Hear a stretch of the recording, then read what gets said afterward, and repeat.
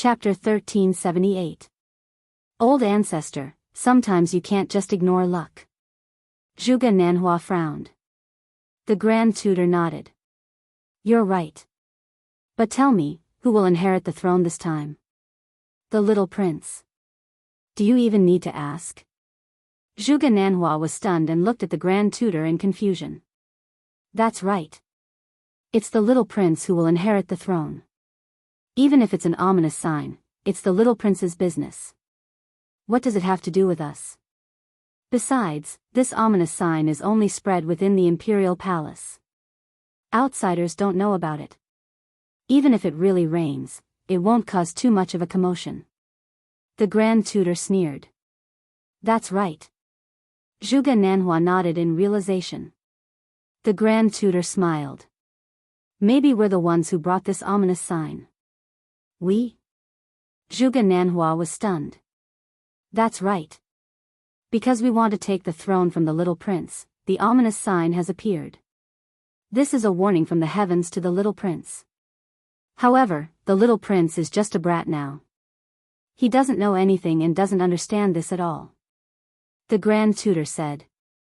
Zhuge Nanhua pondered for a while and looked up at the sky. He smiled. Old Ancestor, what you said does make sense. After saying that, Zhuge Nanhua said worriedly, however, if it really rains, Emperor Hong might give the order to cancel the ceremony. Therefore, we have to complete the ceremony as soon as possible. Go to the square first and maintain order. This old man will go look for Celestial Empress now and explain everything clearly to her, lest she makes any mistakes for this old man. The Grand Tutor said. Yes. Zhuge Nanhua replied respectfully and opened the portal. He turned around and walked in. Ominous sign, you actually created such a troublesome matter for me at such an important time. Heavens, are you playing with me? However, even if you're God, I won't compromise. The Grand Tutor looked at the hazy sky and smiled coldly. Then, he rose into the sky and disappeared at lightning speed. About half an hour passed. Buzz. Qin Feiyang received a message from Yen Wei.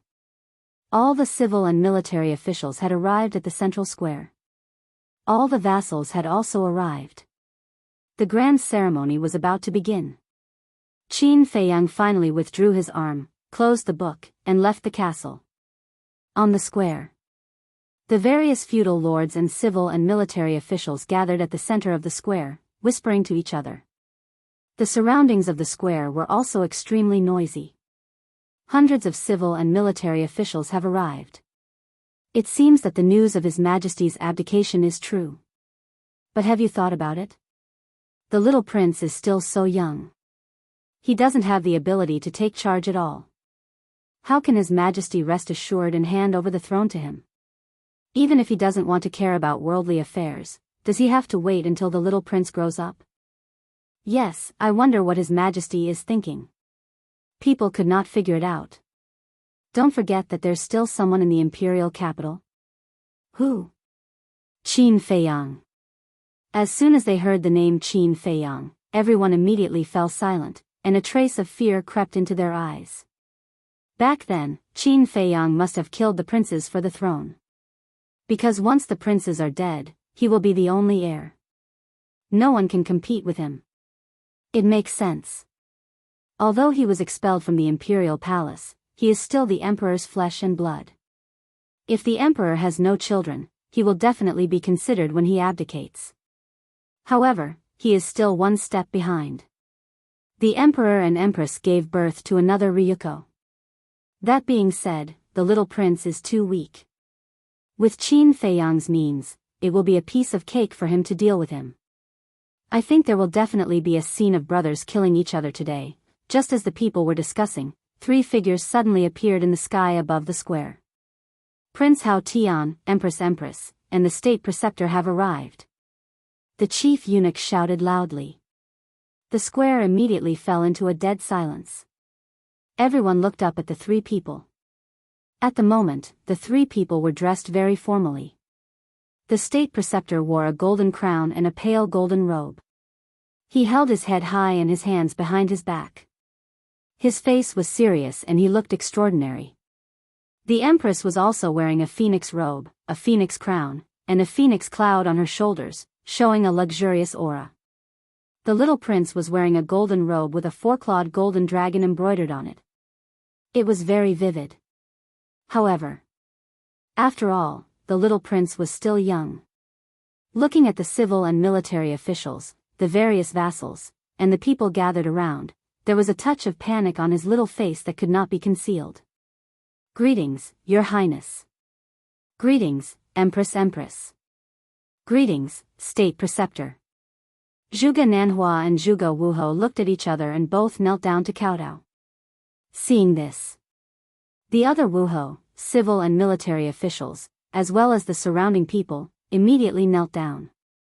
One must know. At the moment, there were at least 8 million people gathered in the first district. With so many people speaking at the same time, what kind of scene was it? The voices intertwined with one another and soared into the sky, shaking the heavens. The state preceptor and the empress enjoyed the feeling of being worshipped by the people and being high and mighty. But the little prince was at a loss. When the empress noticed the little prince's situation, she whispered, "Haotian, let them rise." "Oh." The little prince nodded and stretched out his little hand. "Everyone, please rise." "Thank you, Your Highness." Everyone bowed and stood up. The empress raised her eyebrows, squatted in front of the little prince and helped him tidy up his clothes, and whispered, "Haotian, what you said was wrong." "What's wrong?" The little prince's face was full of suspicion. "No matter if you are a prince or an emperor, you can't say the word please to the civil and military officials, or the people of the empire. Because this will make you lose your dignity, understand?" Celestial Empress advised earnestly. The little prince nodded his head as if he did not understand. The state preceptor at the side secretly sneered. The little prince was so young, how could he understand these things? Cough. The state preceptor coughed and said, Empress, everyone is waiting, bring the little prince down first." "Okay." The empress nodded, grabbed the little prince's hand, and landed in front of the dragon throne. The state preceptor also landed at the side, glanced at the officials and the people around, and did not want to waste any more time, so he nodded to the chief eunuch. The chief eunuch understood, looked forward, and said loudly, "The ceremony begins." Everyone immediately quieted down. The square was as silent as ashes. The civil and military officials, as well as the marquises, were also divided into 2 camps, standing neatly on both sides of the dragon throne. "Bring the holy water." The chief eunuch shouted again. Immediately, 2 palace maids walked into the square. One of the palace maids was holding a golden basin half filled with water, and as she walked, she created layers of waves. The other palace maid was holding a golden tray, and on it was a neatly folded towel. The void. Lu Xingchen stood in the space divine item, looking at the little prince, the empress, and the state preceptor in the image, his eyes flickering.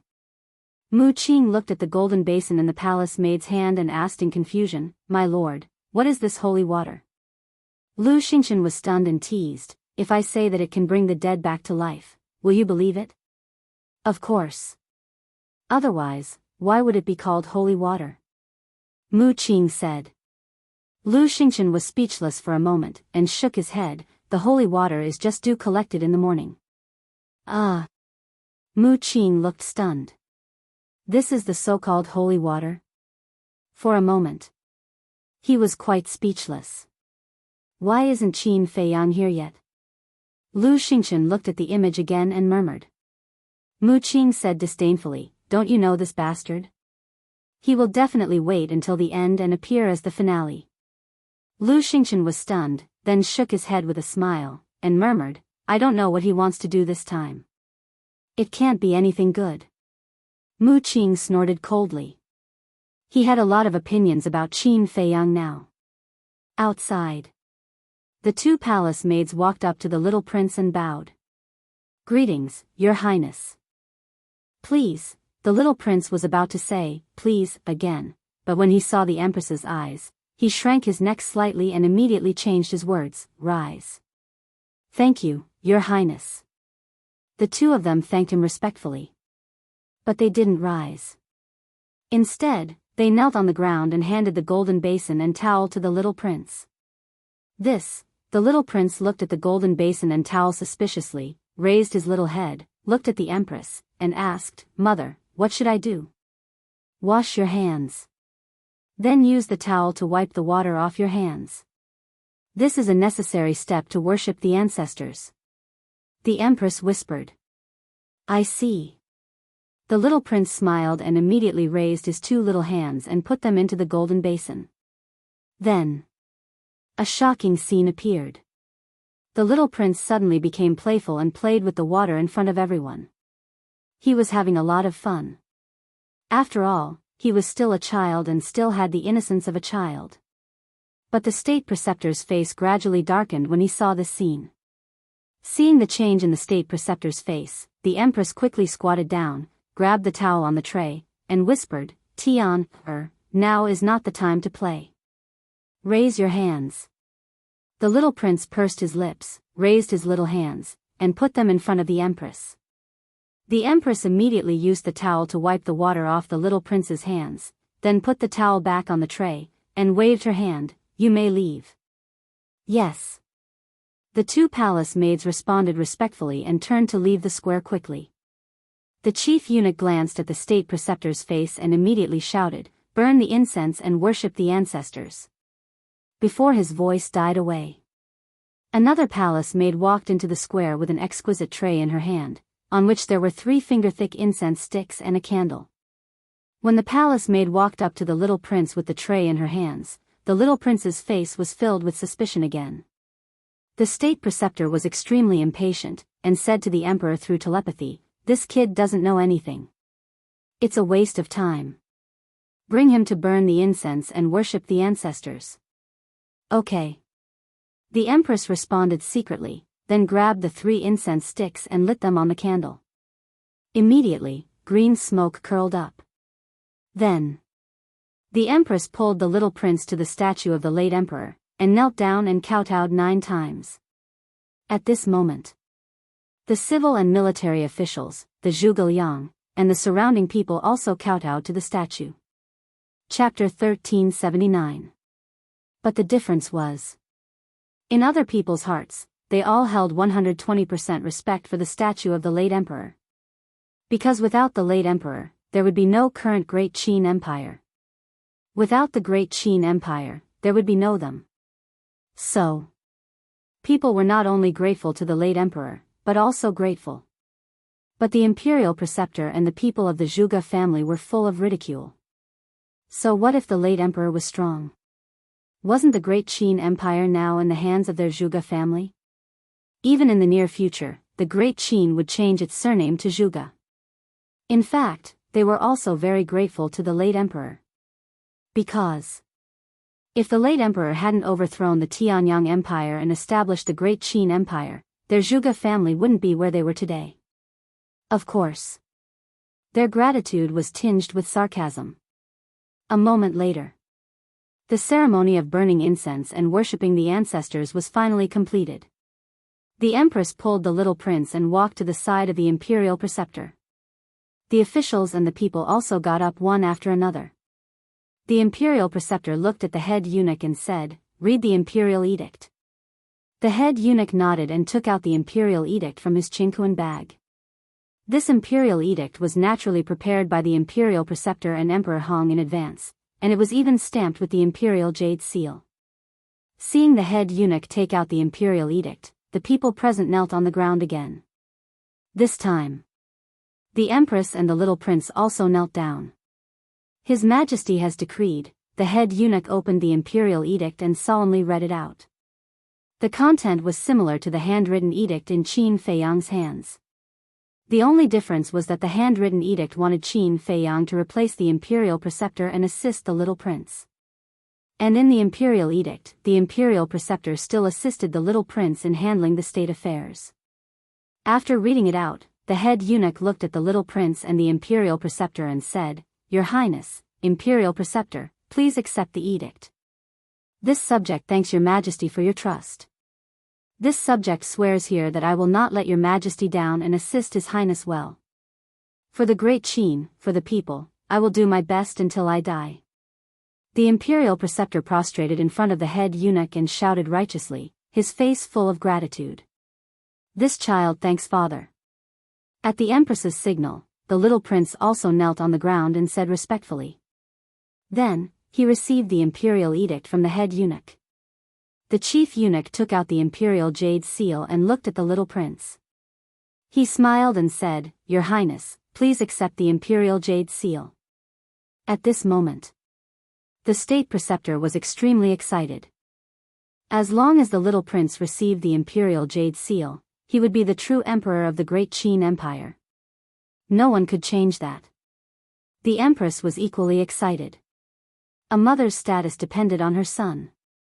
Now that the little prince had become the emperor, her status in the imperial palace would naturally rise as well. Wait. But just as the little prince stood up and was about to take the imperial jade seal, a cold voice sounded. Everyone was slightly startled and quickly looked towards the source of the voice. They saw that the person who spoke was the Marquis of Shao. Both the imperial tutor and Empress Dowager's eyes flashed with hostility. The head eunuch asked, Does Marquis Shao have any objections?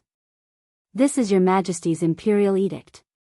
Naturally, I do not dare to object. However, I do not understand why your majesty did not attend such an important ceremony in person. Marquis Shao said. So it's about that. The head eunuch came to a realization and said with a smile, Your majesty knew that someone would ask this, so he specially instructed me to tell everyone that he is currently in seclusion and does not want to be distracted. Marquis Shao asked, Is seclusion more important than the coronation ceremony? The head eunuch's gaze turned slightly cold as he said, How can we, mere mortals, guess the thoughts of your majesty? Therefore, Marquis Shao, please do not cause any more trouble in public and affect the progress of the ceremony. Marquis Shao's face darkened as he knelt on the ground and said, I did not cause any trouble. I was just voicing out the doubts in my heart. If I have offended the dragon's might, I am willing to accept the punishment. The head eunuch smiled and said, Marquis Shao is concerned about your majesty. Your majesty will definitely be deeply gratified when he learns of this. Please get up quickly. Marquis Shao frowned as he stood up and retreated to the side. He really wanted to see the emperor, but based on the current situation, it was impossible. The head eunuch also secretly heaved a sigh of relief. He scanned the civil and military officials and the various marquis and asked, Does anyone else have any objections? No. Marquis Zhuge was the first to shake his head. The others looked at each other and shook their heads as well. The head eunuch swept his gaze across the crowd and looked at the little prince. He smiled and said, Your Highness, please accept the imperial jade seal. All right. The little prince nodded and raised his hands. The head eunuch immediately placed the imperial jade seal in the little prince's hands.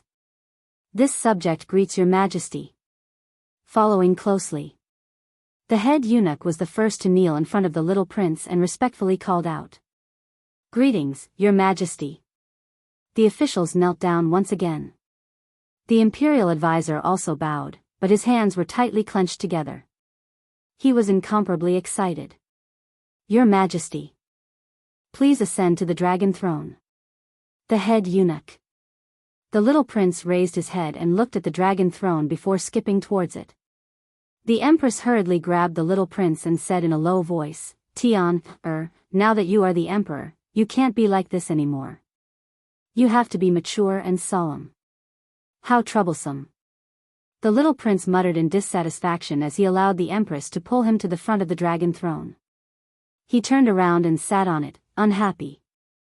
However, the two small hands did not stop. They touched here and there, unable to calm down. At the end of the day, he was still a child. It was difficult for him to be mature and steady like an adult. The imperial advisor frowned and looked at the empress. He sent a voice transmission, This is improper. Hurry and carry him. Don't let him move. All right. The empress nodded and carried the little prince. She sat on the dragon throne and held the little prince's hands with both hands. She whispered, Tian, everyone watch. Listen to your mother and don't move. The little prince pouted and his little face was filled with displeasure. The imperial advisor glanced at the little prince and walked to the side of the dragon throne. He looked at the officials and a cold glint flashed in his old eyes. His Majesty is still young and there are many things that he doesn't know. Therefore, I hope that everyone can assist His Majesty with all their strength from now on to manage the court well and seek the well-being of the people. Yes, Imperial Advisor. The civil and military officials and marquises all cheered. Of course. If I find out that someone is playing tricks behind my back, I won't let them off easily. The Imperial Advisor said again. His Majesty's eyes trembled and he said no. The Imperial Advisor is so impressive. But then, a faint laugh suddenly sounded. The Imperial Advisor raised his eyebrows and scanned the void in the square. He really came. The group of officials and the surrounding crowd could not help but feel a chill in their hearts when they heard this voice. They hurriedly looked at the void. Because this voice was too familiar to everyone. It was Qin Feiyang.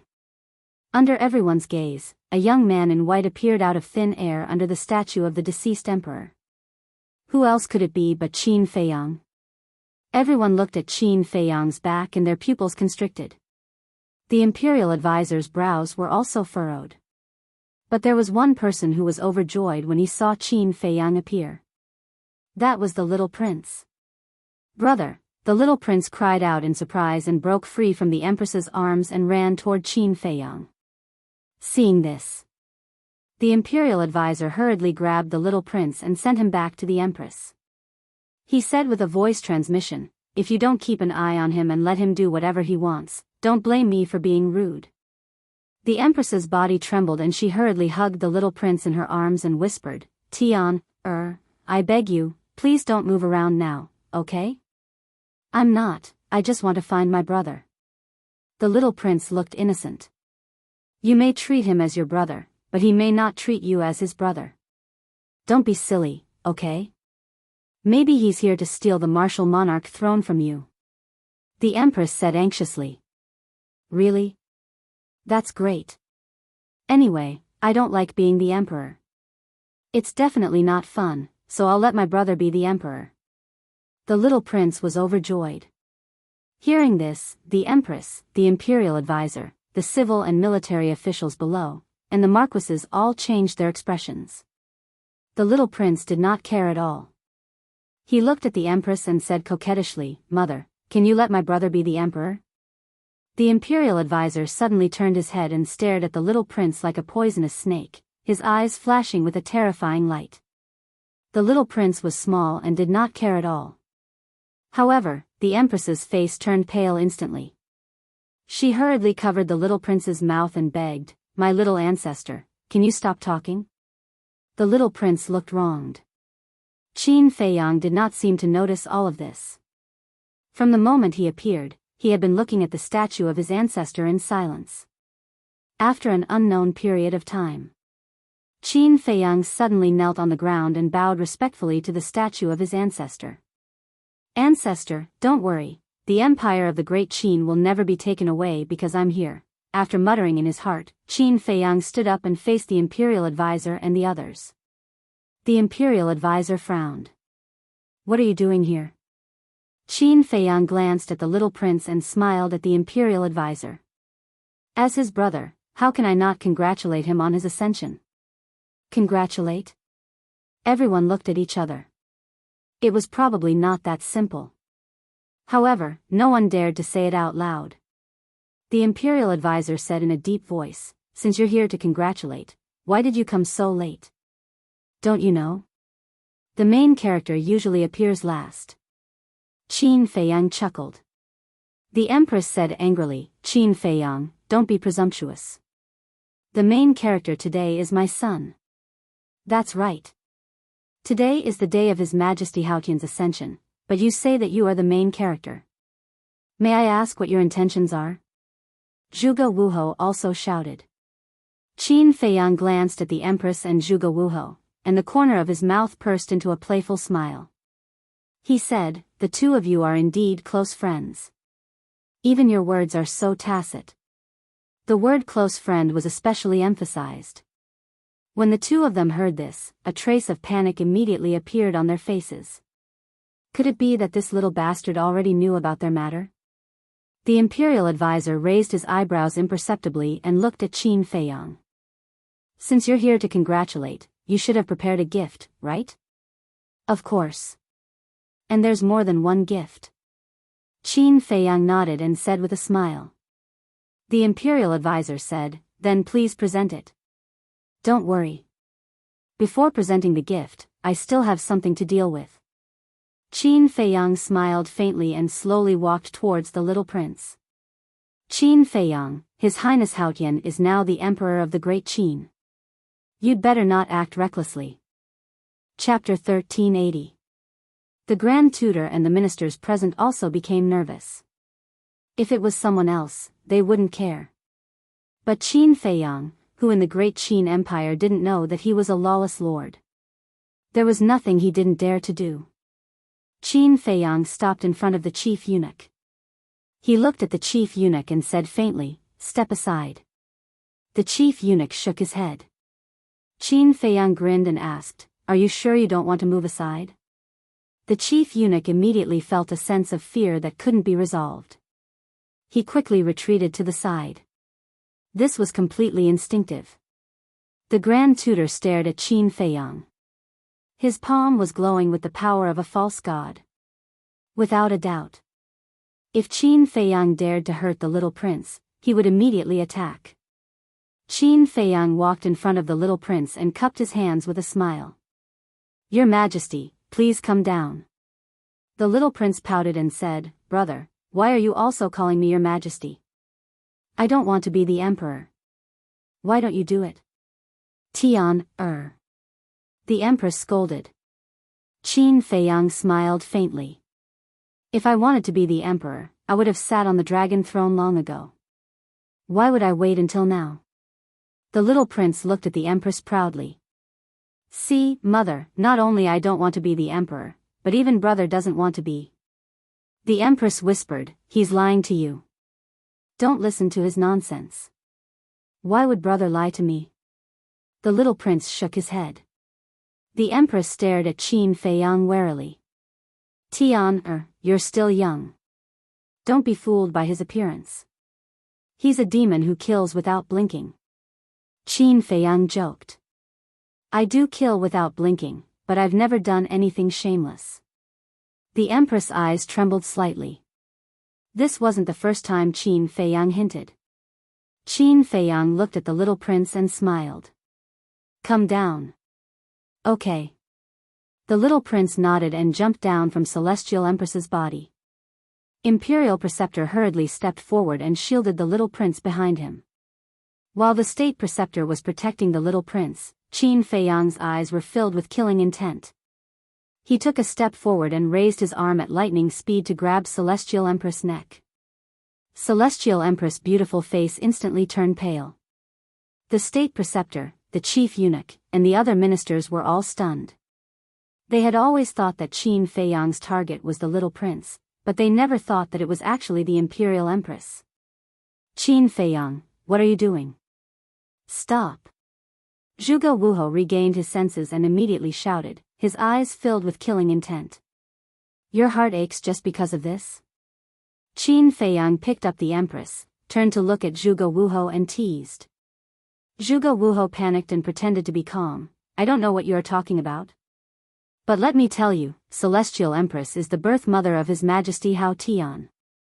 If you dare to hurt her, the entire Great Qin Empire will not tolerate you."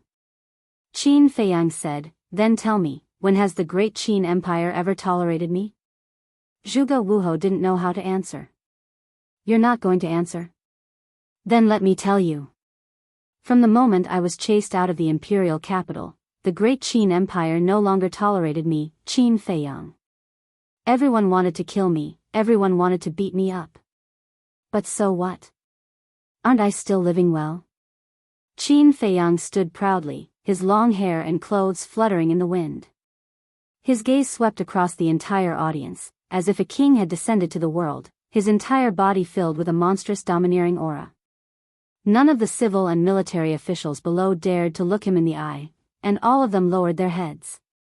Finally, Qin Feiyang's gaze once again landed on Zhuge Wuho's body, and said, "I'm not saying this to show off how powerful I am, but to tell you, before you threaten me, it's best to use your brain and think carefully." His words were filled with mockery. Zhuge Wuho's hands that were hidden in his sleeves couldn't help but clench tightly. At this time, the little prince ran out from behind the imperial tutor and looked at Qin Feiyang. "Big brother, why did you hurt mother again?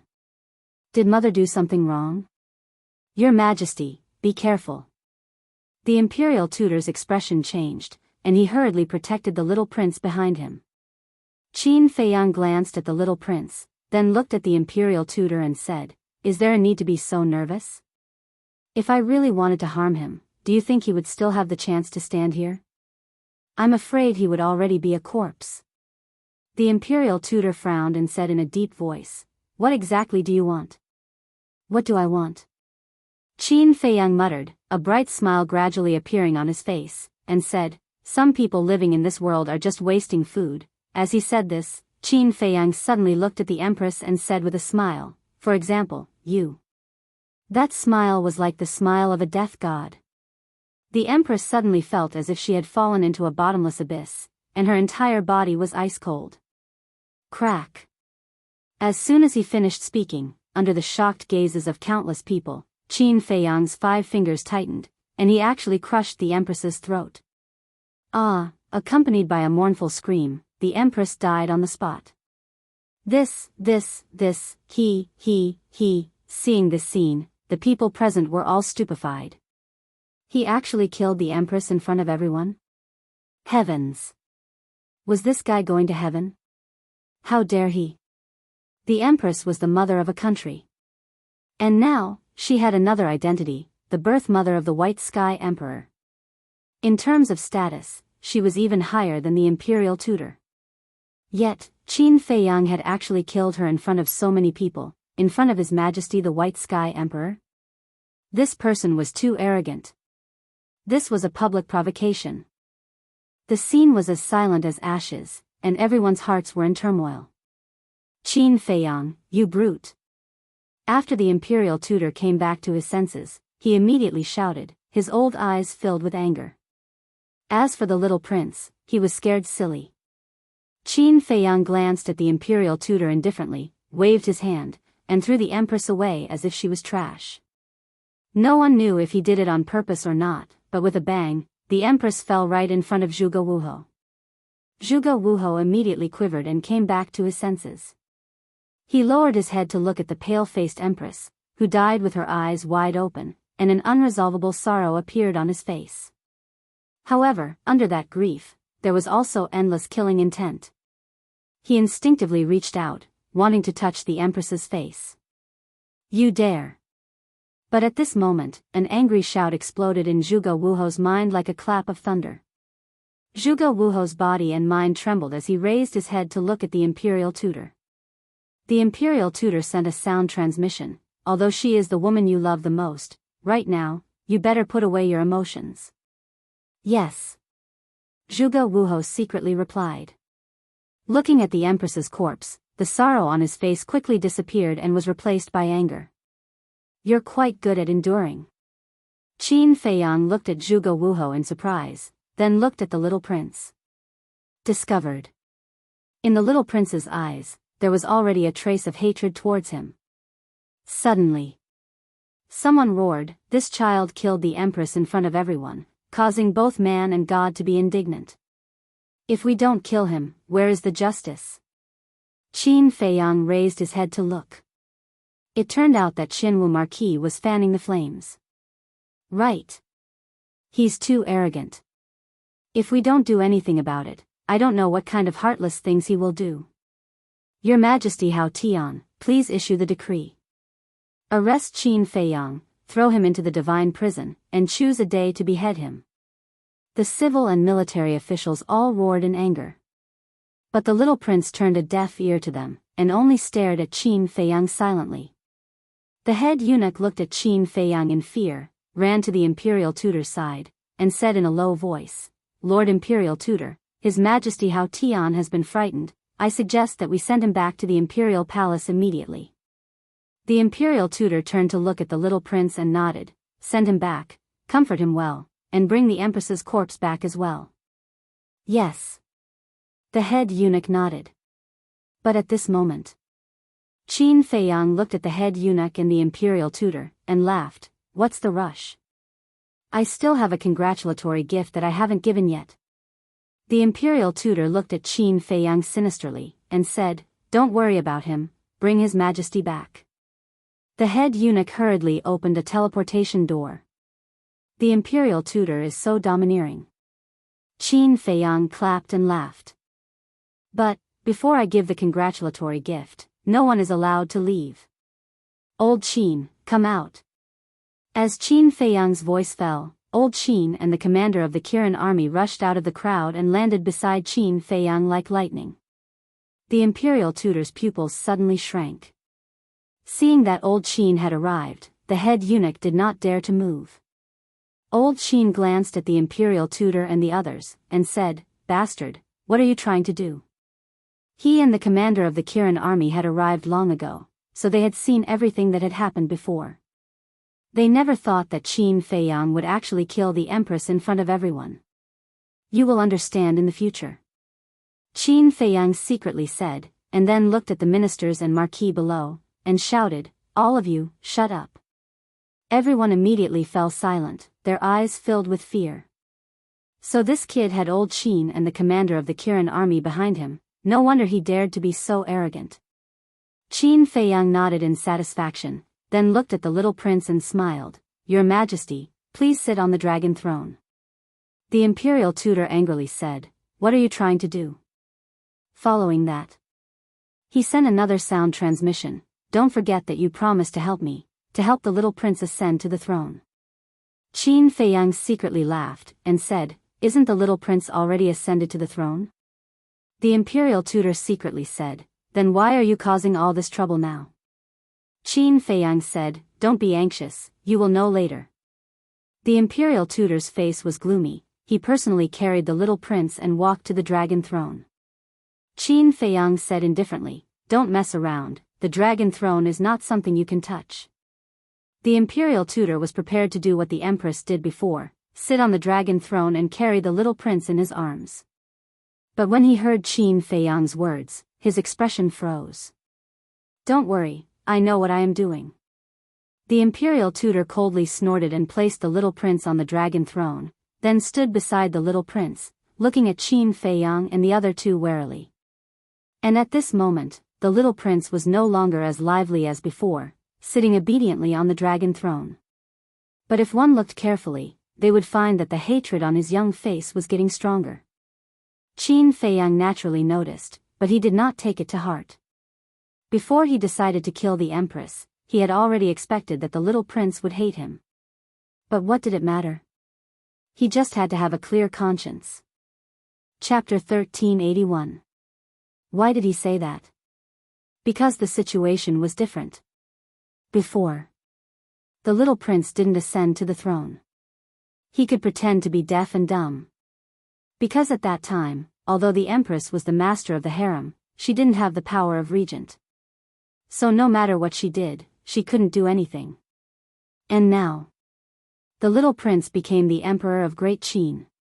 As the mother of the little prince, the power in the empress' hands was naturally not what it used to be.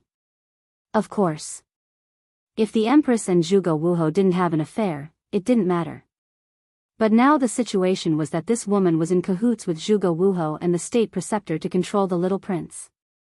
So, if this woman continued to live, then the little prince would be killed by her sooner or later.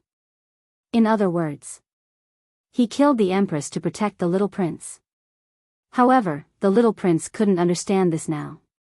Even if Qin Feiyang told him the truth, he couldn't understand at such a young age. However, Qin Feiyang didn't plan to tell the little prince. If he wanted to hate, then hate. Besides, Hatred could make a person grow quickly. Just like when he was young, he was as innocent as the little prince and thought that the world was full of good people. But the result? How many good people did he meet? So, only when he tasted pain and saw the cruelty of the world, his mind would mature. And this was what the little prince needed the most now. At this moment, the central square was so silent that even the sound of a pin dropping could be heard. Everyone's eyes were on Qin Feiyang. Qin Feiyang's own ability and foundation couldn't be underestimated. Now with Elder Qin and the commander of the Kirin army, even in the face of the state preceptor, he already had the strength to be on par with him. In fact, everyone was very puzzled. When did Elder Qin and the commander of the Kirin army rely on Qin Feiyang? Weren't they afraid of the emperor's punishment? After all, Qin Feiyang was the emperor's sworn enemy. This emperor didn't mean the little prince, but Qin Feiyang's father. Qin Feiyang looked around the entire place. In the end, he whispered a few words into the ears of the Qilin army's commander. After the commander of the Qilin army heard this, he immediately looked at him in surprise. Qin Feiyang smiled and said, "Do as I say." "All right." The commander of the Kirin army nodded. He immediately opened a portal and ran in without looking back. Seeing this, the imperial tutor's frown deepened. Qin Feiyang smiled and said, "Imperial preceptor, please don't be impatient. When the commander invites that old man here, I will present a congratulatory gift. This advisor would like to see what kind of tricks you have up your sleeve." The imperial preceptor snorted. Qin Feiyang smiled faintly and turned his head to look at the statue of his ancestor. For a moment, he fell silent. Old man Qin glanced at the imperial advisor and frowned. He sent a voice transmission to the imperial advisor, "Brat, can you tell me what your plan is? It's a secret for now. However, you must be prepared to fight at any time." Qin Feiyang thought. Fight? Old man Qin was bewildered. Fight with who? Imperial advisor. Qin Feiyang's eyes flashed with killing intent as he sent a voice transmission. If this opportunity succeeds, the imperial advisor will definitely die. But the premise is, can you keep him here? Old man Qin's heart trembled. Who would have thought that Qin Feiyang was actually playing a big game of chess? Time passed breath by breath. Swish. Suddenly, 3 figures descended above the square. One of them was the commander of the Kirin army. The other 2 were Emperor Hong and Qin Jun. Emperor Hong. Seeing that the commander of the Kirin army had invited Emperor Hong, the imperial advisor, Zhuge Wuho, Zhuge Nanhua, and the others all had a change of expression. At the same time, old man Qin's eyes were also filled with shock. However, the others looked at Emperor Hong and Qin Jun with suspicion on their faces. Who were these 2 people? Why had they never seen them before? "Greetings, Emperor Hong." The next moment, a scene that shocked everyone appeared. Old man Qin and the imperial tutor both bent their waists at the same time and bowed to the old man. What? Even the imperial advisor and old man Qin are so respectful? Everyone's faces were filled with disbelief. He is Emperor Hong? How is this possible? Wasn't there a rumor that Emperor Hong had already passed away? Is this a dream? However, the various martial marquis present, as well as some old officials, were overwhelmed with shock at this moment. Because they still remembered this name. Look at Emperor Hong again. He stood high in the sky, looking down at Qin Feiyang with a trace of displeasure on his old face. Qin Jun's eyes flashed with a cold light. Qin Feiyang met Emperor Hong's gaze and said with cupped hands, "This commoner Qin Feiyang greets Emperor Hong."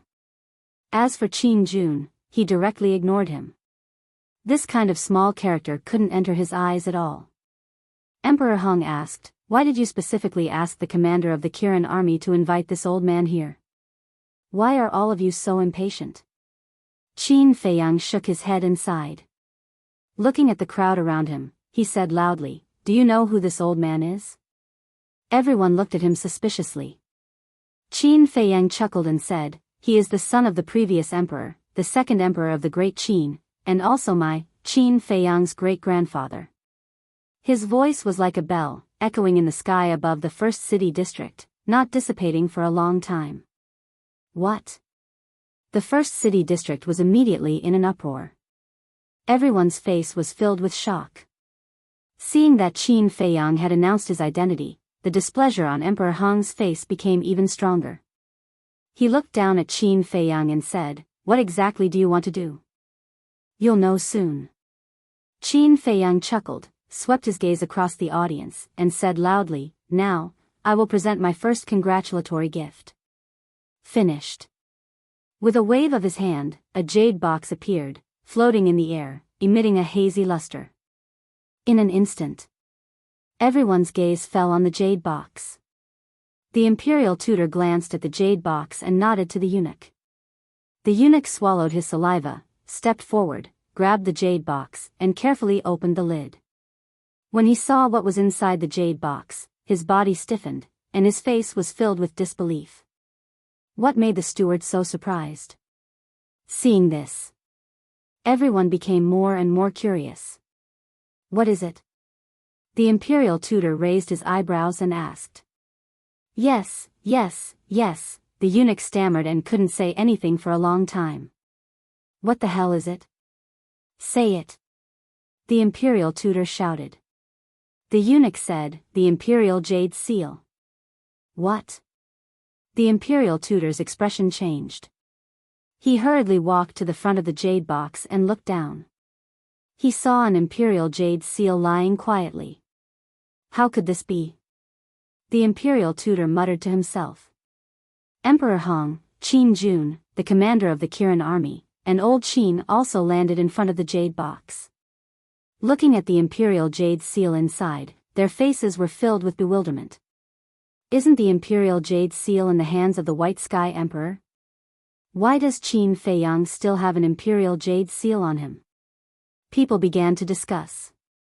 This sudden turn of events caught everyone off guard. Swish. After old Qin and the commander of the Kirin army came back to their senses, they immediately turned to look at Qin Feiyang, their eyes aggressive. Where did this imperial jade seal come from? Did you go to His Majesty? Old Qin secretly said. His tone was rather gloomy. Yes. Qin Feiyang didn't deny it.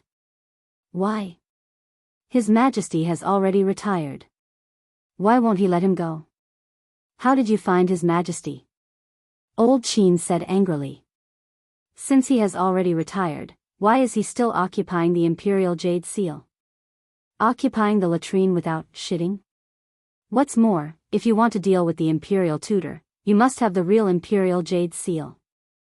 As for how to find him, it's very simple. I followed the commander of the Kirin army. Qin Feiyang secretly said. Old Qin was furious.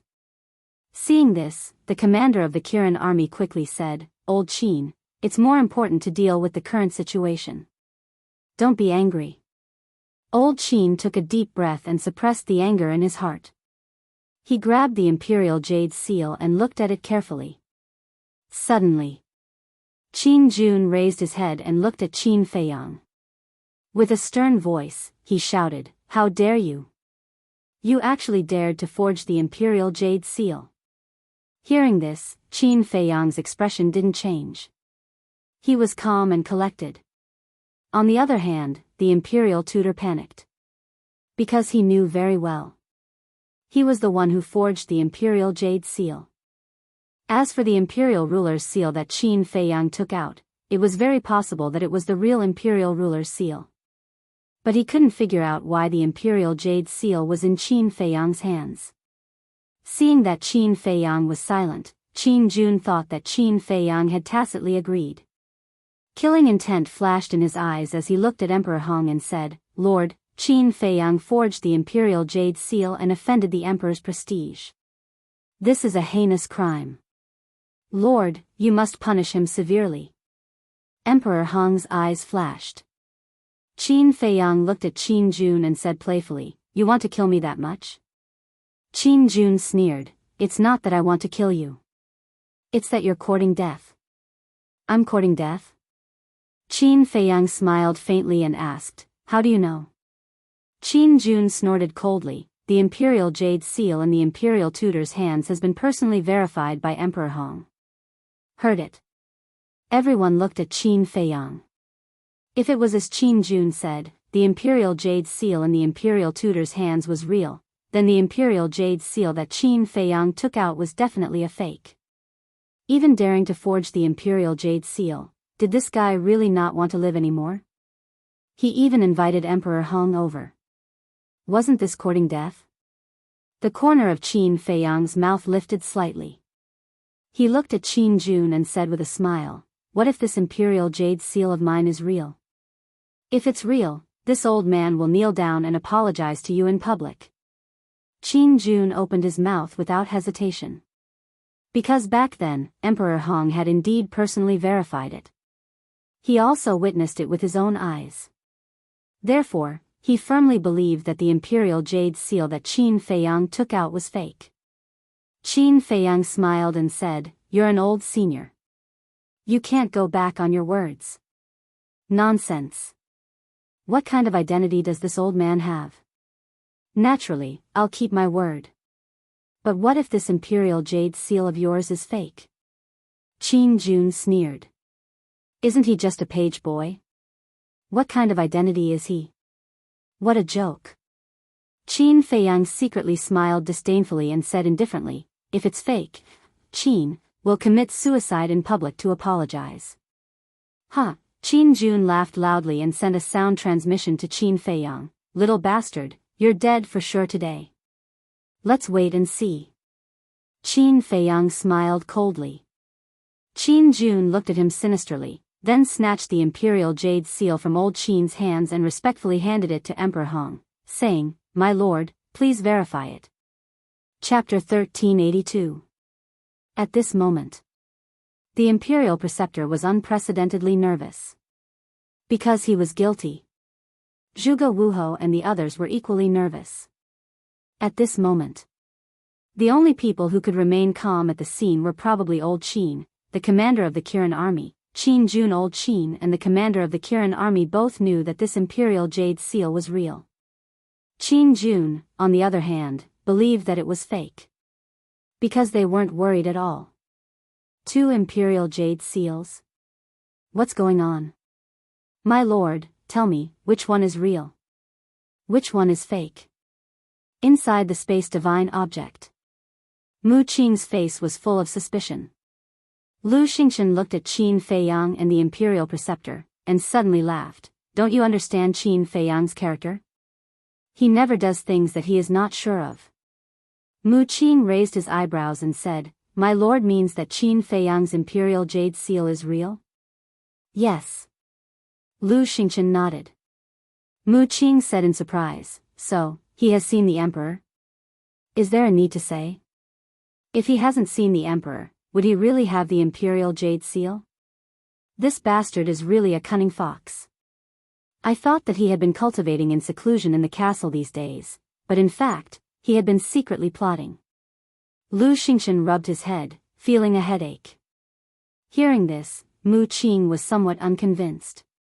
Lu Xingchen frowned again and said, but I'm puzzled, where is this emperor hiding? And why does Qin Feiyang know so much about the Imperial Preceptor's every move? If he didn't know about the Imperial Preceptor's every move, Qin Feiyang couldn't have done it so well. Could it be that there was Qin Feiyang spied beside the Imperial Preceptor? On the square. Emperor Hong gradually frowned. What's going on? It hasn't been verified for so long. Could it be that Qin Feiyang's Imperial Jade Seal is real? People muttered under their breath. Qin Jun could not help but feel uneasy as he asked cautiously, Sir, is there a problem? Emperor Hong said, give me the Imperial Jade Seal in the little prince's hands. Qin Jun's eyelids twitched. He hurriedly turned around and walked in front of the little prince. Regardless of the little prince's current identity, he directly snatched the Jade Seal from the little prince's hands and handed it over to Emperor Hong. Emperor Hong grabbed the Imperial Jade Seal in one hand and compared it over and over again. In the end, he was surprised to find that there was no difference between the two seals. What's going on? Of the two imperial jade seals, one of them must be fake. But which one was it? Qin Jun asked, Sir, can't you verify it? Emperor Hong furrowed his brows. Looking at everyone, he said, these two are both real. Impossible. Even if it's an exact replica, there must be traces left behind. For example, the era. The real heirloom imperial jade seal has a history of 10,000 years. There are many traces of weathering on it. As for the forged imperial jade seal, there is absolutely none. Qin Jun said. If you don't believe me, take a look for yourself. Emperor Hong raised his eyebrows and threw the two imperial jade seals to Qin Jun. Qin Jun immediately caught it in his hand and compared it carefully. The result. He was shocked to discover that the traces of weathering on the two imperial jade seals were almost exactly the same. Of course, this was carefully handled by the imperial preceptor. But Qin Jun did not know. His face was filled with disbelief. How could this be? Seeing this, the imperial preceptor, Zhuge Wuhou, and the others could not help but secretly heave a sigh of relief. At the same time, they also saw a turning point. Because, as long as the Emperor Hong could not verify the authenticity, then they would have a way to make everyone believe that their imperial jade seal was the real deal. The imperial preceptor's eyes flashed as he looked at Qin Feiyang and said, This imperial preceptor really has no choice but to admire your methods. The forged imperial jade seal, even Lord Emperor Hong is unable to distinguish it. Qin Feiyang looked at the imperial preceptor, the playfulness in his eyes growing stronger. Emperor Hong also looked at Qin Feiyang and asked, How did you forge it? Qin Feiyang said, Why do you think that my imperial jade seal is forged? Emperor Hong said indifferently, All these years, you have stirred up trouble in the imperial capital, doing evil things to the extreme, and the imperial preceptor's loyalty to the great Qin is obvious to everyone. Between you and the imperial preceptor, of course I will choose to believe in the imperial preceptor. I'm stirring up trouble? The imperial preceptor is loyal? Qin Feiyang chuckled, an indescribable sadness in his heart. This was his great-grandfather, Qin Feiyang? What a joke. The imperial preceptor secretly laughed and looked at the Emperor Hong respectfully. Lord Emperor Hong, there is no need to waste words with this kind of person. Please give the order to take him down as a warning. That's right. If we let him continue to cause trouble, who knows what will happen to the great Qin Empire? Qin Jun followed. Qin Feiyang raised his head and laughed loudly. His laughter was filled with ridicule that couldn't be dispersed. How did it become like this? Victory is clearly in our grasp, but why is the imperial preceptor's forged imperial jade seal so lifelike? Old Qin muttered to himself, looking at Qin Feiyang and the imperial preceptor, his heart filled with anxiety. At this rate, not only would they be unable to topple the imperial preceptor, even Qin Feiyang would probably fall here. This was far too different from the outcome he imagined. Emperor Hong looked at Qin Feiyang and said coolly, Right now, you are too impudent. There is indeed a need to give you a bit of suffering. Don't force me to give the order, take the initiative to follow me to the divine prison. Impudent? Qin Feiyang was slightly taken aback, then continued to laugh loudly. Still laughing? Simply preposterous. Do you still have Lord Emperor Hong in your eyes? Qin Jun was furious, taking a step forward, a slap towards Qin Feiyang's face. Humph. Old Qin snorted coldly, standing in front of Qin Feiyang. Terrifying divine might was like a torrent, pouncing towards Qin Jun. Now that things had come to this, he already had no way out. He had to protect Qin Feiyang's safety. Seeing old Qin make a move, not only did Qin Jun not have the slightest fear, he became even more arrogant, staring at old Qin gloomily, and shouted, What do you want to do? Want to rebel? As long as this old man is here, no one can even think about harming Qin Feiyang. Old Qin enunciated each word, his tone firm.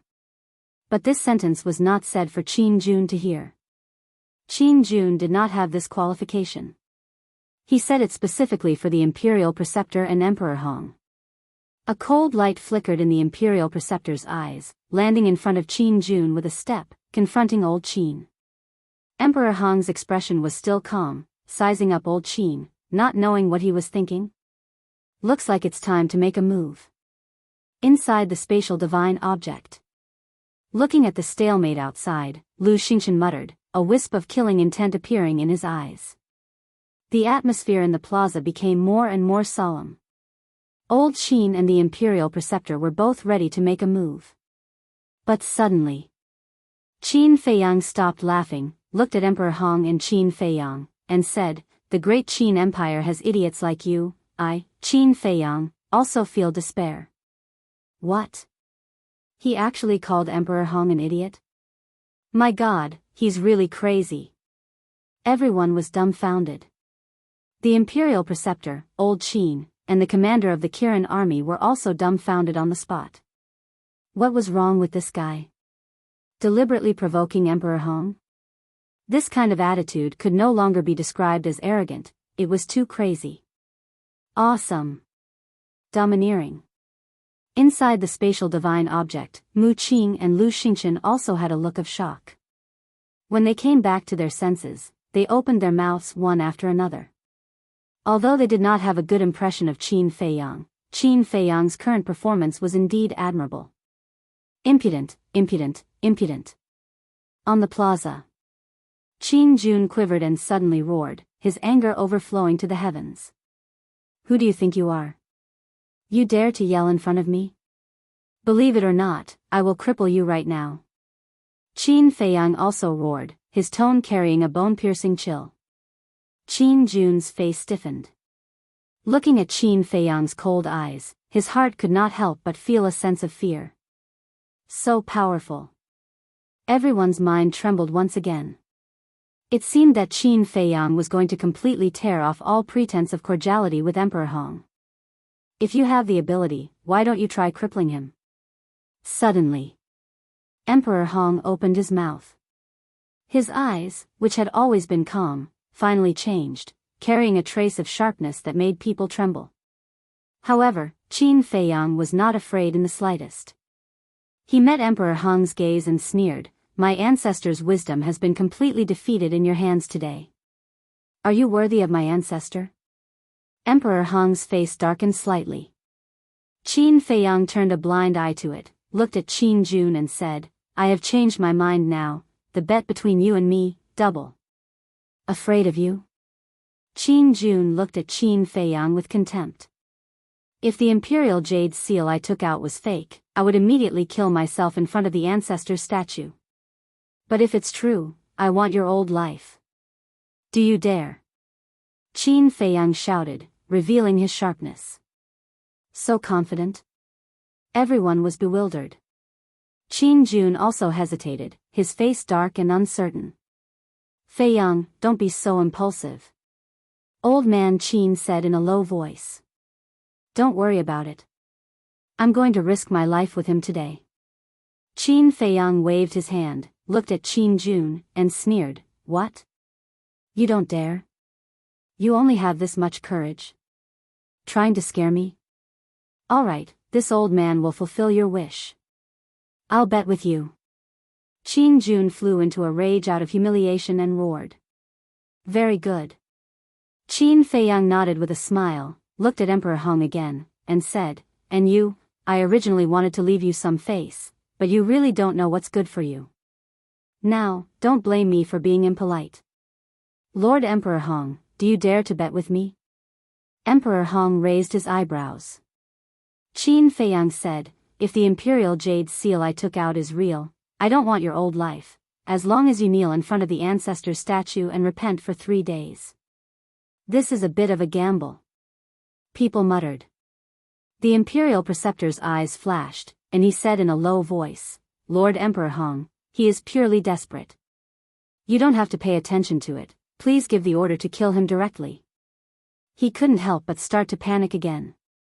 Because Qin Feiyang was too confident, too calm. That was why he suggested to kill Qin Feiyang immediately. Because as long as Qin Feiyang died, all of the truth would be covered up. The corners of Qin Feiyang's mouth curled up, and he said coolly, "Want to kill me, Qin Feiyang? I'm afraid that no one here has this ability." Towards Qin Feiyang's arrogance, people were already numb. Right now, everyone only wanted to know whether or not Emperor Hong dared to bet. And what was the final result? Emperor Hong pondered for a moment, and said expressionlessly, "This old man is not a child. It's impossible to agree to your boring bet. If the Imperial Jade Seal you took out is real, then hurry up and prove it to this old man. That's not right, right?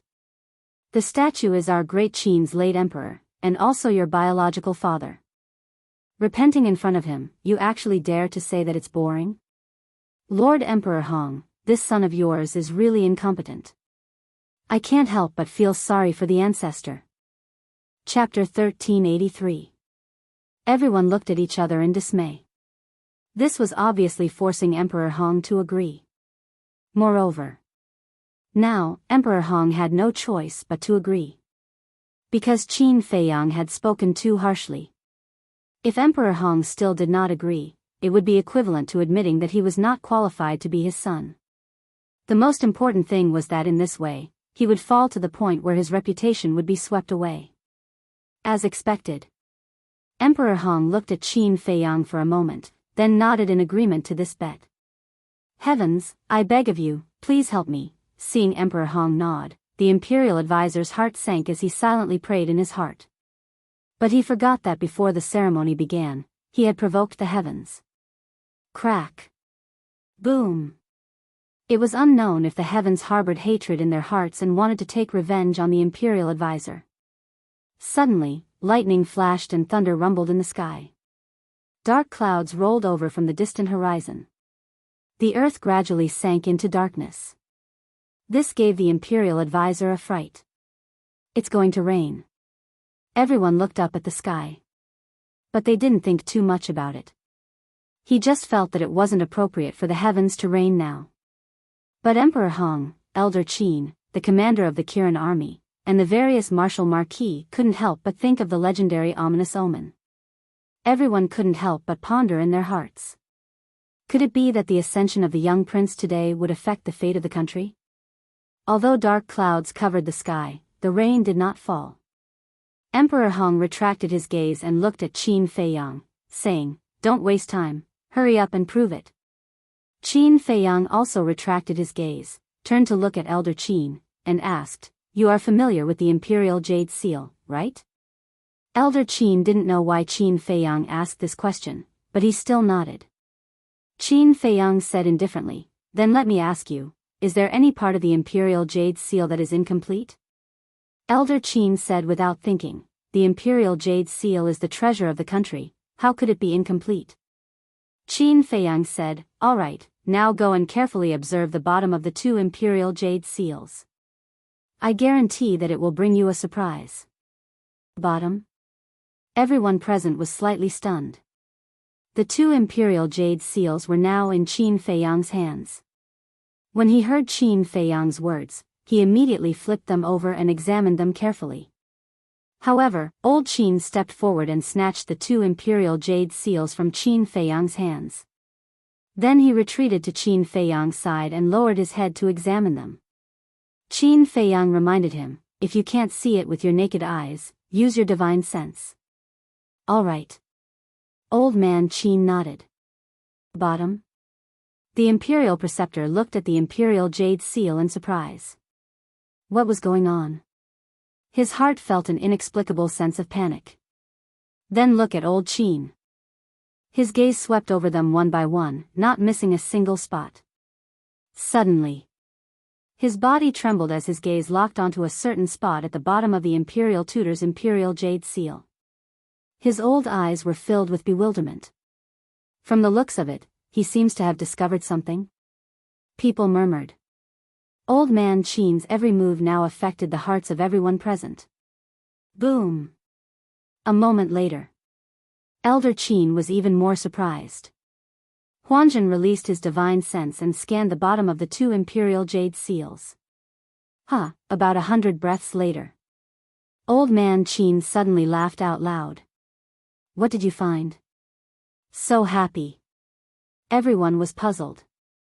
Suddenly, Old Man Qin looked at the Imperial Preceptor and said sarcastically, "Old man, although you did it flawlessly when you forged this Imperial Jade Seal, you still missed out on something." The Imperial Preceptor's face darkened. What did I miss? The commander of the Kirin army stepped forward and asked. Old Man Qin raised the Imperial Jade Seal in his hand and said loudly, "At the bottom of this Imperial Jade Seal, there is a broken gap." Impossible. The Imperial Preceptor immediately shouted.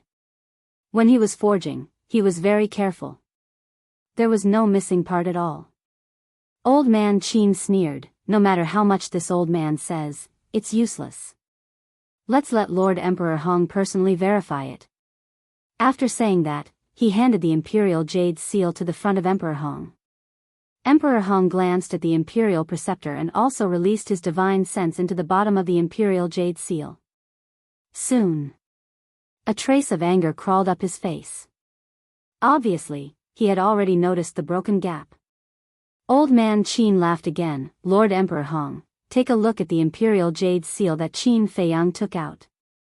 Emperor Hong controlled his divine sense and enveloped the Imperial Jade Seal. As a result, he did not find any traces of damage on it. "Lord, how is it?" Qin Jun asked nervously. Sigh.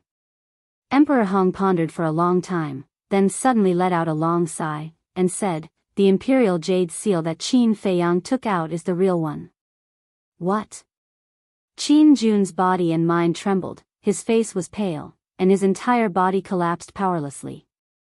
It was actually true. Didn't that mean that he had lost this bet? Zhuge Wuhou, Zhuge Nanhua, and the others' faces were also filled with despair. Impossible. Absolutely impossible. I want to verify it myself. The Imperial Preceptor suddenly roared as if he had gone mad. He snatched the Imperial Jade Seal from Emperor Hong's hands and did not use his eyes to look at it. He directly used his divine sense to check it. Divine sense was all-pervasive. What the naked eye could not see, divine sense could see. It didn't take long for him to discover the gap. How could this be? I was clearly very careful, very careful. How could there be a gap? The Imperial Preceptor's eyes suddenly became sluggish as he muttered to himself. His old face was filled with disbelief. Although he was muttering to himself, there were many people around who heard it clearly. It's really a forgery. We were wrong to blame Qin Feiyang. A dignified Imperial Preceptor, knowingly breaking the law, simply deserves to die 10,000 times. The most despicable thing is that he even slandered Qin Feiyang, saying that the real Imperial Jade Seal is fake. Deceiving the top and deceiving the bottom, trying to cover the sky with one hand, his heart is worthy of death. A group of ministers immediately roared, filled with righteous indignation. In an instant, the Imperial Preceptor became the target of public criticism. It's really a good move, Lu Xingchen muttered. After such a ruckus, not only did Qin Feiyang successfully wash his name, his position in the hearts of the world had also reached an unprecedented level. Now, as long as Qin Feiyang gave an order, people would probably follow his lead. On the other hand, the Imperial Preceptor. Because he thought that he was clever, he had now become a street rat that everyone wanted to beat and kill. Mu Qing frowned and said, "It seems that Qin Feiyang's purpose is to eliminate the Imperial Preceptor today and destroy the Zhuge family at the same time. That's why he asked me for help." Lu Xingchen said. Mu Qing asked, "Do you want to help?" Of course. After all, the Imperial Preceptor is also a big threat to us. Lu Xingchen smiled coldly, murderous intent surging in his eyes. When Lu Xingchen and Qin Feiyang cooperated, they had already agreed that the first step of the plan was to eliminate the Imperial Preceptor. But in the past, Qin Feiyang was not strong enough, and there was no false god by his side, so it was difficult for Lu Xingchen to kill the Imperial Preceptor alone. But now it was different. Qin Feiyang exposed the Imperial Preceptor's forgery of the Imperial Jade Seal in public, which had already caused the Imperial Preceptor to arouse public anger. Old Qin and Emperor Hong would not let him go easily. So, Whether it was for Qin Feiyang or Lu Xingchen, this was a once-in-a-lifetime opportunity. This old man thinks that he is very smart, but he doesn't know that he has been led by Qin Feiyang by the nose. Mu Qing looked at the Imperial Preceptor in the screen and smiled contemptuously, then looked at Qin Feiyang, frowned slightly, looked at Lu Xingchen, and said, "Although we can take down the Imperial Preceptor this time, Qin Feiyang's threat to us is undoubtedly getting bigger and bigger. My lord, you have to be careful." Yes. The speed of this kid's growth has exceeded my expectations. After entering the miracle and achieving our goal, I will get rid of him as soon as possible, so as not to become my roadblock in the future. Lu Xingchen said. My lord is wise. Mu Qing bowed and said, the killing intent in his eyes undisguised.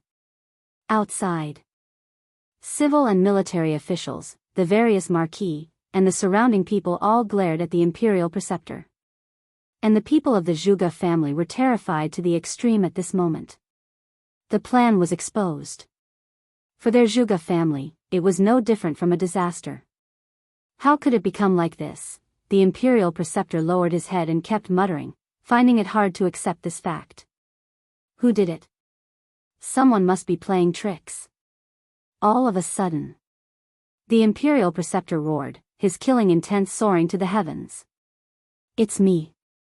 Qin Feiyang said. You?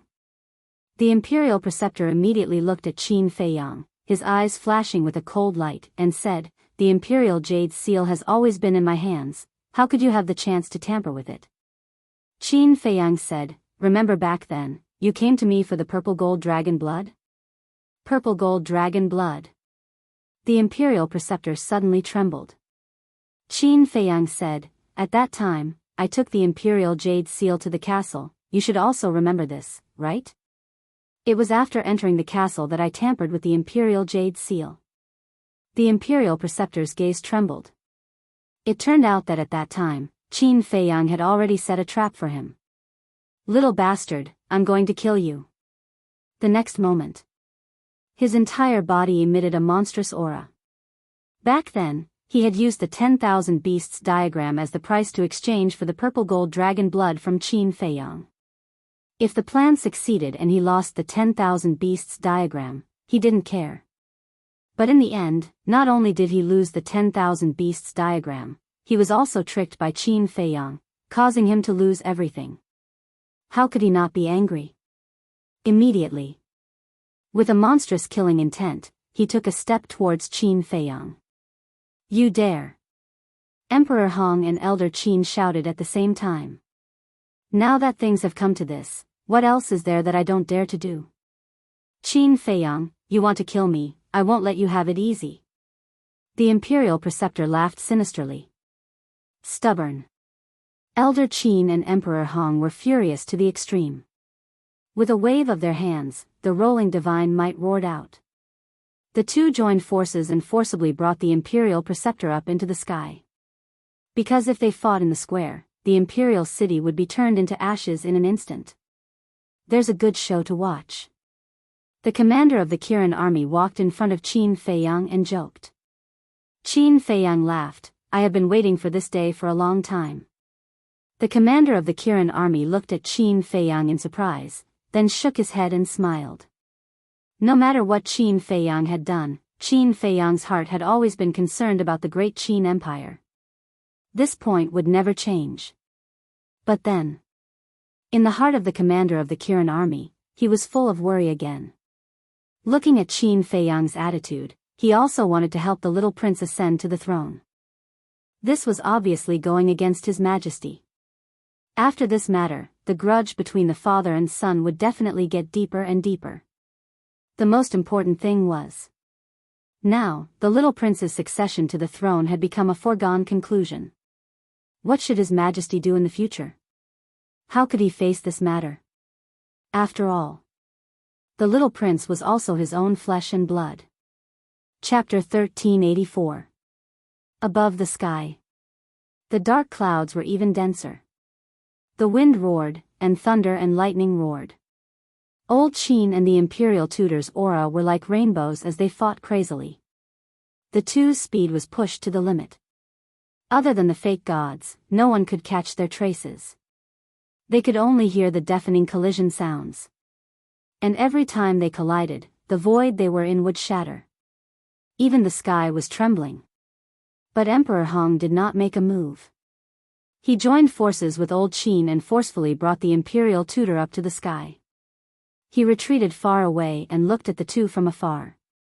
His face returned to its usual calmness.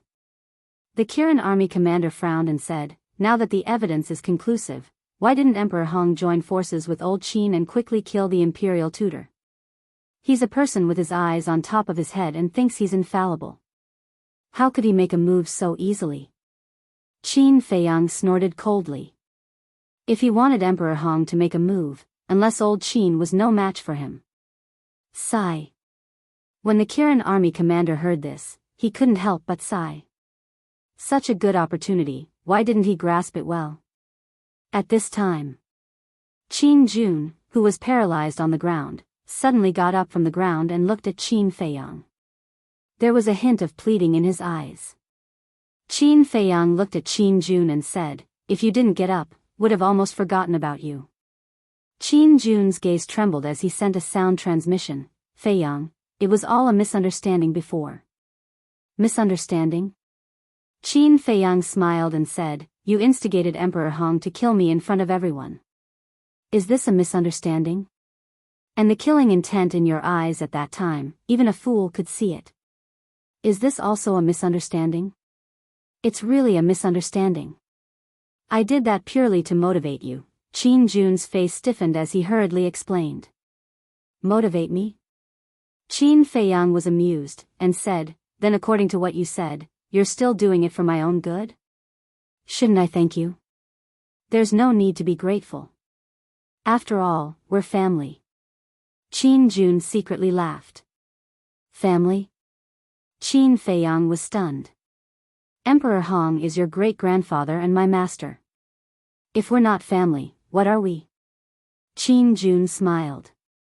Qin Feiyang suddenly understood and said, "Now that you mention it, we are indeed a family." "Yeah." Qin Jun nodded. "Yes, your sister." "Kneel down." Qin Feiyang bellowed, his face instantly turning gloomy. Did he take him for a fool? Do you think he'll believe you just because of a few words? What a joke. Qin Jun's face stiffened. He didn't expect Qin Feiyang to turn hostile so quickly. Furthermore, there was no sound transmission. Everyone heard Qin Feiyang shout. Immediately, everyone looked at Qin Jun in unison, their eyes full of sympathy. Of all the people he could provoke, he had to provoke Qin Feiyang. Wasn't he courting death? Moreover, no one present was a fool. Although they didn't hear the conversation between the two, from Qin Feiyang's shout and attitude, they couldn't tell that Qin Jun was definitely pretending to be pitiful, gaining sympathy, and begging for mercy from Qin Feiyang. Qin Feiyang looked at Qin Jun expressionlessly, and said, "I told you to kneel down, didn't you hear me? Do you want me to force you to make a move?" Qin Jun's face was gloomy. One had to know that he was someone by Emperor Hong's side. Even if the imperial tutor and elder Qin saw him, they would have to be polite. However, at this moment, Qin Feiyang actually told him to kneel in front of everyone? Wasn't this clearly embarrassing him? The commander of the Kirin army said playfully, "Lord Qin Jun, have you forgotten the bet from before?" Hearing this, Qin Jun was like a bolt from the blue, his body and mind trembling. That old face was once again filled with despair. His entire body couldn't help but go soft, and he powerlessly knelt in front of Qin Feiyang. Qin Feiyang sneered, "What I hate the most is a dog like you who uses its master's power to bully others. You don't have any ability, and you rely on others to support you every day. I was wrong. For the sake of Emperor Hong's face, spare me this time. After all, I am still someone by Emperor Hong's side." Qin Jun pleaded. "You can be considered a human? At most, you are a dog that can bite." Qin Feiyang smiled disdainfully. Qin Jun nodded repeatedly, and said, "Yes, yes, yes, I am a dog. Just pity me and give me a chance, okay?" If people don't offend me, I won't offend them. If people offend me, I will kill them. This is my principle. Especially those who want to kill me, I, Qin Feiyang, will definitely not let them go. Killing intent surged in Qin Feiyang's eyes. Little bastard, don't go too far. Do you think I'm really afraid of you? You're just a mere 4-star war king. If I want to kill you, it's as easy as flipping my hand. Qin Jun flew into a rage out of humiliation. He suddenly raised his arm and slapped towards Qin Feiyang. Impudent. The Kirin army commander's expression changed. He immediately raised his arm and punched towards Qin Jun, tsk tisk. But at this time, a sinister laugh rang out. Following closely, a wave of thunder energy appeared out of thin air, like sharp blades, and entered Qin Jun's chi si like lightning. Ah! Accompanied by a mournful scream, Qin Jun's chi si was crippled on the spot, and blood flowed out from his lower abdomen. Bang! Then, Qin Jun fell powerlessly at Qin Feiyang's feet, hugging his lower abdomen and wailing silently.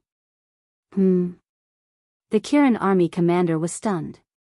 The others were also shocked. Who was so strong that they could instantly cripple a 9-star combat Emperor Realm's super expert? Everyone looked over. They saw that Qin Feiyang had a Lei Bao. It's him. Seeing Lei Bao, the surrounding civil and military officials, including the Marshal Marquis, all took a few steps back, their faces full of fear. Lei Bao had long been notorious in the imperial capital.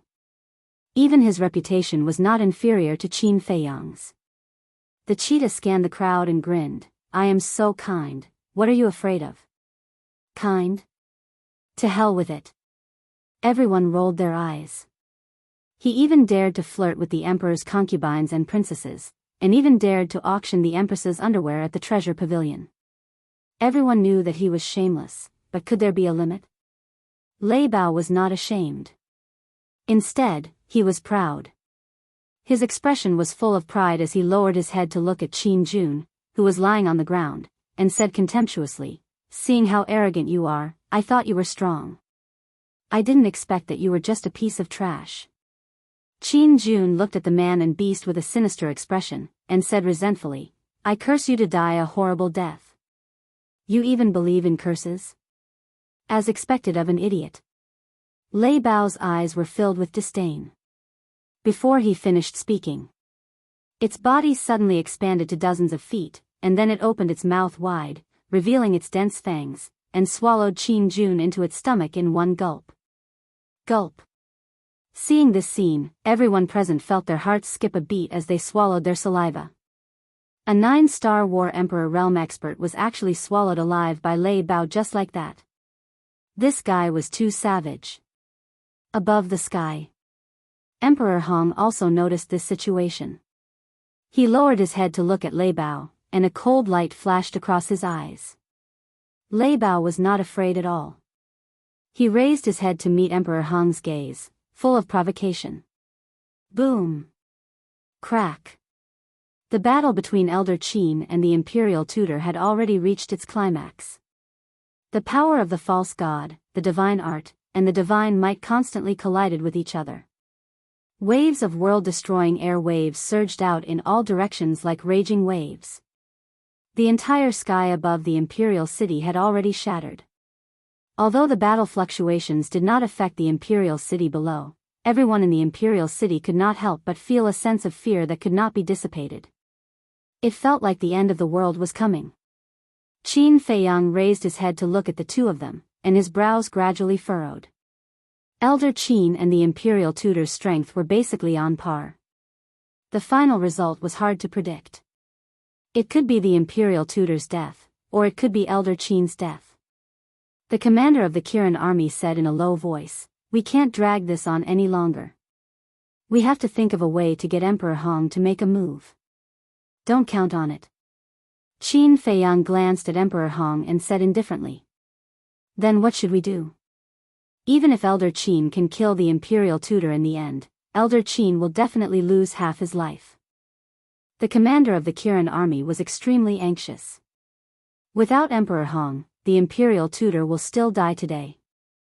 Qin Feiyang coldly snorted, and whispered, Lu Xingqian, you've seen enough, right? It's time to make your move. Lu Xingqian. The commander of the Kirin army was stunned, and looked at Qin Feiyang suspiciously. Qin Feiyang did not explain, and looked at the sky, his eyes flickering. At the same time, inside the spatial divine object, Lu Xingqian glanced at Qin Feiyang, and then controlled the spatial divine object, flying towards the sky. Lord, you have to be careful. Mu Qing warned. Don't worry, the imperial tutor and elder Qin are fighting fiercely right now. They won't think that I will appear at all. Just one strike is enough to take his life. Lu Xingqian smiled confidently. Whoosh. While they were talking, the spatial divine object had already quietly swept to the center of the battlefield.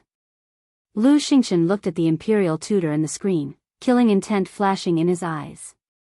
This imperial tutor's fate is really bad, to actually meet you and Qin Feiyang at the same time. Mu Qing shook his head and smiled. Lu Xingqian chuckled, took out an illusory form pill, threw it into his mouth, and in the blink of an eye, turned into a middle-aged man. Although the imperial tutor is already an arrow at the end of its flight, Lord should still be careful. Don't get angry. Mu Qing said. Even if I get angry, it doesn't matter. Because the miracle is about to open. Lu Xingqian smiled faintly, and in the next moment, disappeared in front of Mu Qing. Humph. If Emperor Hong doesn't make a move, with your strength alone, you can't kill me at all. Outside, the imperial tutor sneered secretly while fighting with Elder Qin. Then let's wait and see. Elder Qin's eyes were sharp, like the edge of a blade, causing people to be intimidated. Bang bang bang. Both of them were really angry, sparing no expense and resorting to unscrupulous means. But just as the two of them were locked in battle, a middle-aged man suddenly appeared behind the imperial tutor. Who is it? Elder Qin was shocked. The people below also saw the middle-aged man for the first time, and their faces were full of surprise. Someone actually dared to interfere in the battle between the imperial tutor and Elder Qin? He couldn't be a fake god too. As for the imperial tutor, when he sensed the aura behind him, he was also shocked and took a step to the side without hesitation. Old bastard, I've been waiting for this moment for a long time. The middle-aged man smiled coldly, and a wisp of divine sense emerged, exuding a monstrous divine might, and swept towards the back of the imperial tutor's head like lightning. That's right, he was Lu Xingqian. Is it an alliance? Then it seems that it's someone arranged by Qin Feiyang, a good opportunity. Chapter 1385. In front of him was Elder Qin, a terrifying false god, and behind him was Lu Xingqian, an existence that was not inferior to a false god. In addition, everything happened so suddenly that the imperial advisor had no time to counterattack. No. When Zhuge Wuhou, Zhuge Nanhua, and the others saw this scene, they couldn't help but anxiously roar in their hearts. As for the Kirin army's commander, his face was filled with excitement. He was finally going to get rid of this ambitious person.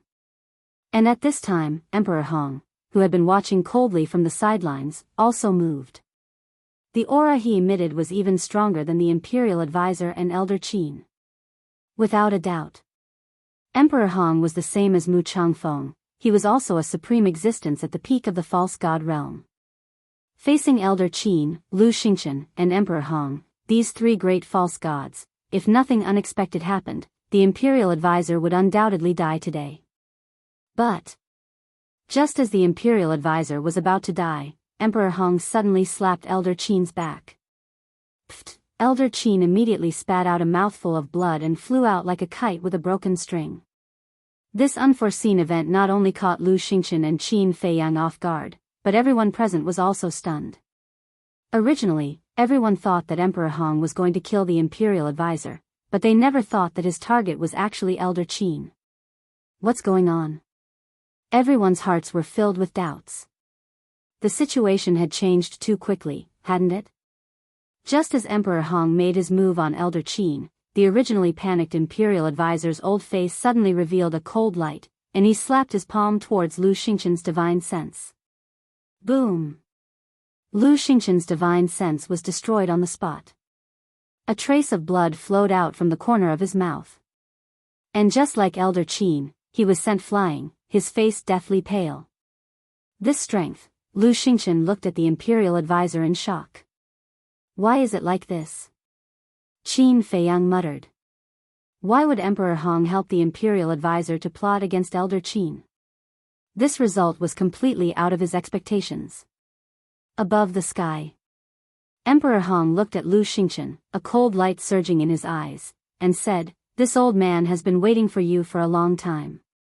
Finished speaking. Emperor Hong and the state preceptor looked at each other and joined hands to attack Lu Xingchen. Waiting for me? Lu Xingchen was bewildered. Emperor Hong said, "I've long heard from Imperial Preceptor that Qin Feiyang has a false god hidden by his side, so this old man has always been very curious. Just who is this false god? Are you luring me out?" Lu Xingchen was both shocked and angry. "That's right.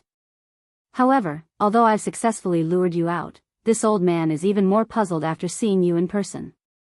You are only a 5-star combat emperor. Why do you have a divine consciousness?" Emperor Hong asked suspiciously. Although he was speaking, his speed was not slow at all. Before he finished speaking, Emperor Hong and the state preceptor arrived in front of Lu Xingchen, grabbing at Lu Xingchen from both sides. "Qin Feiyang, you bastard! How dare you betray me?" When Lu Xingchen heard Emperor Hong's words, he immediately lowered his head and roared at Qin Feiyang. He thought that Qin Feiyang was also involved. Not daring to have the slightest doubt, he immediately prepared to enter the spatial divine object. Boom! However, at almost the same time, Emperor Hong and the state preceptor released their might, imprisoning Lu Xingchen in the air. Seeing that Lu Xingchen was imprisoned, the two of them did not immediately kill him. What? But seeing the state preceptor's might, Lu Xingchen's expression changed. Qin Feiyang's expression also changed abruptly. They all knew that Emperor Hong was a supreme existence at the peak of the false god realm. However, the state preceptor's might was not the slightest bit inferior to Emperor Hong's. What was going on?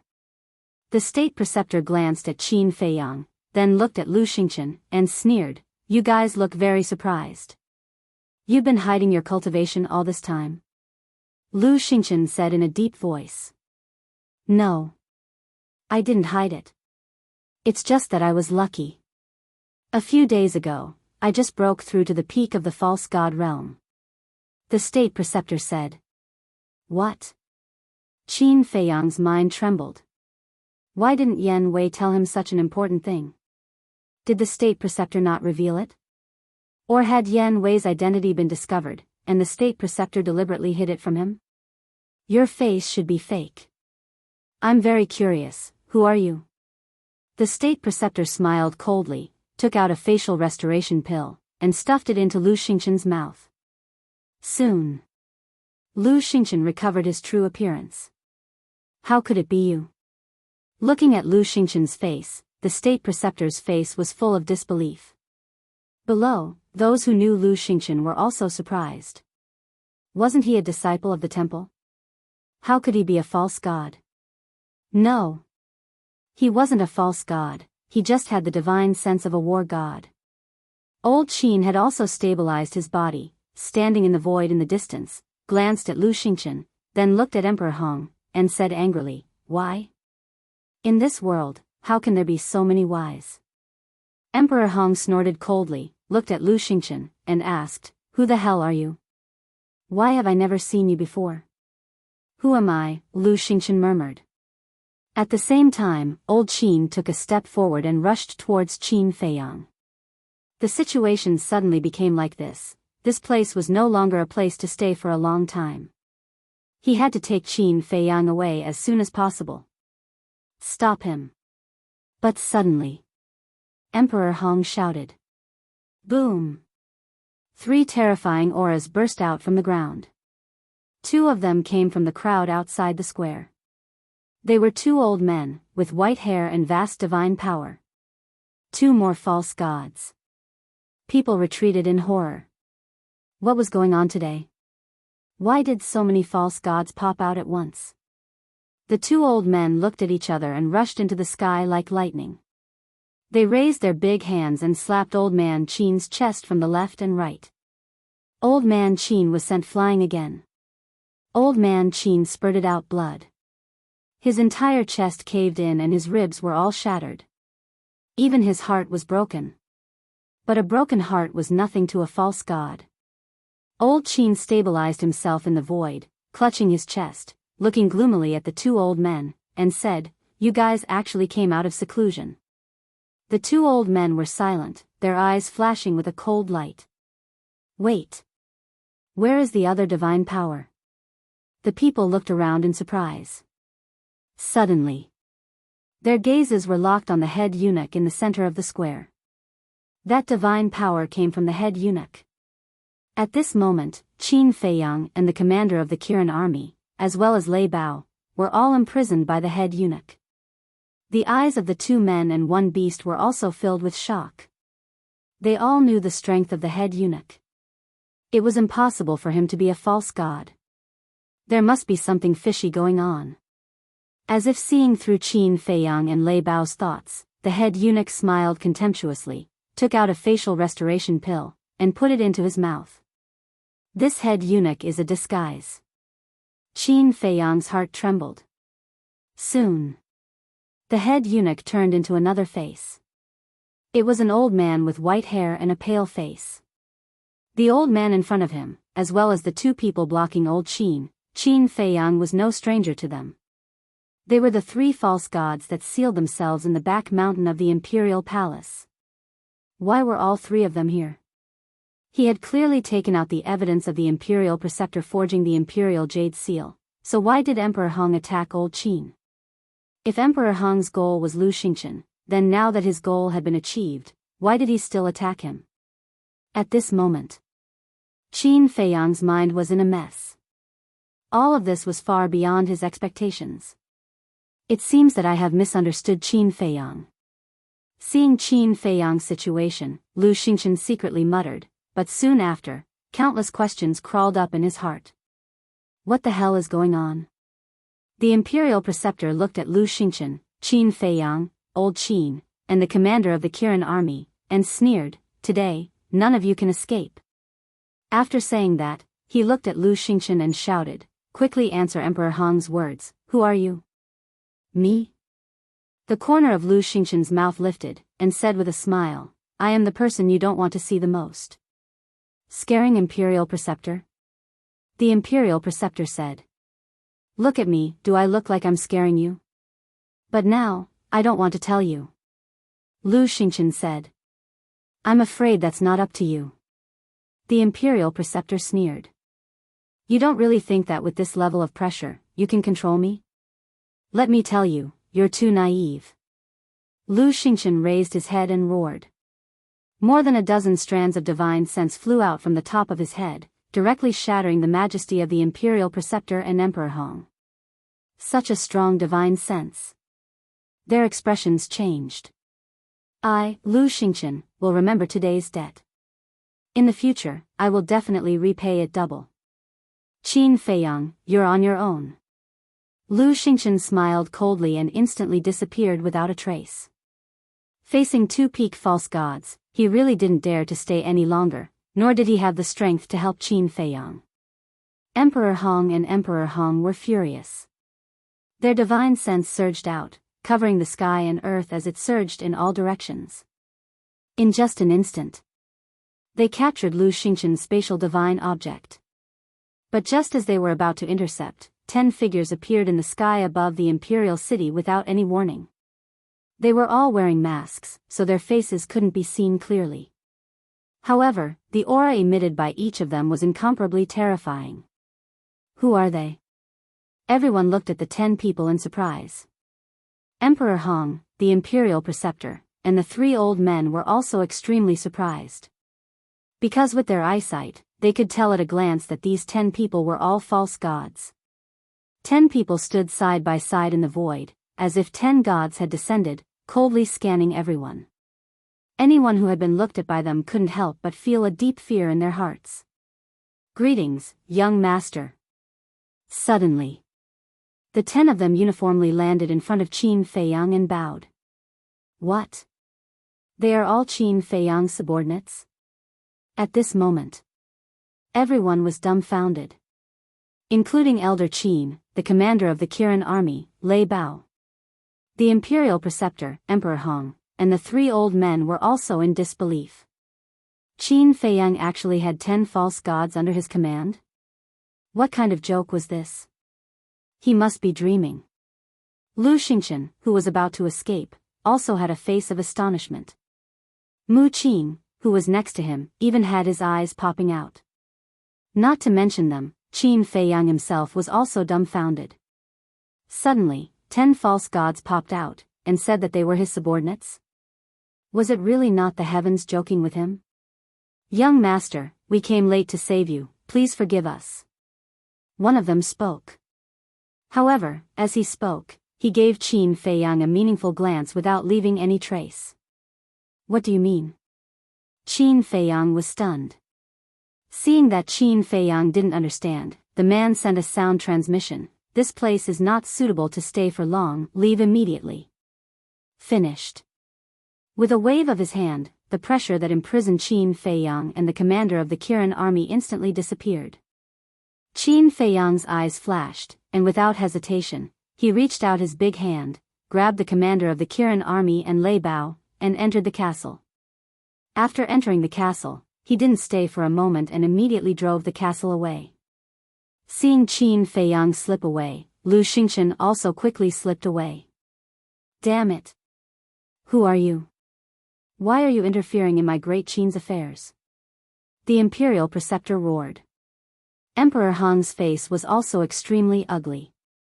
"We don't care about your great Qin's affairs at all, we only care about the safety of the young master." Chapter 1386.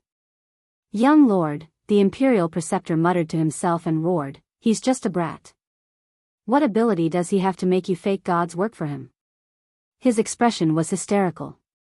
That person said indifferently, "Don't underestimate the young lord, because sooner or later, he will let you taste true despair. This imperial preceptor wants to taste it now. If you have the guts, call him back and fight one-on-one with this imperial preceptor." The imperial preceptor roared again and again.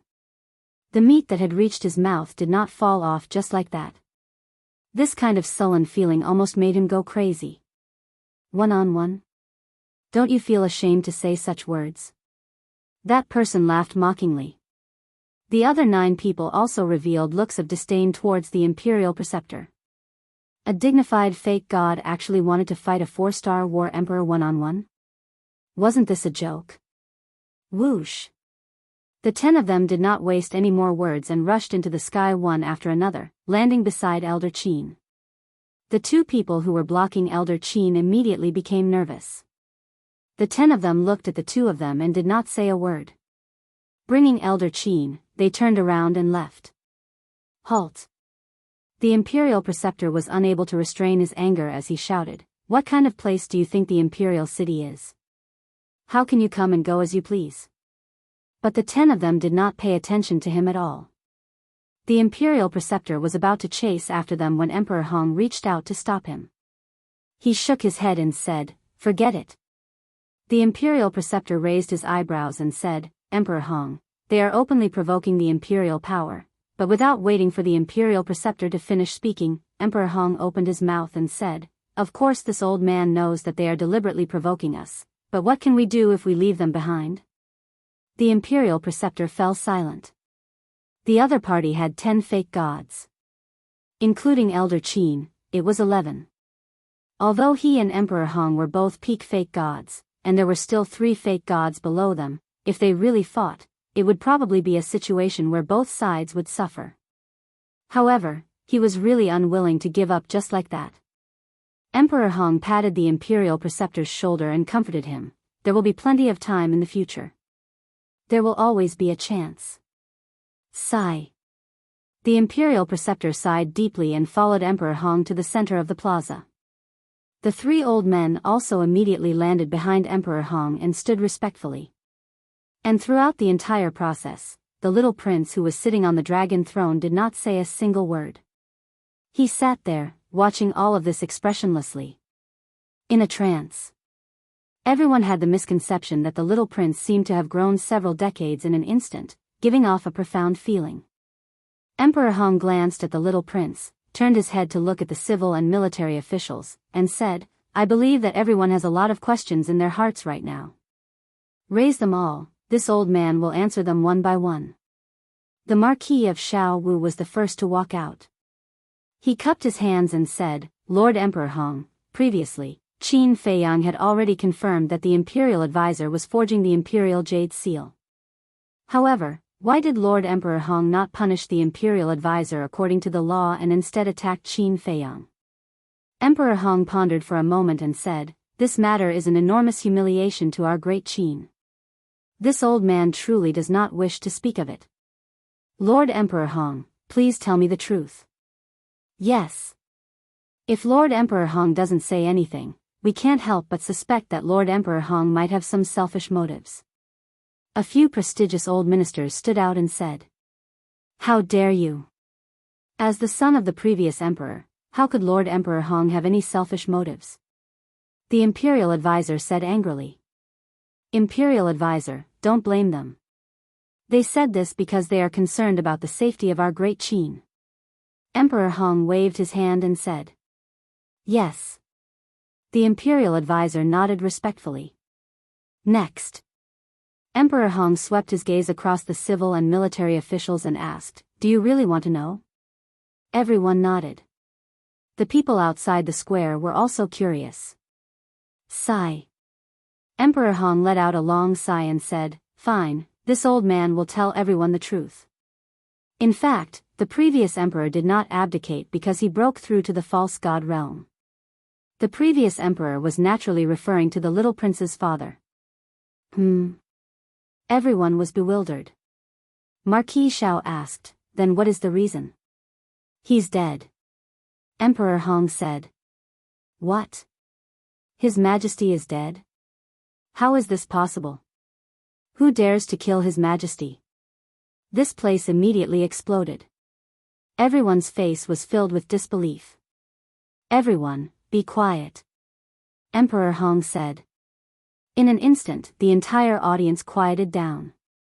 Emperor Hong sighed and said, "The person who killed the emperor is none other than the emperor's own son, Qin Feiyang." Everyone once again fell into shock. Back then, the imperial advisor had something to discuss with the emperor, but the emperor was in the imperial study and did not respond for a long time. The imperial advisor felt that something was wrong and hurriedly pushed open the door of the imperial study. As a result, he found the emperor's body on the ground. And the imperial jade seal had also disappeared. When the imperial advisor saw this scene, he immediately informed this old man. When this old man rushed over, the emperor had already died. At that time, this old man was very angry. Someone actually dared to murder the emperor of my great Qin? So, this old man immediately asked the imperial advisor to send someone to look for this murderer, but this person did it too secretly, and we had no trace of him at all. Later, this old man and the imperial advisor discussed and decided to set up a trap to lure this person out. Emperor Hong said. Marquis Xiao said, "So, you announced to the outside world that His Majesty had broken through to the false god realm and was going to give up the throne to the little prince?" "Yes. This person killed the emperor and took away the imperial jade seal. He definitely wants to get his hands on my great Qin's rivers and mountains." Thinking of this old man immediately asked the imperial advisor to forge an imperial jade seal and announce the news of the little prince's succession. If this person is really coveting my great Qin's rivers and mountains, he will definitely appear on the day of the little prince's succession. Sure enough, as we expected, this person appeared. But this old man never thought that he was actually Qin Feiyang. Emperor Hong said with a pained heart. Bastard. For the sake of the throne, he even killed his own father. This Qin Feiyang is simply crazy. Everyone immediately roared. Isn't that so? But we also know that Qin Feiyang has a false god protecting him, so when Qin Feiyang took out the imperial jade seal, Emperor Hong did not expose him at the first moment. Instead, he attacked me together with old Qin. He did this to lure out the false god beside Qin Feiyang. The imperial advisor said. So that's how it is. Everyone nodded in realization. Marquis Qianwu asked, in that case, old Qin and the commander of the Kirin army also had a part in killing His Majesty? Yes. They have long been bribed by Qin Feiyang. Emperor Hong nodded. How preposterous. His Majesty's kindness to them is as heavy as a mountain. They actually colluded with Qin Feiyang to secretly harm His Majesty and usurp the throne. They deserve to die 10,000 times. A furious roar sounded out from the crowd. It was Zhuge Wuhou who was roaring. He was fanning the flames, because this way, everyone's hatred for Qin Feiyang and the other two would rise to a whole new level. As expected. Hearing his words, everyone present was filled with anger. Wait. But suddenly, a voice sounded.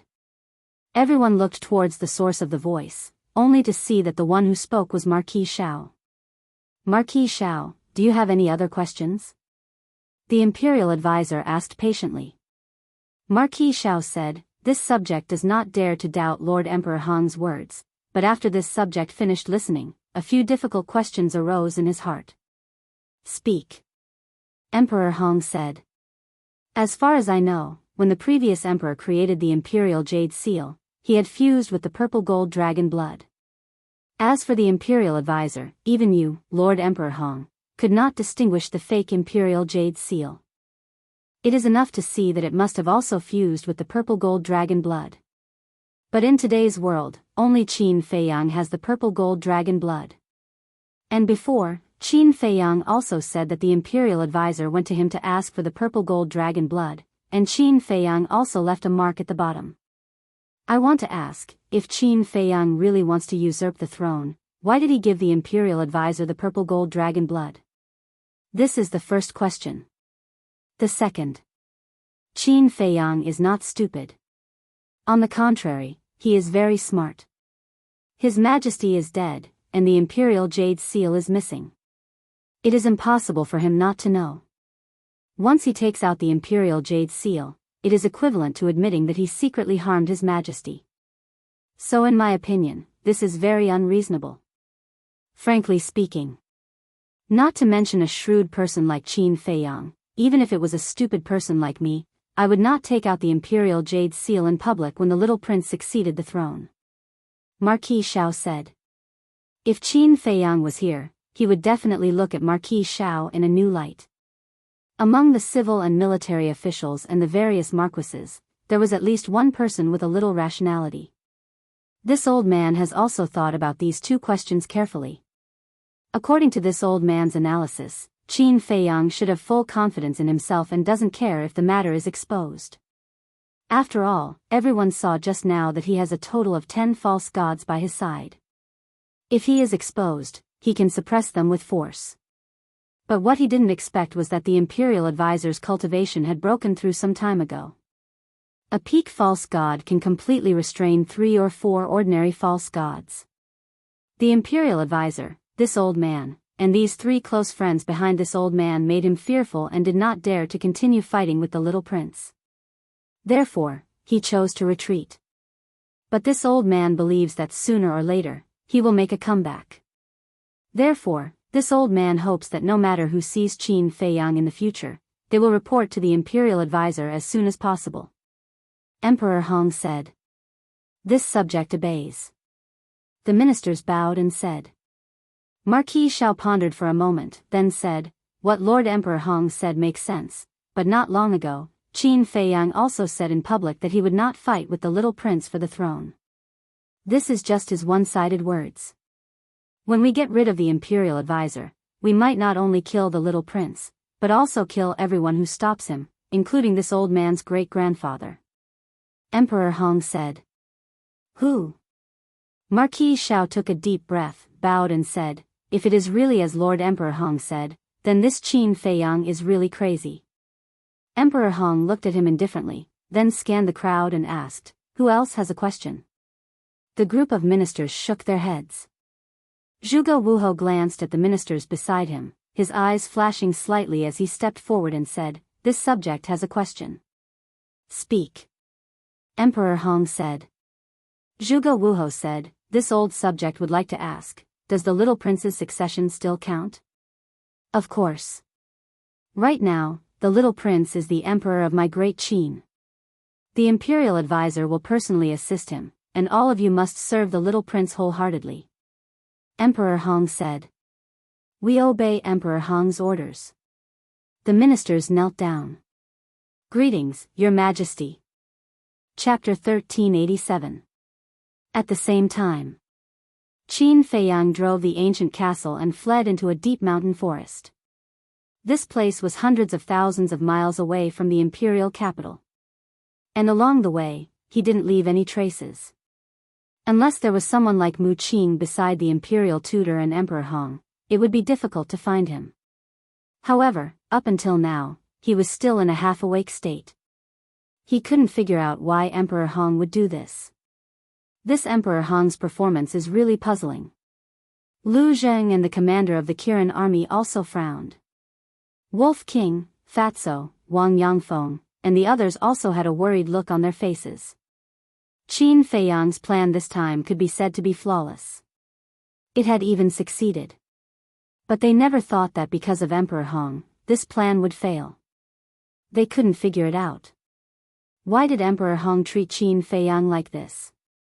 Why did Qin Feiyang do this? Wasn't it for the safety of the great Qin Empire, for the sake of the millions of people? It could be said that in this matter, Qin Feiyang didn't have any selfish motives. He just wanted to get rid of the imperial tutor and the Zhuge family, this cancer, and return peace to the great Qin Empire. But why did Emperor Hong still do such a thing to hurt Qin Feiyang's heart? Time passed breath by breath. Buzz. Suddenly, Qin Feiyang's image crystal sounded. Everyone was awakened at this moment and looked at Qin Feiyang. "Who?" Qin Feiyang took a deep breath, calmed down his emotions, and took out the image crystal. Yan Wei's shadow immediately condensed. Something bad is going on. Seeing Qin Feiyang, Yan Wei immediately said, his face full of anxiety. Hearing this, everyone's face immediately sank. With Yan Wei's character, under normal circumstances, he would never be so anxious. Qin Feiyang asked, "What's the matter?" "Emperor Hong and the imperial advisor framed you, saying that you killed the emperor in the imperial study and stole the imperial jade seal." Yan Wei immediately explained the situation after Qin Feiyang left in detail. What a bunch of lies. Too much, too much. This old thing, how can he slander boss like this? After listening, Fatso was furious. Wolf King, Lu Hong, Ren Wushuang, Wang Yangfeng, and the others were also furious. We all know that Emperor Hong is slandering young master, but the people of Great Qin don't know. Right now, the entire imperial capital is abuzz with rumors that the young master is a heartless person who doesn't even recognize his own family. Young master, I really feel sorry for you. You've worked so hard to protect Great Qin, but what's the result? Not only did he not get any benefits, but he also ended up with a bad reputation. Yan Wei sighed. Fatso and the others also looked at Qin Feiyang, their faces full of grief and indignation. Qin Feiyang smiled faintly and said, "Before doing this, I never thought that I would be able to get any benefits." "You can still laugh?" Wolf King glared at him. Qin Feiyang smiled faintly and shook his head. "If it were before, my heart would definitely be like you, filled with anger and unwillingness. But now, these can no longer affect my emotions. Your endurance is really admirable." Lei Bao snorted coldly. There was a trace of ridicule in his words. Lu Zheng heard Lei Bao's words, shook his head and sighed. "This is not a question of whether I can endure it or not." "Then what is it?" Lei Bao raised his eyebrows. It's a kind of despair. Right now, little cousin doesn't have any hope for the great Qin, the descendants of the Qin bloodline, or Emperor Hong. In short, he has completely given up on Emperor Hong and the others. So, these things naturally can't affect him. Lu Zheng said. Lei Bao fell silent. It didn't understand before why a noble son of an emperor would fall to such a state. Why did he hate the people of the imperial palace so much? But now, it understood. This was all forced out of him by his family. Qin Feiyang glanced at Lu Zheng. He didn't expect this amazing cousin to know him so well. He looked at Yan Wei and asked, "Is the imperial preceptor already suspecting your identity?" Yan Wei was stunned and puzzled. "No, why do you say that? Since he doesn't suspect you, why didn't he tell you about breaking through to the peak of the pseudo-divinity realm?" Qin Feiyang was suspicious. "So that's it." Yan Wei suddenly understood and said with a smile, "There's no problem because even Zhuge Wuhou, Zhuge Nanhua, and the others don't know that he has broken through." Qin Feiyang let out a long breath and shook his head. "I thought he had found out about your identity and deliberately hid it from you." Yan Wei said, "This old fox is so cautious. He hides many things in his heart. Then you'd better be careful. Don't let him get hold of your weakness." Qin Feiyang reminded. "I understand." Yan Wei nodded. Suddenly, he seemed to have thought of something and said, "By the way, there's one more thing that I only learned about after." "What is it?" Qin Feiyang asked. Yan Wei said, "The chief eunuch has been killed." Qin Feiyang said with a cold smile, "This old fogey is really vicious and merciless." Yan Wei glanced at the Kirin army commander beside Qin Feiyang and said, "Also, old Qin and the commander have been accused of treason by the imperial preceptor." "What?" The Kirin army commander's body stiffened. Fatso glanced at the Kirin army commander and snorted, "You were clearly doing it for the good of the great Qin, but in the end, you were accused of treason. Now you can understand how Boss felt in the past, right?" The Kirin army commander's face was full of bitter smiles. Frankly speaking, he was indeed very dissatisfied with Qin Feiyang's way of doing things in the past. But at that time, it was because he didn't understand Qin Feiyang.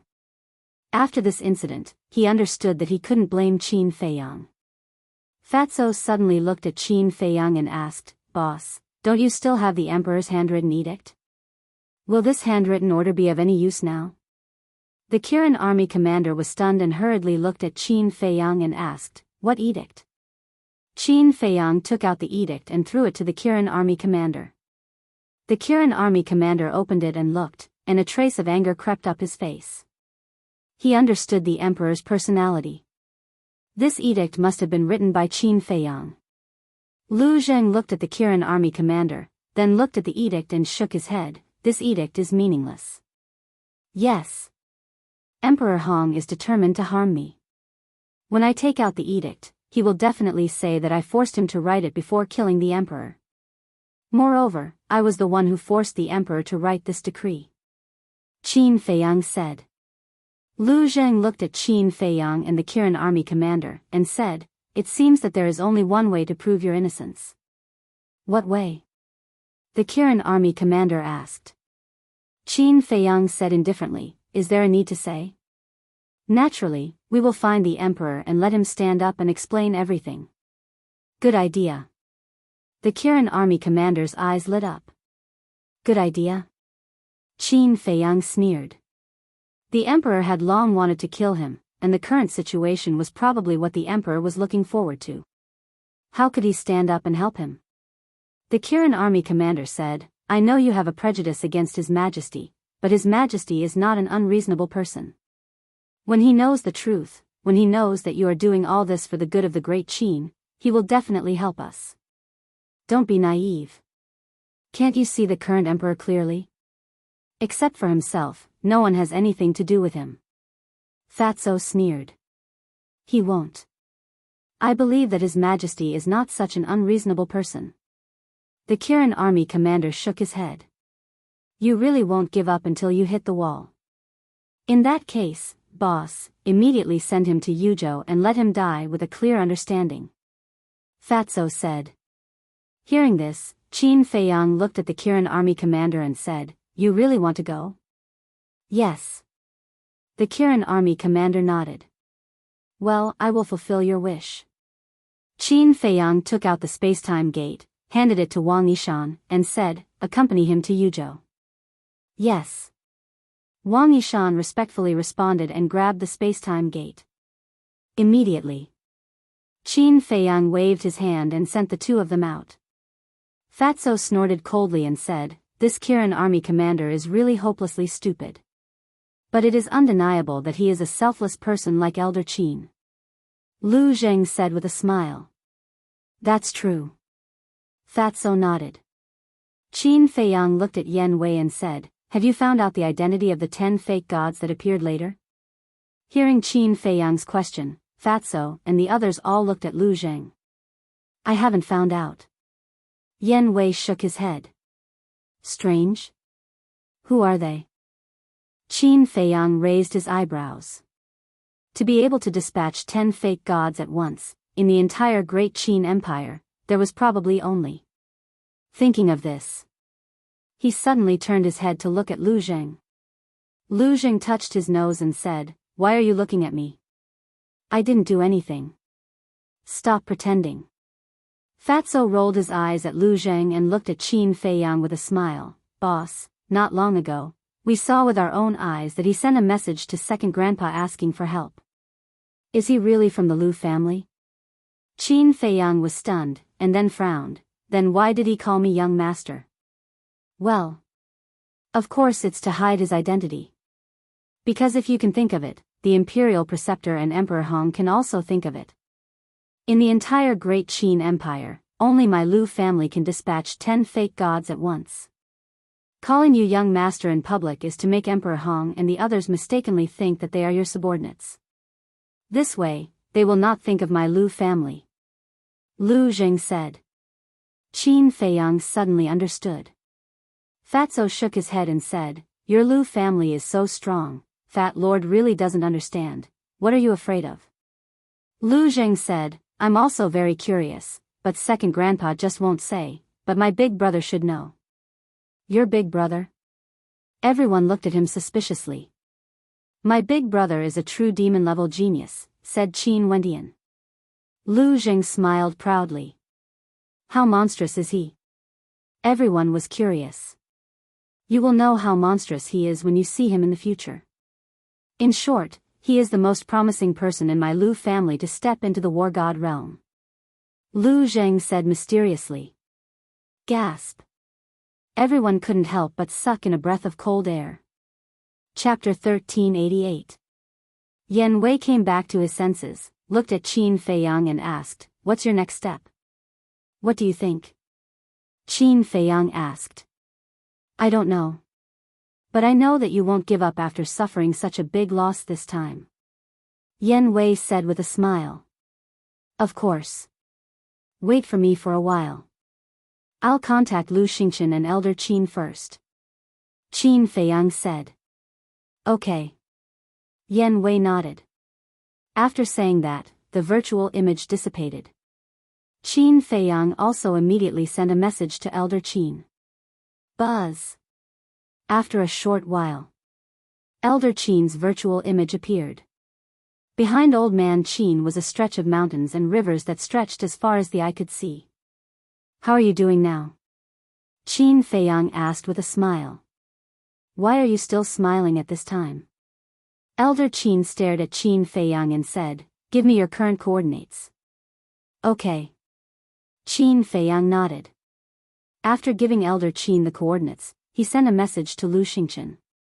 Subsequently, Qin Feiyang left the castle and stood in the void above the mountain range, waiting quietly. Not long after, Elder Qin and Lu Xingqian arrived one after another. "I didn't expect that the two of us would make a mistake." As soon as Lu Xingqian appeared, he looked at Qin Feiyang and shook his head with a bitter smile. His words were full of self-mockery. "Yes. We were one step behind."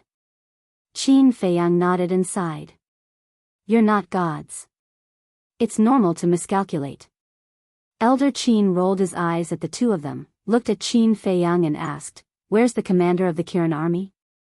"He went to find the emperor," Qin Feiyang said. "Why did he go to find the emperor?" Elder Qin raised his eyebrows. "He wants the emperor to stand up and help us," Qin Feiyang said. "Alas. The little prince has succeeded to the throne. With the protection of the emperor and the imperial advisor, even if the emperor were to return now, he would still be powerless to reverse the situation." Old Qin sighed. Lu Xingchen listened to their conversation and frowned. "You guys really know where the emperor is? It has something to do with you?" Old Mr. Qin looked at Lu Xingchen. "Since it's a cooperation, we should be honest with each other, right?" Lu Xingchen said. "All right, now is not the time for internal strife. This time, I fell into the hands of Emperor Hong and the imperial advisor. I don't know what you guys are thinking, but I'm very unhappy," Qin Feiyang said, his eyes flashing with cold light. "Then what do you want?" Lu Xingchen was stunned and asked curiously. However, old Qin's expression changed abruptly as he hurriedly said, "Brat, don't act recklessly. It wasn't easy for us to escape. The imperial advisor had already stepped into the peak of the false god realm. Coupled with Emperor Hong, the current imperial capital was equivalent to a dragon's pool and tiger's den." Qin Feiyang smiled and said, "Don't worry, I won't act recklessly. However, I need your cooperation." Lu Xingchen said, "As long as you can vent this anger, no matter what you ask me to do, I'm willing to do it." This time, the imperial advisor and Emperor Hong had completely angered him. Old Qin looked at the two of them and hesitated for a moment. He looked at Qin Feiyang and said, "As long as you don't do anything to harm the great Qin Empire, this old man has no objections." "All right then, come closer," Qin Feiyang said in a low voice. The two of them looked at each other and walked in front of Qin Feiyang. Qin Feiyang immediately muttered in a low voice. After listening to Qin Feiyang's plan, Lu Xingchen and old Qin couldn't help but frown. "What's wrong? You still don't dare?" Qin Feiyang asked. Lu Xingchen said in a deep voice, "This is not child's play. The imperial advisor and Emperor Hong are both supreme existences at the peak of the false god realm. With old Qin and my strength, we can't beat them at all." Qin Feiyang said, "Don't worry about that. As long as you rush over, I'll give you Chang Shui in case you need it." "That's good. With Chang Shui here, we might even be able to counterattack." Lu Xingchen's eyes lit up. "Counterattack? You're thinking too much. With their strength, if they want to escape, even if we have Chang Shui, we won't be able to stop them." Old Qin snorted. Lu Xingchen smiled embarrassedly and said, "I'm just saying." "Old Qin, why take it seriously?" Old Qin looked at Qin Feiyang and nodded, "All right, we'll be the bait. You're in charge of eradicating the Zhuge family." Qin Feiyang waved his hand, and Chang Shui appeared. Lu Xingchen's eyes lit up with greed. Qin Feiyang handed Chang Shui to old Qin and said telepathically, "Be careful of Lu Xingchen. He's been coveting Chang Shui for a long time. Also, this is the last time I'll trust you. Please don't disappoint me again."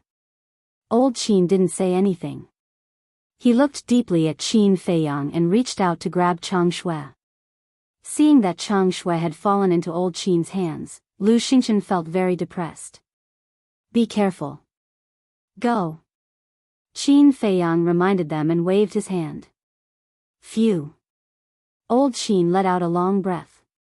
He put away Chang Shui and opened a portal. He exchanged glances with Lu Xingchen, and a cold light flashed in his eyes. He turned around and rushed into the portal. Qin Feiyang immediately took out his image crystal. Buzz! Yan Wei's shadow appeared. Qin Feiyang said, "Go to the Imperial Preceptor's side and stay there. Lu Xingchen and old Qin will find trouble with the Imperial Preceptor and Emperor Hong. After the Imperial Preceptor and Emperor Hong leave, immediately send me a message." After that, he briefly explained the plan to Yan Wei. Okay. Yan Wei nodded, turned off the image crystal, then opened a portal and descended in front of a lake. This was Emperor Hong's residence. By the lake, the Imperial Preceptor and Emperor Hong sat opposite each other. Yan Wei said respectfully, "Greetings, Emperor Hong, Imperial Preceptor." And the two nodded. The Imperial Preceptor asked, "Has His Majesty Hao Tian's mood stabilized?" "I can't see it." Yan Wei shook his head. "Why can't you see it?" The Imperial Preceptor was suspicious. Yan Wei said, "Since returning to the palace, His Majesty Hao Tian has been sitting on the dragon throne without saying a word. This lowly one's eyes are dull, and I really can't see anything." Sigh. It's really hard for him to lose his father and mother at such a young age. Emperor Hong sighed. Yes. In the face of such a blow, even an adult wouldn't be able to bear it, let alone someone so young. Forget it, let's not talk about it. After all, as an emperor, sooner or later, he will face these problems. Now, let's talk about Lu Xingchen and those 10 fake gods. The identity of these people must be investigated clearly. The Imperial Preceptor said, his eyes filled with killing intent. Emperor Hong said, "Lu Xingchen's problem, this old man has thought about it carefully. There is only one explanation for his situation." What? The Imperial Preceptor was surprised. Possession. Emperor Hong said word by word, his old eyes flashing. Possession? The Imperial Preceptor's eyes trembled. Possession, only a war god can do it. If Emperor Hong's guess is true, then in Lu Xingchen's body, wouldn't there be a war god's soul hidden? Emperor Hong said, "As for those 10 fake gods, this old man can't see through them." Yan Wei asked carefully, "Could it be the Lu family?" Lu family? The Imperial Preceptor's brows raised, looking at Emperor Hong and said, "It seems that only the Lu family has this ability." This old man also thought about the Lu family. But if they are really from the Lu family, then when facing Qin Feiyang, they shouldn't be so respectful. However, you all also heard that they addressed Qin Feiyang as young master. From this, it can be seen that their identity is Qin Feiyang's subordinates. Emperor Hong said. The Imperial Preceptor nodded and said, "That's right, the Lu family's people are all Qin Feiyang's relatives. Calling him young master is not too likely." Yan Wei said again, "Then could it be people from Forgotten Continent?" Forgotten Continent. Emperor Hong and the Imperial Preceptor looked at each other. Don't say. There really was this possibility. After all, these years, Qin Feiyang had always been in Forgotten Continent. And Forgotten Continent was also a place where powerhouses were as common as clouds. Possession, 10 false gods, Emperor Hong muttered. Just who was hiding in Lu Xingchen's body? And just what were the identities of those 10 false gods? Suddenly, Emperor Hong looked at the Imperial Preceptor and said, "Imperial Preceptor, why don't you go to Forgotten Continent to investigate?" The moment the Imperial Preceptor heard this, a trace of dread crawled up in his eyes. That Snow Python's methods were still vivid in his mind even now. Boom! Right at this moment. At a certain time in the Imperial Palace, an earth-shaking loud explosion sounded out. The Imperial Preceptor and Emperor Hong were startled, hurriedly rushing up to the sky, looking towards the sky above the Imperial Palace. What happened? Yan Wei's gaze flashed, also hurriedly following up, a look of bewilderment on his face. Emperor Hong said in a deep voice, "The sound seems to be Jilai Little Prince's bedroom, quickly go take a look." The Imperial Preceptor's expression changed, and he immediately opened the teleportation gate, following which the 3 people rushed in like lightning. Almost in the next instant, they descended above the little prince's bedroom. And at this moment, what bedroom was there? It was a ruin, dust billowing. 2 lords, quickly look, it's old man Qin and Lu Xingchen. Yan Wei suddenly pointed to the distant void and roared. Emperor Hong and the Imperial Preceptor suddenly raised their heads to look, and immediately saw old man Qin and Lu Xingchen grabbing the little prince, fleeing out of the city. Still dare to come back and cause trouble, simply don't know life from death. The two people's hair fluttered in anger, a monstrous killing intent erupted from their bodies, unleashing their speed, chasing after Old Man Qin and Lu Xingchen. What? They actually kidnapped His Majesty the White Sky? The two of them really aren't afraid of death. It must be Qin Feiyang, that bastard, who ordered it. Looks like Emperor Hong was right. This bastard has always been thinking about the throne.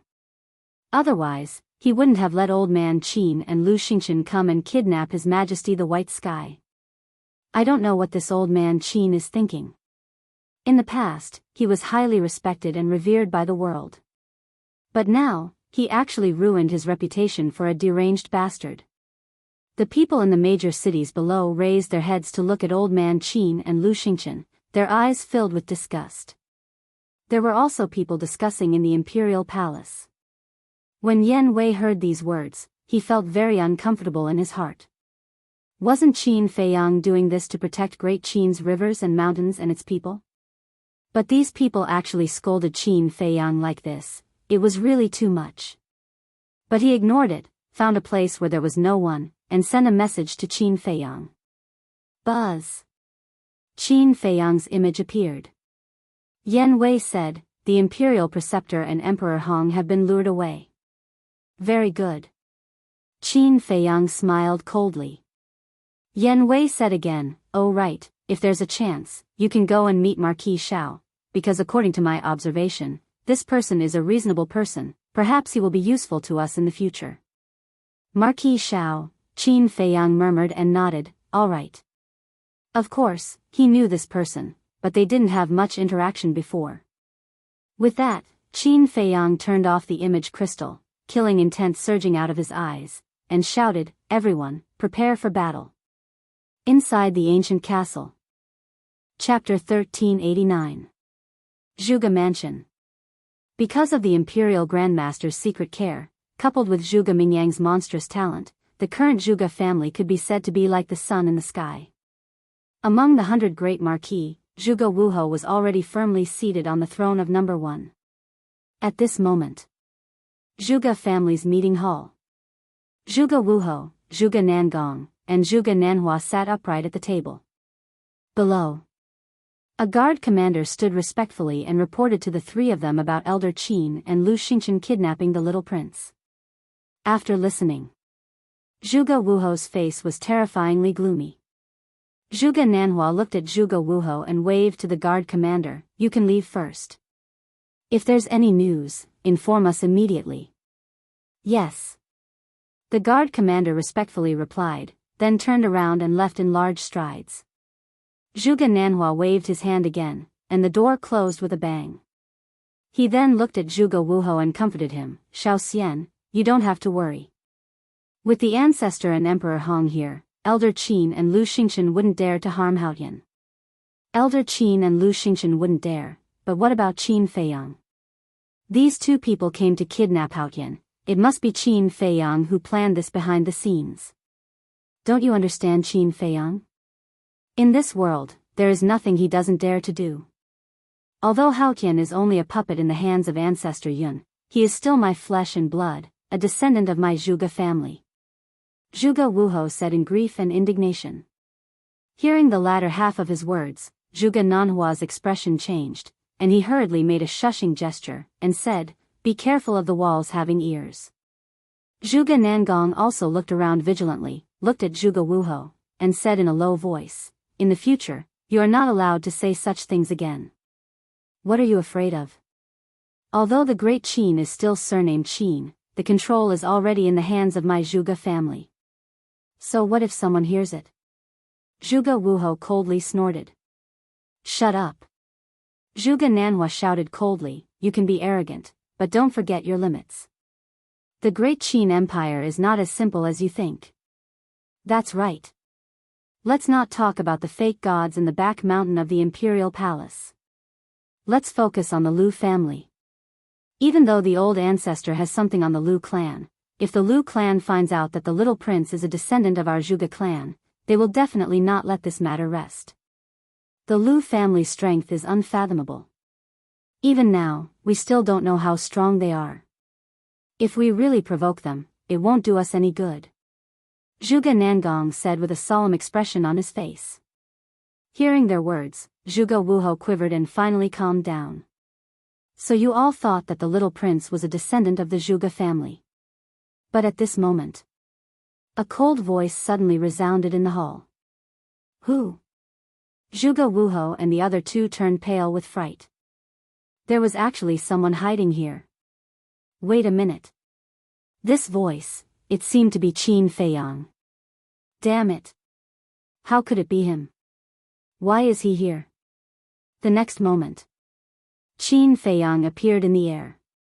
The moment they saw Qin Feiyang appear, a trace of fear involuntarily crawled onto their faces.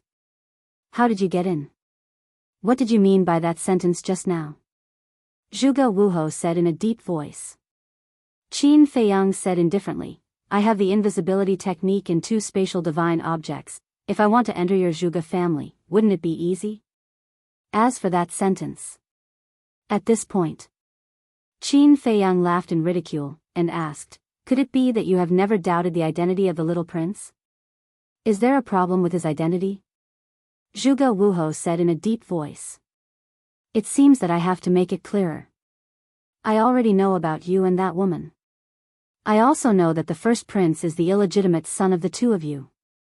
And it is precisely because of your relationship with that woman that you have taken it for granted that the little prince is also your son all these years. But that's not the case. Qin Feiyang said. This. Zhuge Wuhou was stunned. In the past, I was the same as you. I thought that the little prince should be the same as the first prince, the illegitimate son of you and that woman. I even wanted to kill him. But to be on the safe side, I verified his identity.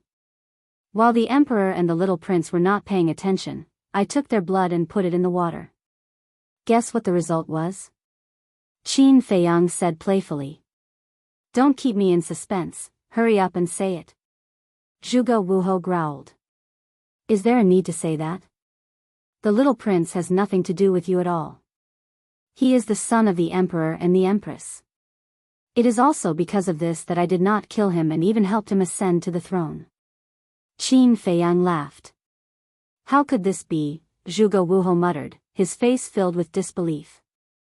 Zhuge Nanhua anxiously said, Xiao Xian, he is trying to sow discord, don't be fooled by him. Zhuge Wuhou's real name was Zhuge Xiao Xian. Qin Feiyang laughed faintly. At this time, do I still need to lie to you? Impossible, that woman clearly told me that the little prince is my own flesh and blood. Zhuge Wuhou shook his head crazily, as if he was about to collapse. Qin Feiyang was slightly startled. The little prince was born of that woman, so she should know whose child he was.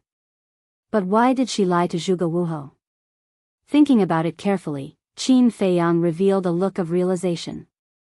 Then, Qin Feiyang raised his head and looked at Zhuge Wuhou, and laughed. That woman is very smart.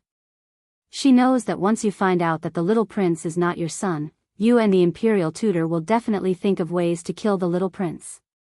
After all, she is a mother and loves her son dearly. But this is only secondary. She is even more afraid of angering you.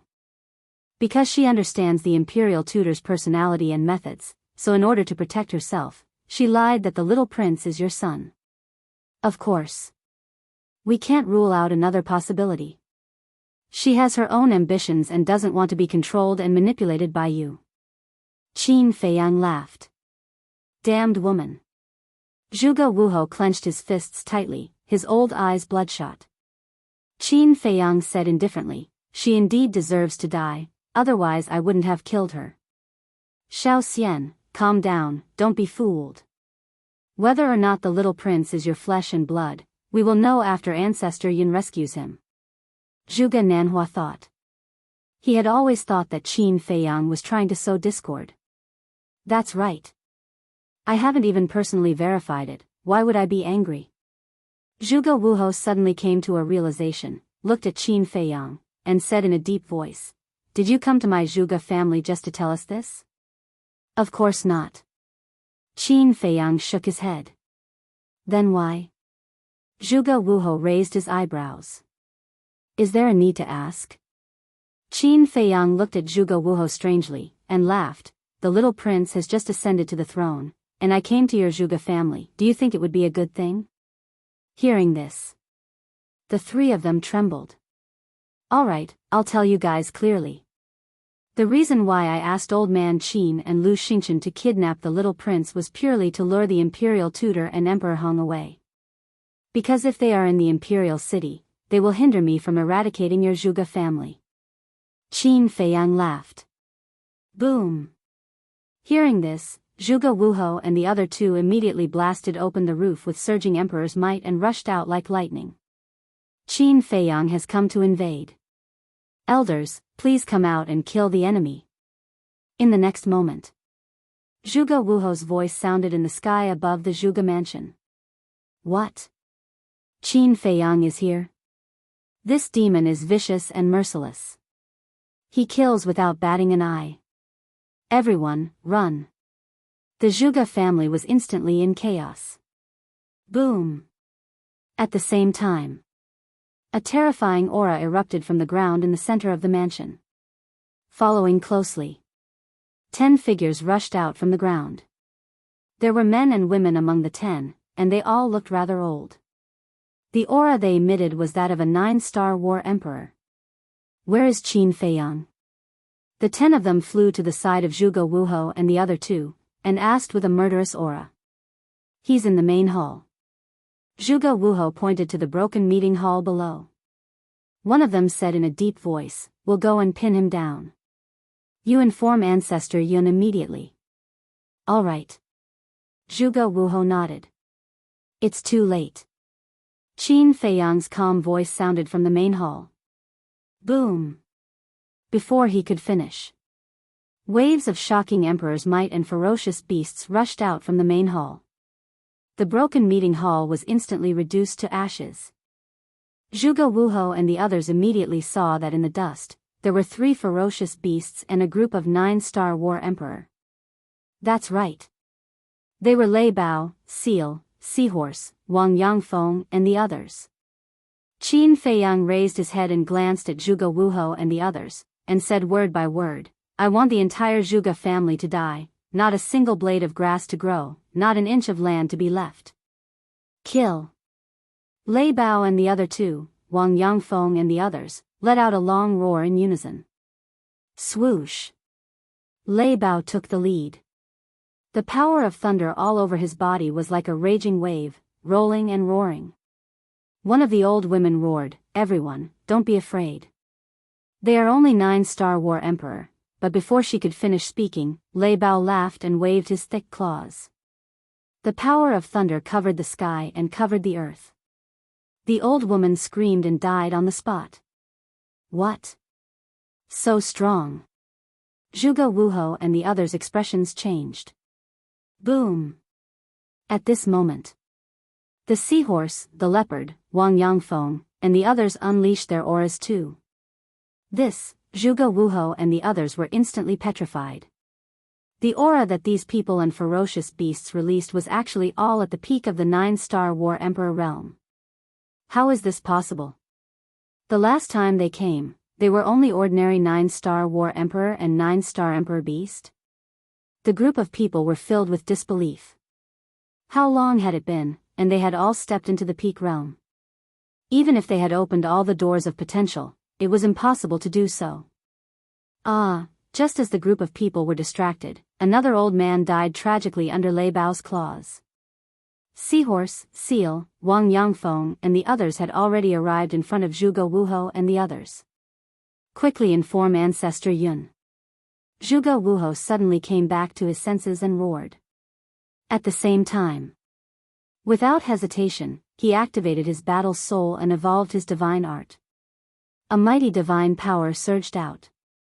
Zhuge Nanhua and the others were the same. In short, at this moment, they did not dare to hold back. Battle Soul, Divine Art. Chapter 1390.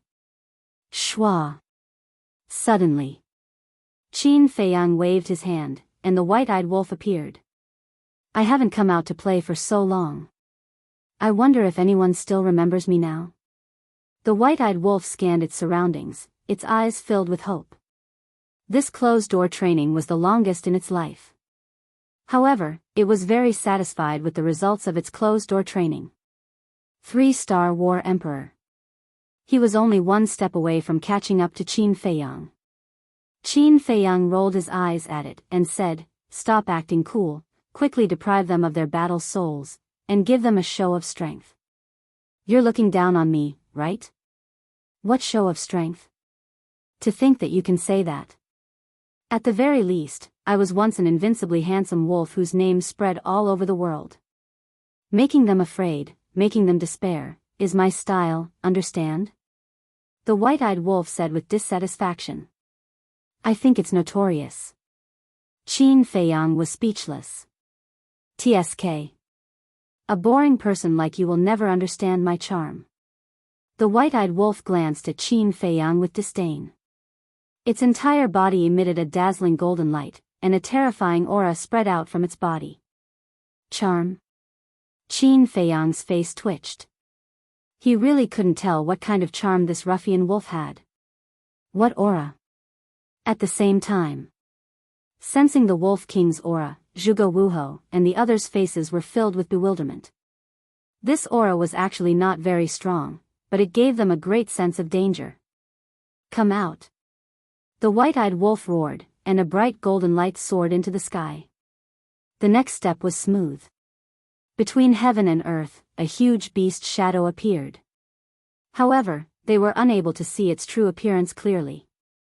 They could only see a blurry outline, and could not tell what kind of beast it was. At this moment, not only Zhuge Wuhou and the others, but the entire Zhuge family, and even the entire inner city, couldn't help but feel a sense of fear. That enormous beast shadow was like an ancient giant beast that had descended into the world. It was indomitable and intimidating in all directions. "You pieces of trash dare to activate your fighting soul in front of me. You don't know your place. Take it away." The white-eyed wolf looked at Zhuge Wuhou and the others, his eyes filled with contempt. As it roared, the golden beast suddenly opened its mouth, and a gust of wind blew. The battle souls of Zhuge Wuhou and the others immediately flew towards the golden beast figure uncontrollably. What happened? Everyone's expression changed.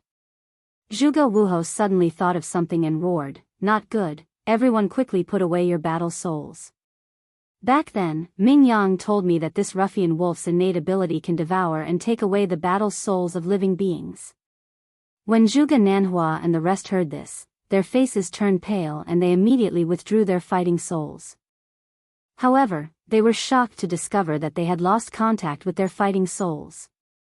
Finally, they watched helplessly as their battle souls were swallowed by the golden beast shadow in one gulp.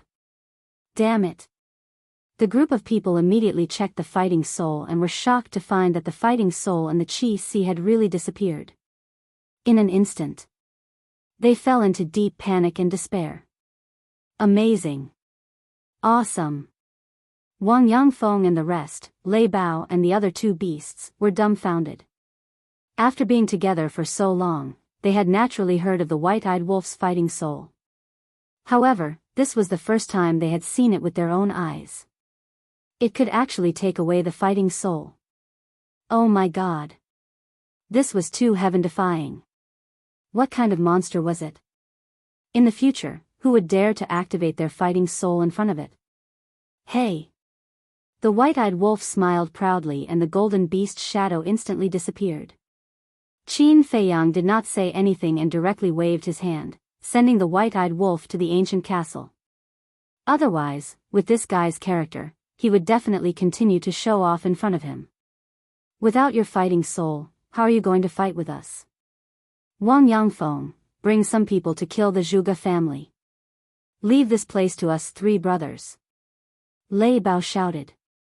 The so-called three brothers were naturally Lei Bao, Haima and Seal.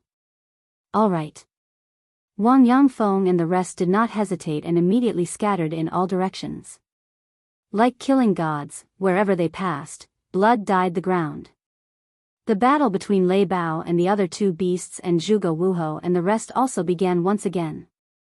Qin Feiyang rose into the air and stood above a large hall, coldly sweeping his gaze over everything. Screams, cries for help, curses, at this moment, filled every corner of the Zhuge family.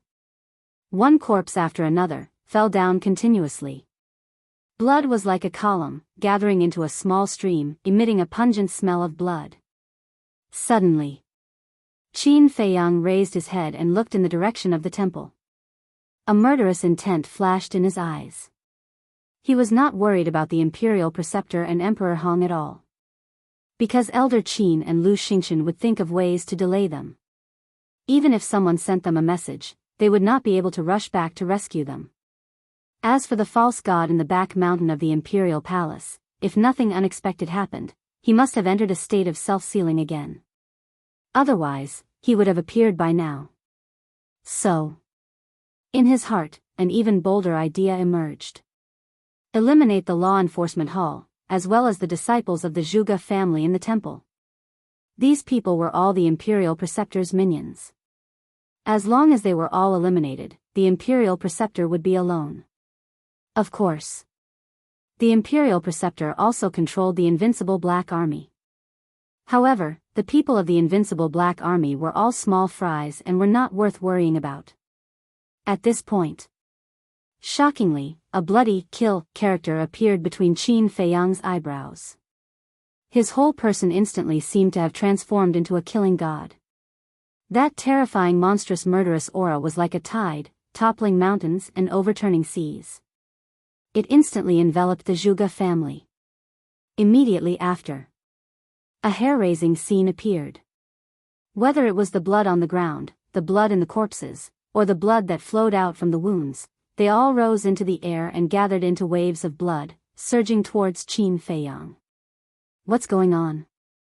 The people of the Zhuge family who were fleeing, seeing this scene, all changed their expressions.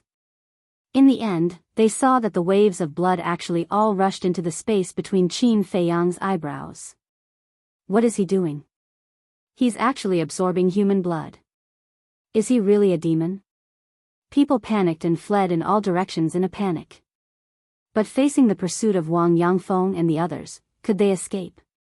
A group of ordinary 9-star War Emperor was enough to easily kill them, not to mention a group of 9-star War Emperor Peak Realm super experts. As more and more people died, the murderous aura emitted from Qin Feiyang's body became more and more terrifying. His eyes, long hair, and even his skin seemed to be dyed with blood. And his cultivation had already risen from a 4-star War Emperor to a 9-star War Emperor. Qin Feiyang, you deserve to die.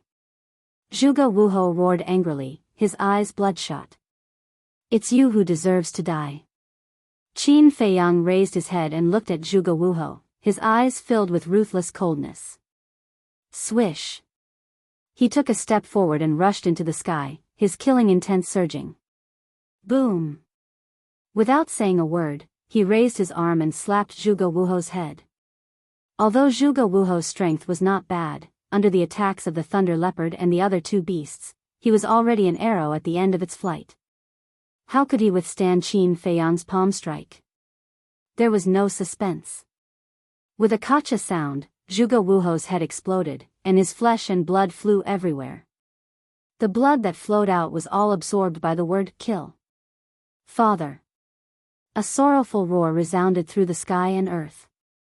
Qin Feiyang looked towards the source of the voice and saw a group of young men with extraordinary temperaments flying over from afar like lightning. On their clothes, there was the symbol of the war god temple. And the person who was roaring in grief was none other than Zhuge Mingyang. I was just about to look for you, but I didn't expect you to deliver yourself to me. Qin Feiyang muttered, his eyes flashing with killing intent. Bastard. Just as Qin Feiyang was about to attack Zhuge Mingyang, Zhuge Nanhua and Zhuge Nangong suddenly roared and attacked Qin Feiyang with their divine art, Eclipse Moon. Zhuge Wuhou's death had made them completely crazy. An ant dares to compete with the sun and moon? Qin Feiyang displayed his contempt to the extreme. With a wave of his hand, he activated the 4 moves of the void returning art. Wisps of invisible force burst out from the ground like a tide. The void-returning art had already transformed into a divine art, and its power was countless times stronger than before. When the four moves were used together, it could destroy heaven and earth. Although Zhuge Nanhua and Zhuge Nangong were super experts at the peak of the 9-star combat emperor realm, they were already seriously injured. With a loud bang, the two's divine arts were instantly destroyed. The invisible energy carried monstrous divine power and mercilessly pounced on them. Accompanied by two shrill screams, the two of them splashed their blood in the sky. Their blood was also absorbed by the word, kill. Great-grandfather, seeing Zhuge Nanhua and Zhuge Nangong die in front of him, Zhuge Mingyang roared in grief and his face was filled with hatred.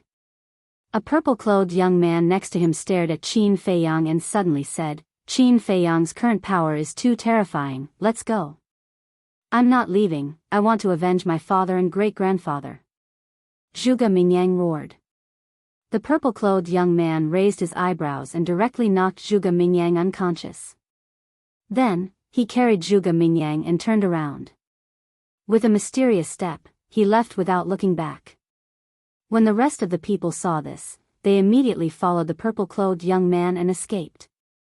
Qin Feiyang looked at the purple-clothed young man in surprise. Previously, his attention was all on Zhuge Mingyang and he did not pay attention to the others. At this moment, after careful observation, he realized that the purple-clothed young man's aura had already reached the peak of the 9-star combat emperor realm. Could this person be the number one on the billboard, Zhuge Xingfeng? He had heard from Lu Xingchen that Zhuge Xingfeng was very talented and occupied the number one spot on the billboard of the War God Temple. Moreover, he was the number one in the War God Temple.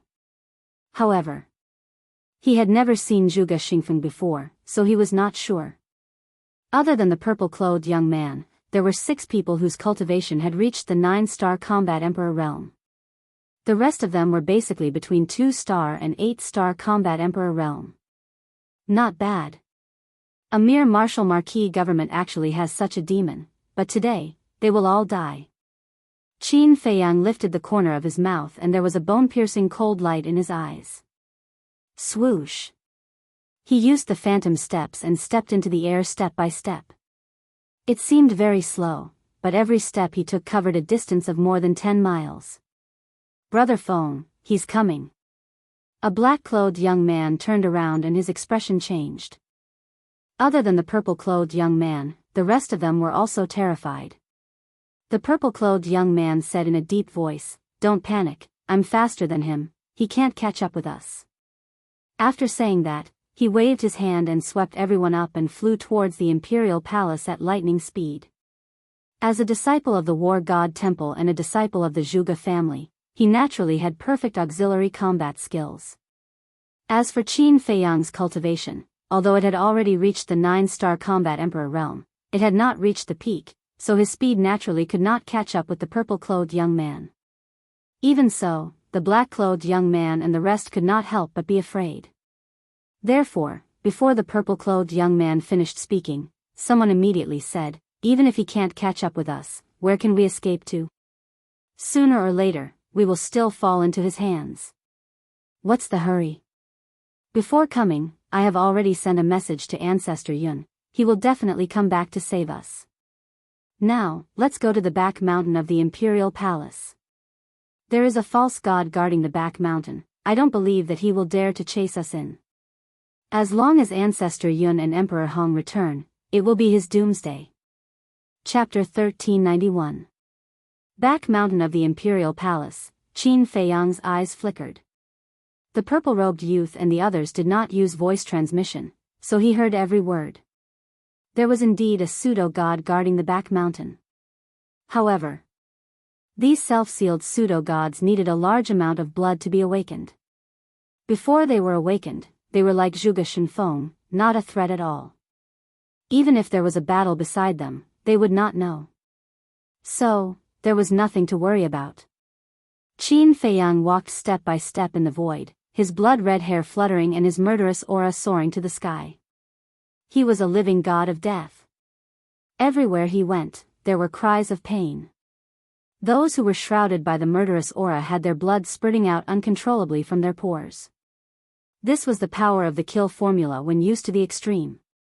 Even if there were no wounds on their bodies, Qin Feiyang could still snatch the blood in their bodies. However, Qin Feiyang did not kill these people, only snatching half of their blood. Finally, the purple-robed youth and the others entered the sky above the back mountain. Boom! At this moment, Qin Feiyang's cultivation suddenly soared to the peak of the 9-star combat emperor realm. However, it was still Qin Feiyang's main body that was controlling the corporeal body.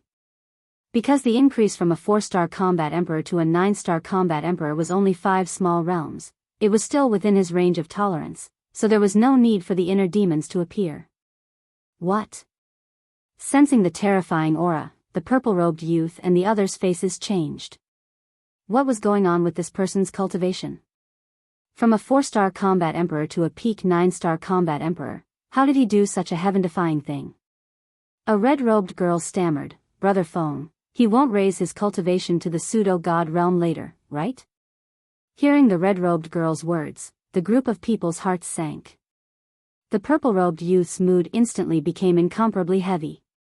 At this rate, it might really be possible. But they did not know that they were completely scaring themselves. Once, Qin Feiyang had specially tried.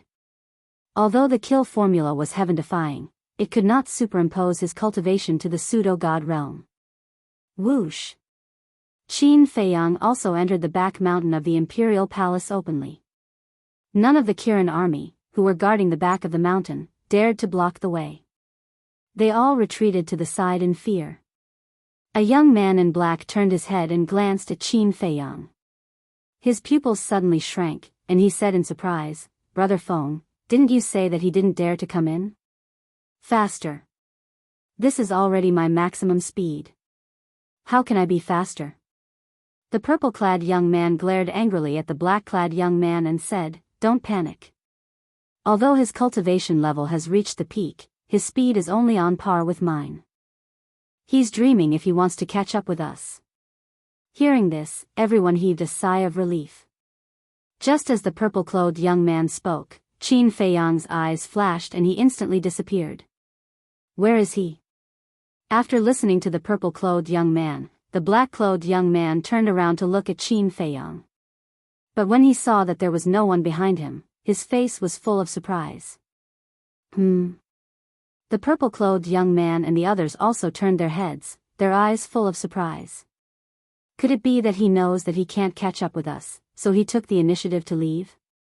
The group of people involuntarily stopped and turned around to look at the void and the earth in front of them. "Let's go." All of a sudden, the woman in red seemed to have thought of something and shouted at the purple-clothed young man. The purple-clothed young man was stunned and seemed to have thought of something. He hurriedly led the group of people and fled into the back of the mountain. "What's going on?" Someone looked at the woman in red and asked in confusion. "Qin Feiyang must have gone to the castle. He wants to use the castle to make us relax our vigilance and think that he has left. In fact, he is secretly driving the castle to chase us." The woman in red lowered her voice and said in a low voice. "Is that so?" Everyone looked at each other. The purple-clothed young man said gloomily, "It must be so. This man is cunning. If we are not careful, we will fall into his trap. You are quite smart." Before the purple-clothed young man's voice died away, a playful laughter suddenly sounded in the void in front of the group of people. The next moment, Qin Feiyang appeared out of thin air in front of the group of people. That's right. He entered the castle to mislead these people into thinking that he had left. He had tried this method before. And every time, it was a tried and tested success. Damn it. The purple-clothed young man cursed in his heart. Without another word, he hurriedly led the group of people and fled in the direction of the entrance. Running away without fighting? Are you worthy of being the prodigies of the war god temple? Qin Feiyang had a mocking look in his eyes as he followed behind the group of people unhurriedly. The group of people remained silent, but their hands were unconsciously clenched tightly. Their eyes were also shining with a shocking cold light. Qin Feiyang's words hit their weak spot. As the prodigies of the war god temple, running away was a naked humiliation. However, facing Qin Feiyang at this moment, they really did not have the slightest bit of courage to fight. This was because Qin Feiyang's current murderous aura was too terrifying. It had already made them lose the will to fight. In short, before the battle even started, they were already scared out of their wits. Looks like I have to force you guys to fight. Qin Feiyang chuckled and raised his hand in the air. Boom! An invisible force surged out and pounced on the group of people in an overwhelming manner.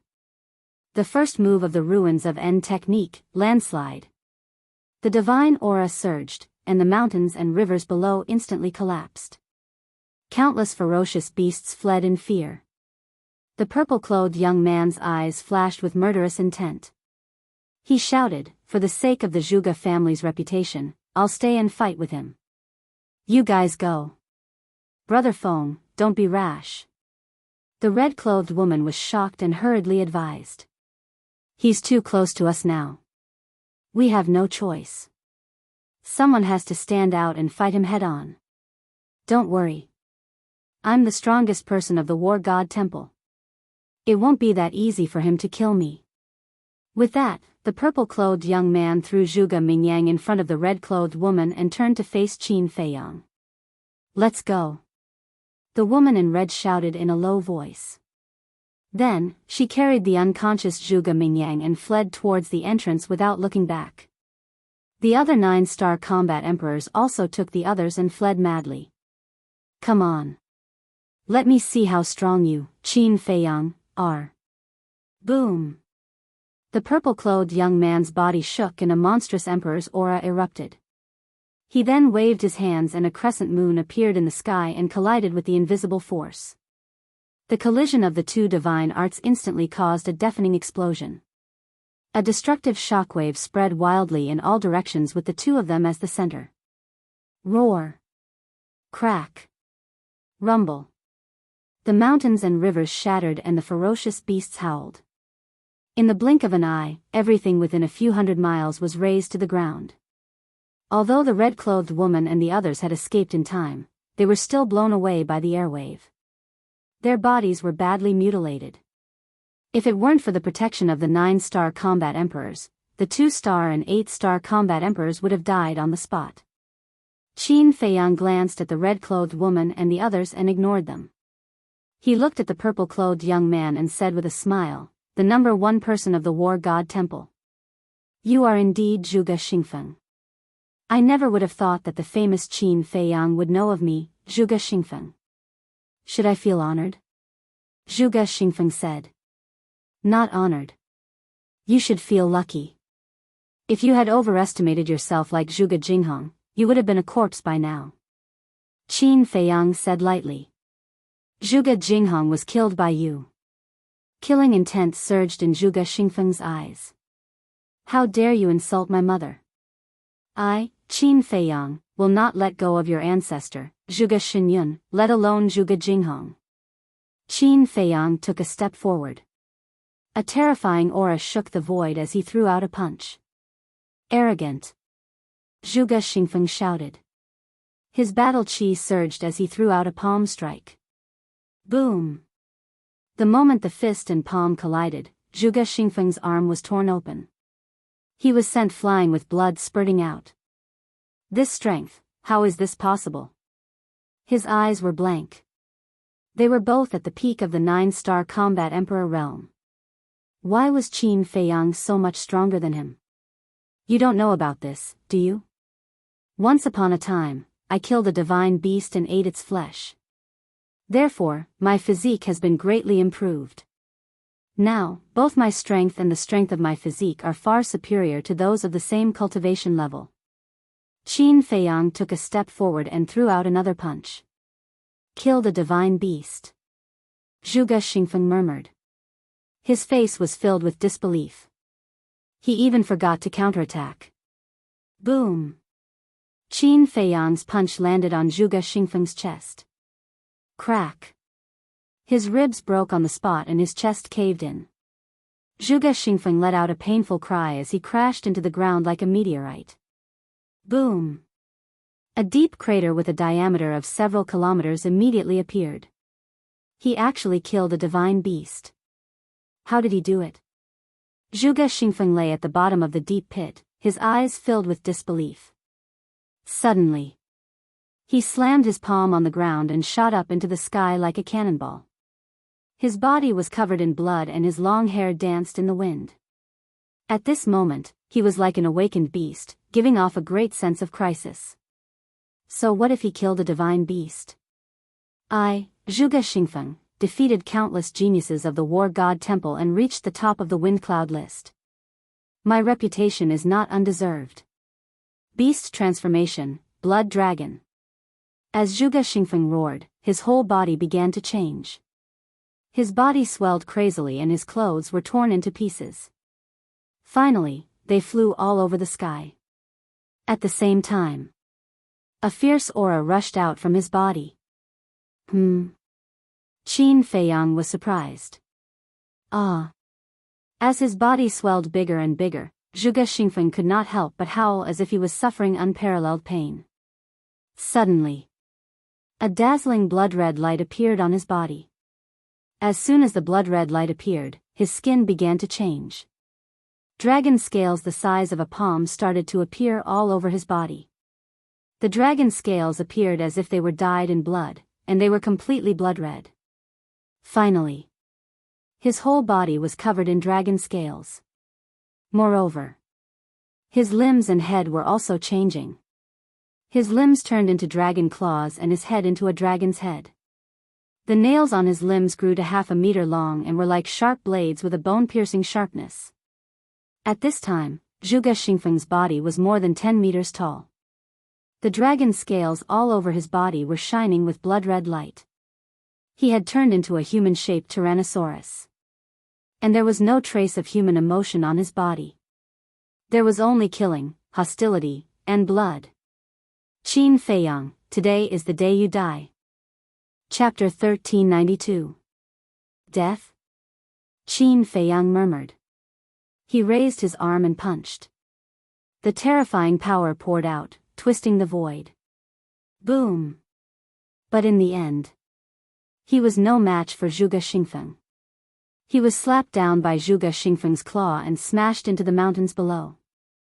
His arm was also lacerated. Blood and flesh flew everywhere.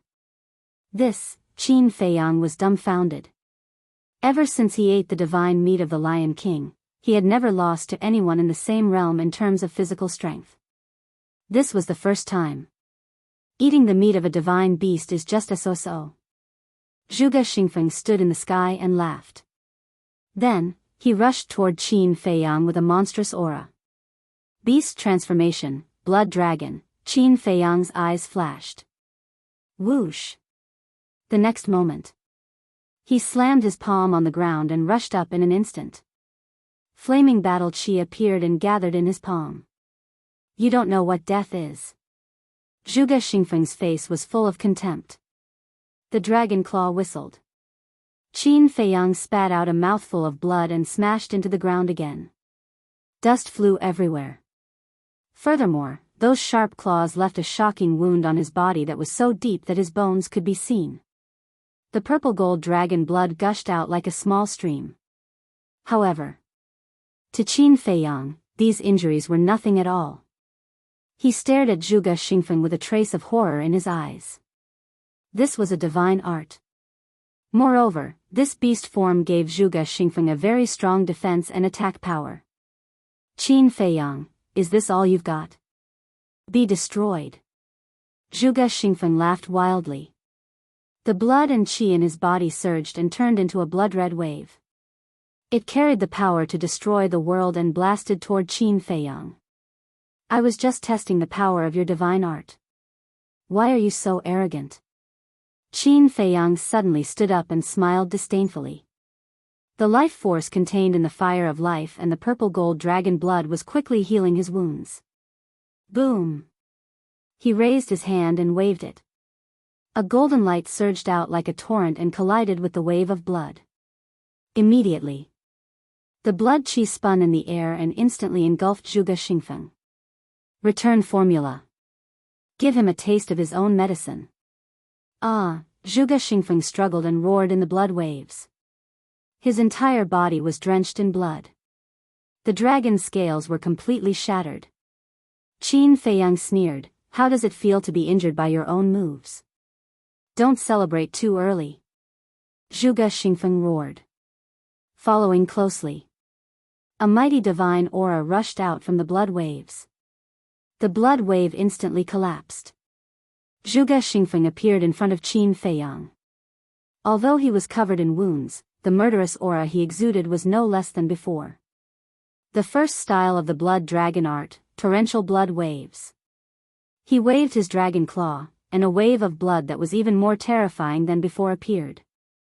It was like a sea of blood, rolling and surging above his head. The sky, earth, and void of the mountain behind the imperial palace were all dyed red at this moment. No deity art can threaten me. Qin Feiyang stood proudly in the air, showing his domineering aura. Is that so? If you continue to be so confident, I can guarantee that you will regret it in the end. Zhuge Xingfeng smiled ferociously. He raised his dragon claw high and pressed it down. The blood waves above his head poured down in torrents, crazily pouncing towards Qin Feiyang. The terrifying aura shrouded all directions. The earth suddenly trembled violently, and cracks spread out. However, Qin Feiyang was indifferent. When the wave of blood came, he raised his arm and met it with a palm. Golden light surged in his palm. As long as he had the return formula, no matter what divine art the opponent used, it would become his trump card. Boom! There was no suspense. The wave of blood turned in the air and drowned Zhuge Xingfeng again. For a moment. Zhuge Xingfeng's shrill scream, his unwilling roar, resounded through the sky. Why? Why did God give him such a divine art? I don't accept it. The second move of the blood dragon formula, rolling blood thunder. The wave of blood rolled crazily. Streaks of blood-red lightning swept out from the wave of blood, carrying a destructive aura, and continuously bombarded Qin Feiyang. It's useless. Qin Feiyang shook his head and suddenly stretched out his hand.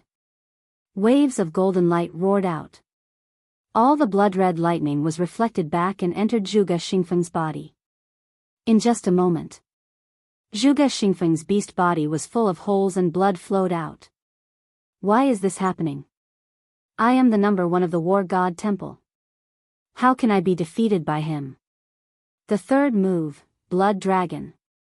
Zhuge Xingfeng had completely lost his mind. The blood qi in Xiao Chen's body and the battle qi in his qi si poured out without reservation, turning into a huge blood dragon that was several kilometers long. The blood dragon bared its fangs and brandished its claws as it charged at Qin Feiyang. I told you it's useless. Why don't you believe me? Qin Feiyang shook his head. Roar. Accompanied by a dragon's roar, the divine dragon seal appeared in the sky and instantly grew to thousands of feet in size to meet the blood dragon. Boom! A loud explosion rang out, shocking the entire imperial city. The blood dragon, without any resistance, was directly crushed by the divine dragon seal. Zhuge Xingfeng was so angry that he spat out blood. This was the difference between the divine arts. Although they were both deity skills, a lower-level deity skill would be able to destroy a higher-level deity skill. Qin Feiyang said indifferently, "What else do you have? Show me all of them. I'll let you die knowing why." From the beginning to the end, he was like a mountain, standing steadily in the void, without moving half a step. Roar, ah! Zhuge Xingfeng roared and roared as if he had gone mad. He was already covered in wounds, but Qin Feiyang did not move at all. For him, this was not only a humiliation, but also a torture.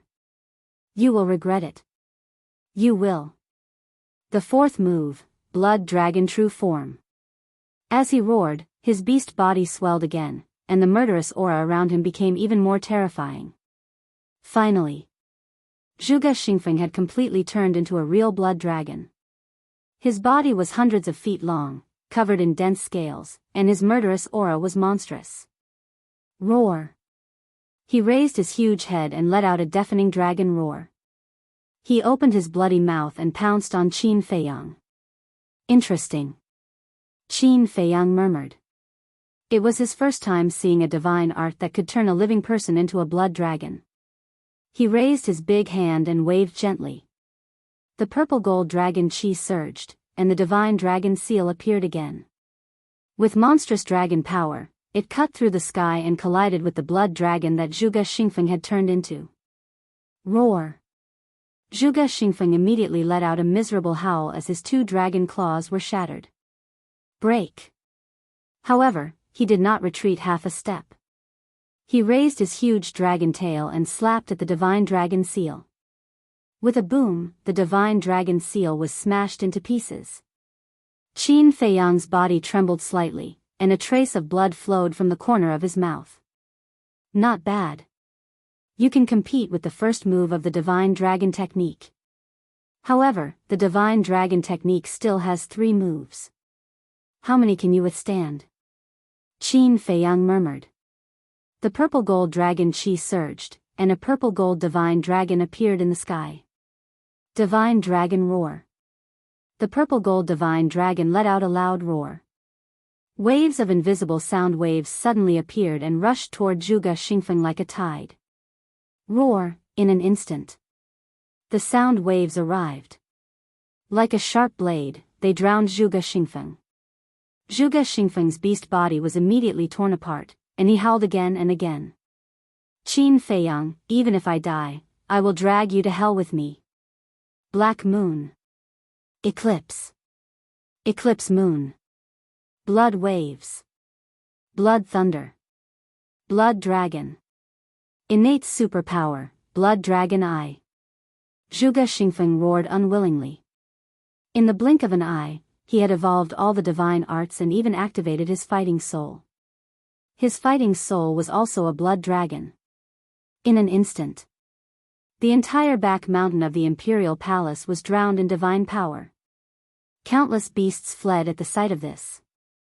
The Kirin army guarding the entrance, as well as the red-clothed woman and others who had fled to the entrance, all looked in the direction of Qin Feiyang and Zhuge Xingfeng in horror. What a terrifying aura!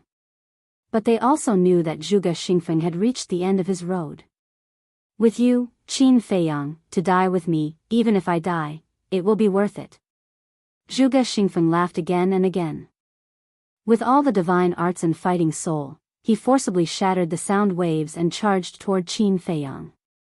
But Qin Feiyang was very calm. There was even a hint of appreciation in his eyes. If he remembered correctly, Zhuge Mingyang had only inherited the first and second moves of Eclipse Moon, but this person had obtained the third move. No wonder he was the number 1 in the War God Temple. However, he would not show mercy to his enemies. Boom! Qin Feiyang raised his arm and pointed to the sky. There was a sudden loud noise in the sky.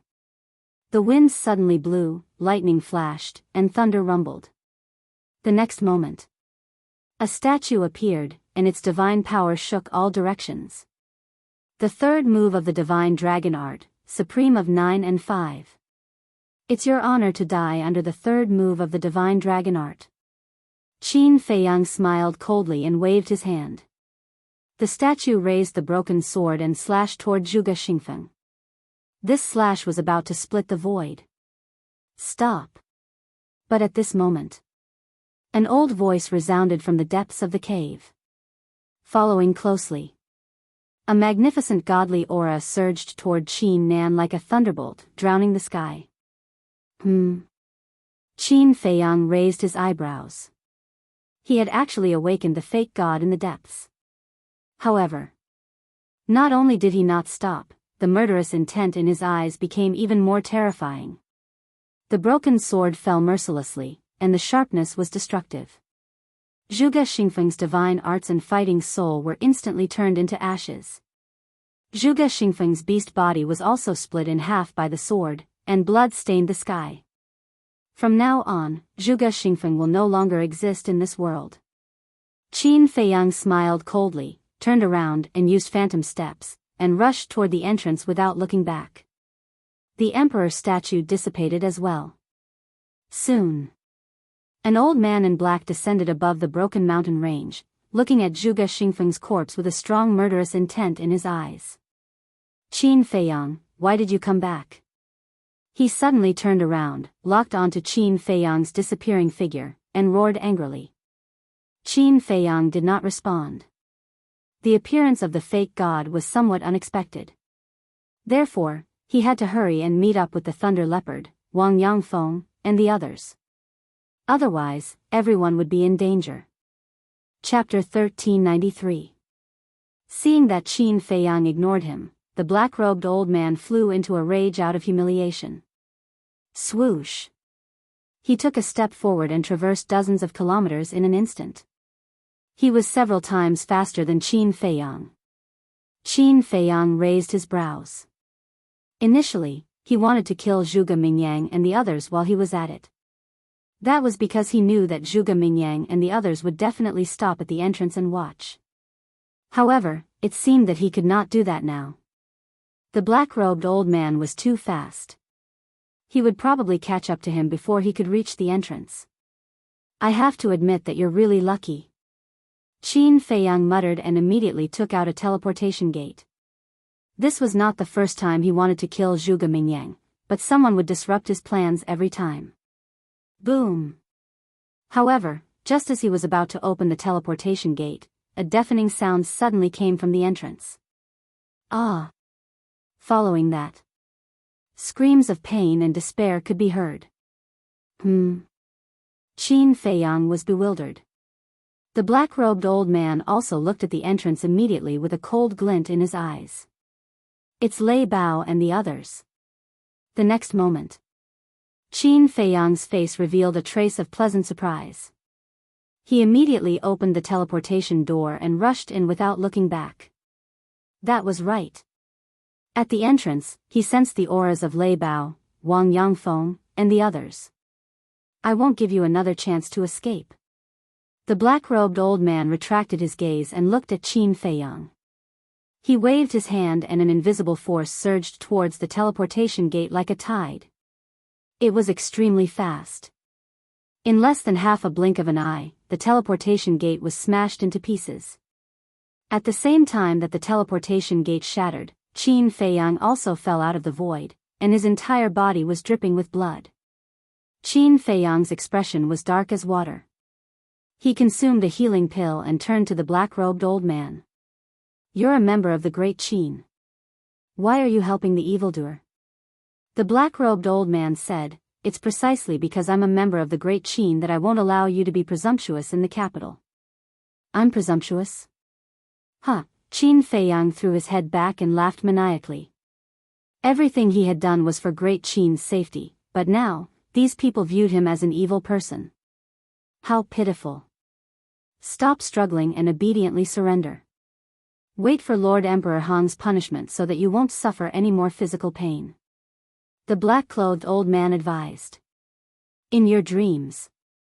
Qin Feiyang smiled coldly and said, One day, all of you will understand exactly who was right and who was wrong in all of this. Whoosh. Finished speaking. Qin Feiyang decisively entered the ancient castle and drove it towards the entrance at lightning speed. Stubborn. The black-robed old man's eyes turned cold as his divine sense spread out in all directions. In an instant, he immediately released his aura and pounced towards the ancient castle. But in the end, however, he was shocked to find that his false god's aura was unable to restrain the ancient castle.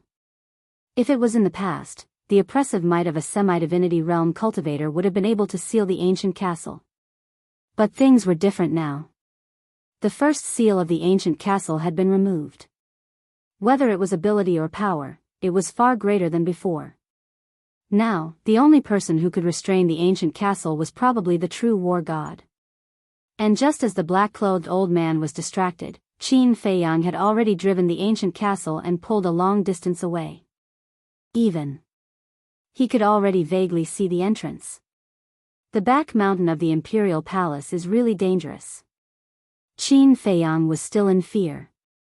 The scene changed and locked onto the rear. Teleportation gate. Immediately, Qin Feiyang's expression changed abruptly. However, in the void behind him, there was no trace of the black-clothed old man, only a dissipating teleportation gate. Could it be, suddenly? He seemed to have thought of something, and his gaze trembled slightly. He hurriedly changed the scene and locked onto the direction of the entrance. However, because the distance was still a little far, he couldn't see it clearly. But his heart was uneasy. He suspected that the black-clothed old man had most likely opened the teleportation gate and went directly to the entrance. If that was the case, then Thunder Leopard, the three beasts, Wang Yangfeng and the others would be in big trouble. The distance between the ancient castle and the entrance was getting closer and closer. 5 or 6 breaths later. Finally, the situation at the entrance could be seen clearly. And when Qin Feiyang saw the situation at the entrance, his face suddenly became gloomy. Thunder Leopard, the three beasts, Wang Yangfeng and the others were indeed at the entrance. And the black-clothed old man was standing above their heads at this moment, his divine power surging and shaking in all directions. Moreover, everyone stood motionless in the void. Obviously, they were all imprisoned by the black-clothed old man's divine power. And the Kirin army guarding the entrance were all standing in the distance, cautiously vigilant. Qin Feiyang drove the ancient castle and stopped in the void not far from the black-clothed old man. His face was gloomy. The black-clothed old man scanned the void and said lightly, "If you don't want them to die, come out immediately." "Young master, don't come out. It doesn't matter if we die, but you must not fall into the hands of the imperial preceptor. Don't worry about us, go quickly." Wang Yangfeng and the others roared. But before they finished speaking, Qin Feiyang appeared out of thin air. The black-clothed old man looked at Qin Feiyang and said, "As the rumors say, you are indeed a person who values friendship and righteousness, but sometimes, being too loyal will get you killed." Qin Feiyang ignored him and lowered his head to look down. On the ground below, there were corpses lying quietly, still bleeding. They were the group of people who were with Zhuge Xingfeng before. Qin Feiyang glanced at them one by one and raised his eyebrows slightly.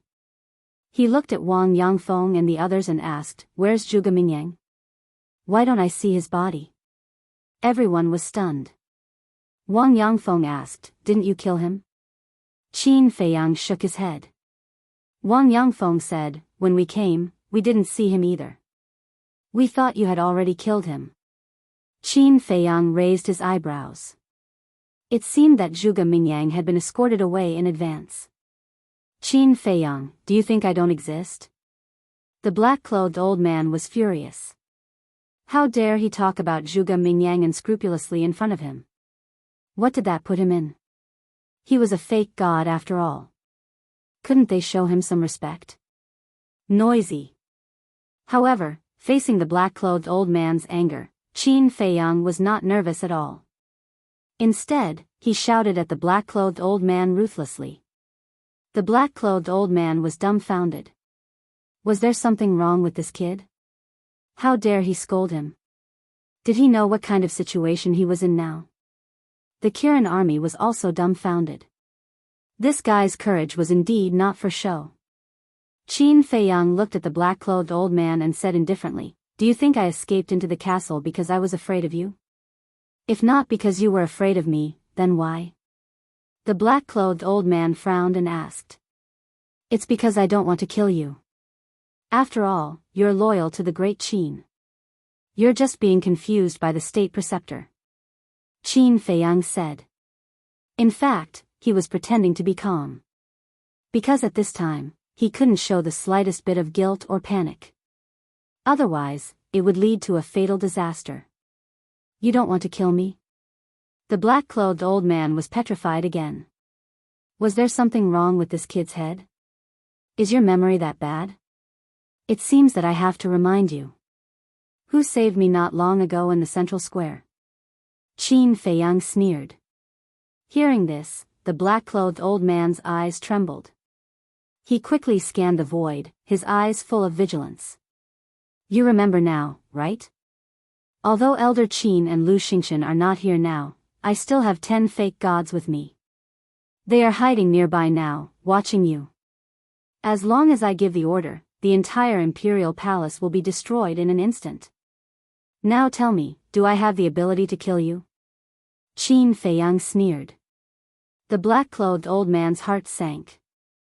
Now that Emperor Hong and the state preceptor had gone to rescue the little prince, if Qin Feiyang started a massacre at this time, no one would be able to stop him. He did not doubt Qin Feiyang's words. First, Qin Feiyang was too calm. Second, those 10 fake gods, he did see them with his own eyes, and he also heard them call Qin Feiyang young master. Wait. Why did Qin Feiyang say that he was confused by the state preceptor? He looked at Qin Feiyang and asked, "What do you mean by that sentence? Confused by the state preceptor? What did he confuse us about?" Qin Feiyang's heart moved. He looked at the Kirin army and shouted, "Get lost immediately." Hearing that, without exception, all the Kirin army's faces suddenly changed, and they hurriedly turned around and fled. After they left, Qin Feiyang looked at the black-clothed old man again and said, "If I told you that everything that Emperor Hong said in the central square today was a lie, would you believe it?" The black-clothed old man said angrily, "Don't talk nonsense. Who is Emperor Hong? Would he lie to everyone? I knew you would have this reaction. But let me tell you, he was full of lies. I didn't kill the emperor. Because he didn't die at all. He's somewhere right now, enjoying himself. I didn't steal the imperial jade seal either. I snatched it from the emperor's hands in broad daylight. Also, old Qin and the commander of the Kirin army did not betray them, because they are the same as you, loyal to the great Qin." Qin Feiyang said. The black-clothed old man's face was stunned. After a long time, he finally recovered and asked, "Are you sure that His Majesty is not dead?" "Yes. The incident of the emperor being killed in the imperial study was purely a trap set by the emperor himself." Qin Feiyang nodded. "Why did he do that? Where is he now?" The black-clothed old man frowned. "I don't know why he did that. As for where he is, I don't want to talk too much. If you have the chance, you can ask old Qin and the commander of the Kirin army. They all know." Qin Feiyang said. The black-clothed old man's eyes showed a hint of struggle. He really didn't know whether he should believe Qin Feiyang's words or not. "Whether you believe it or not, you must release him today. Otherwise, I will slaughter the entire imperial palace. Don't doubt my words. I believe that you have already understood my character from the mouths of others. Since I dare to say it, then I will definitely do it. As for the imperial preceptor and Emperor Hong, in order to rescue the little prince, I'm afraid they won't be able to return for a while." Qin Feiyang said indifferently. The black-clothed old man's pupils constricted, and he said in a deep voice, "Using the little prince to trick the imperial preceptor and Emperor Hong, and slaughtering the entire Zhuge family, you really know how to scheme. You flatter me. But have you thought about it? From the moment I entered the imperial city until now, other than the people of the Zhuge family, have I killed anyone else? No. I killed all the people of the Zhuge family." Chapter 1394. Why? Did the Zhuge family do something to you? The black-clothed old man asked. "It's not a personal grudge." Qin Feiyang shook his head. "Then why?" The black-clothed old man frowned. Qin Feiyang's eyes were cold as he said word by word, "Because they are thinking about my great Qin's empire." "What?" The black-clothed old man's eyes trembled. "I know, with my current situation, no matter what I say, you won't really believe me. I don't want to waste my breath anymore. Let them go." Qin Feiyang said lightly. The black-clothed old man looked deeply at Qin Feiyang and withdrew his pressure. Lei Bao, Wang Yangfeng, and the others immediately ran behind Qin Feiyang as if they were running for their lives, their faces full of fear. Qin Feiyang waved his hand and sent everyone to the castle. Then he looked at the black-clothed old man and asked, "What's your name?" Qin Sheng. The black-clothed old man said. You'd better hide all the words I said to you in your heart. Don't mention it to anyone, especially the state preceptor and Emperor Hong. Otherwise, it will bring you a fatal disaster. Qin Feiyang warned. Qin Sheng frowned. Was it that serious? Don't doubt it. Because old man Qin is a good example. Qin Feiyang said meaningfully. Then, he activated the teleportation door and left the arch palace without looking back. Emperor Hong lied? His Majesty is not dead? Who is telling the truth? After the portal dissipated, Qin Sheng retracted his gaze, lowered his head, and muttered to himself. Outside the city. In the sky above a certain forest, Qin Feiyang appeared out of thin air. His face was also full of lingering fear. If it weren't for the last-minute plan to deceive Qin Sheng, Lei Bao, Wang Yangfeng, and the others would have been doomed. But then again. Although this time he almost fell and didn't go to the law enforcement hall, the harvest was still great. Not only did he get rid of the entire Zhuge family, but he also figured out Qin Sheng's position. Previously, although Qin Sheng did not express his opinion directly, it was not difficult to tell from Qin Sheng's expression that if everything he said was true, then Qin Sheng would definitely stand on his side. One had to know. Qin Sheng was a veteran false god. If he really became an ally, it would be of great help to him. Whoosh! Letting out a long breath, Qin Feiyang entered the castle. Looking at Lei Bao, Wang Yangfeng, and the others, he asked, how was it? Not a single survivor. The entire Zhuge manor has been razed to the ground. Furthermore, we also found a treasure vault in the Zhuge family and obtained a large amount of wealth and medicinal herbs. They are all with old man Wang. Lei Bao snickered.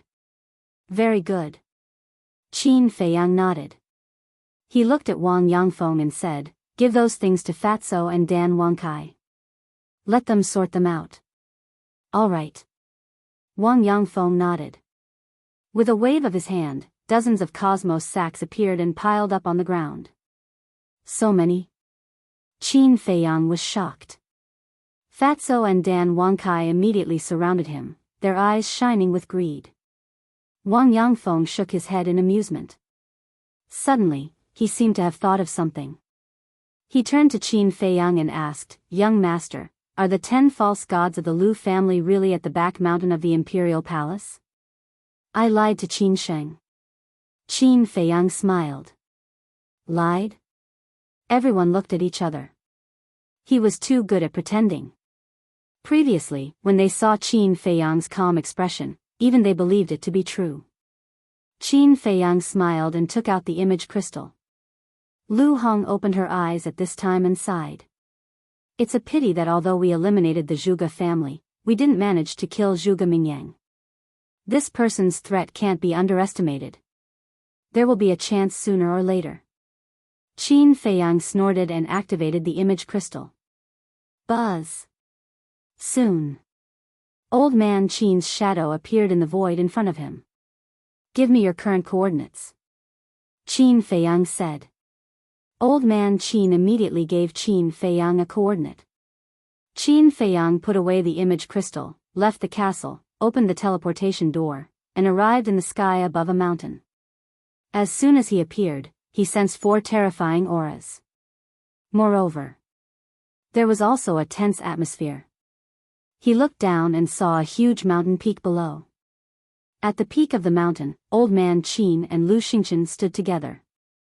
Lu Xingchen grabbed the little prince, and a wisp of divine sense floated in front of him, emitting a great pressure. Old man Qin held the Chang Shui in his hand and stared at the state preceptor and Emperor Hong opposite him. On the other side, the state preceptor and Emperor Hong stood side by side, their bodies also surrounded by killing intent. So lively. Qin Feiyang chuckled and landed beside old man Qin. The state preceptor's gaze turned and landed on Qin Feiyang, and said in a deep voice, what did you do to the Zhuge family? Is there a need to say that? Not a single one was left alive. Killed them all, including Zhuge Wuho, Zhuge Nanhua, and Zhuge Nangong, the 2 Peak Realm 9-star War Emperor S. Qin Feiyang laughed. You beast.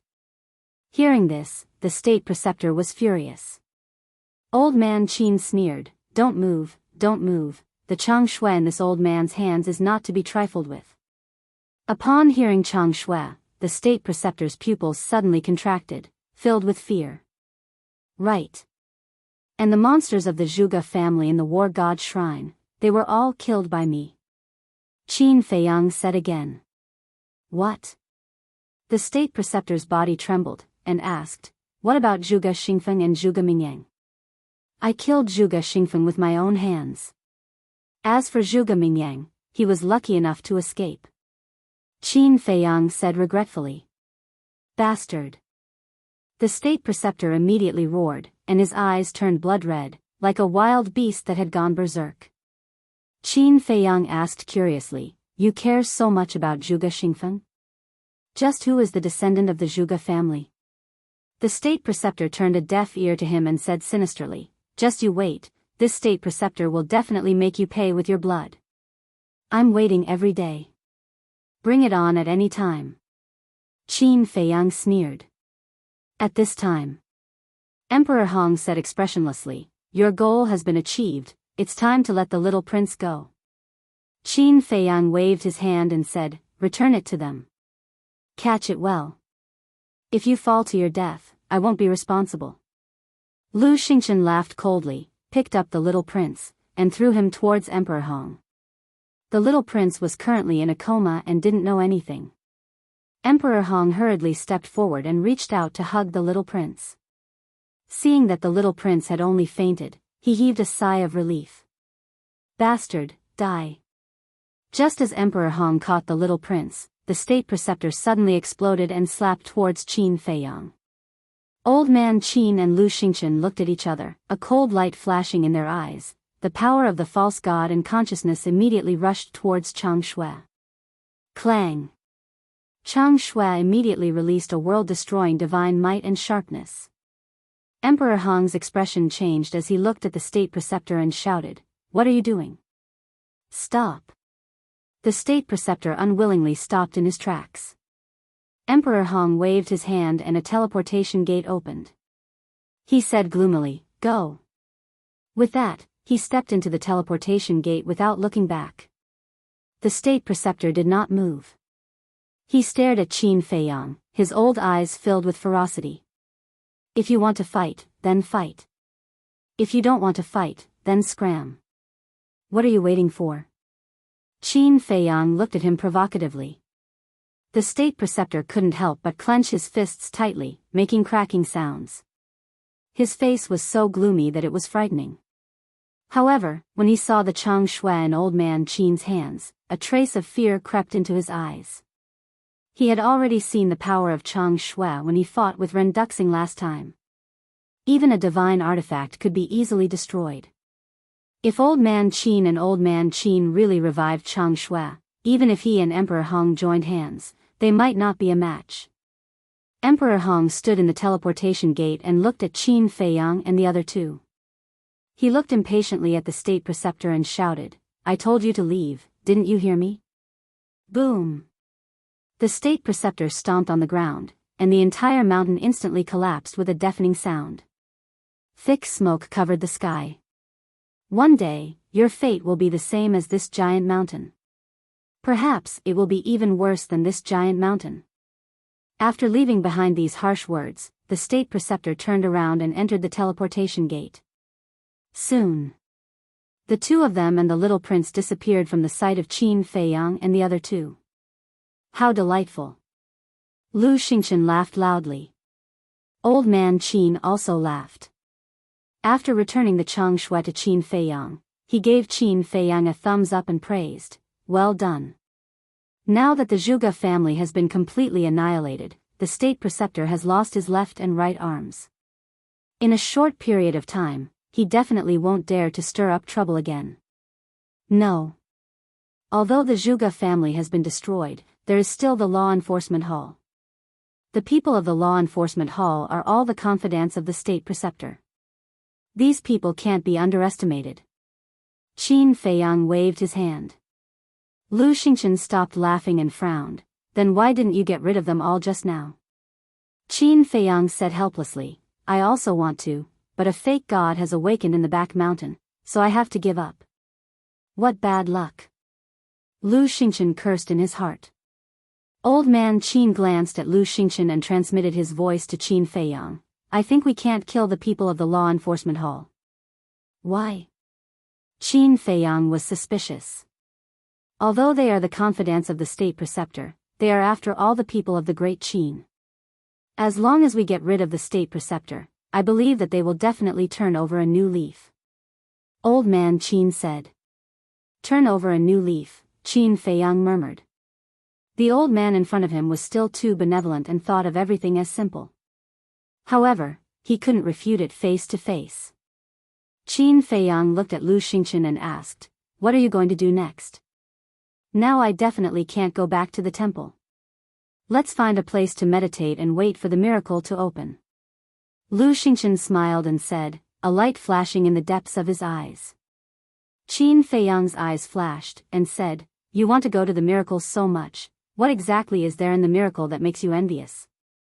Who in this world doesn't want to go to the miracle? Aren't you also looking forward to it? Lu Xingchen said. Qin Feiyang looked at him meaningfully and said, then let's part ways for the time being. Lu Xingchen smiled, looked at old man Qin and said with a smile, old man Qin, this cooperation was very pleasant, I hope there will be a next time. Finished. Lu Xingchen flashed and disappeared without a trace. However, at this moment, in the sky above the imperial city, a loud sound suddenly exploded, like a thunderclap, deafening. Qin Feiyang and old man Qin froze and immediately raised their heads to look. Lu Xingchen, who had just disappeared, once again appeared beside the two of them, looking at the sky above the imperial city in surprise. At the same time, the state preceptor and Emperor Hong, who had just returned to the imperial palace, didn't have time to wake up the little prince. Hearing the loud sound in the sky, they immediately looked up. And Qin Sheng. He stood in the air at the entrance and looked up at the sky above the first city district. His old face was also full of surprise. Because the loud sound came from the sky above the central square of the first city district. Chapter 1395. The loud sound was like thunder, and the lingering sound rumbled, echoing over the imperial city for a long time. However, under the watchful eyes of everyone, the loud sound gradually subsided, and nothing appeared in the sky above the first city district. Everything returned to calm. What's going on? Old Qin's face was full of surprise. Qin Feiyang and Lu Xingchen on the side were also full of suspicion. Why would there be a loud sound for no reason? It's really strange. A moment later, Lu Xingchen muttered, looked at Qin Feiyang, and said with a smile, let's meet again when the miracle opens. After saying that, he was ready to enter the space divine object. Boom! However, at this moment, another deafening explosion erupted. It still came from the sky above the central square of the first city district. What's the situation? Lu Xingchen raised his eyebrows and looked up again.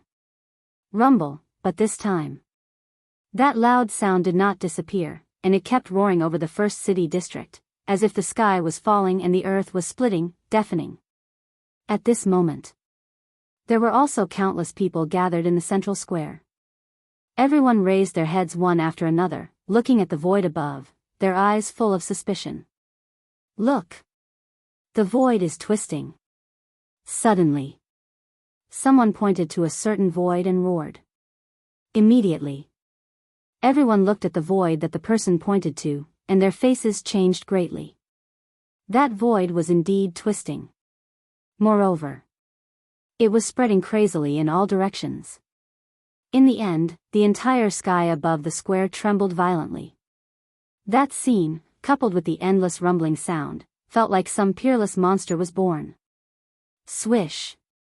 Above the fragrant moon house, two figures suddenly appeared. It was the Imperial Preceptor and Emperor Hong.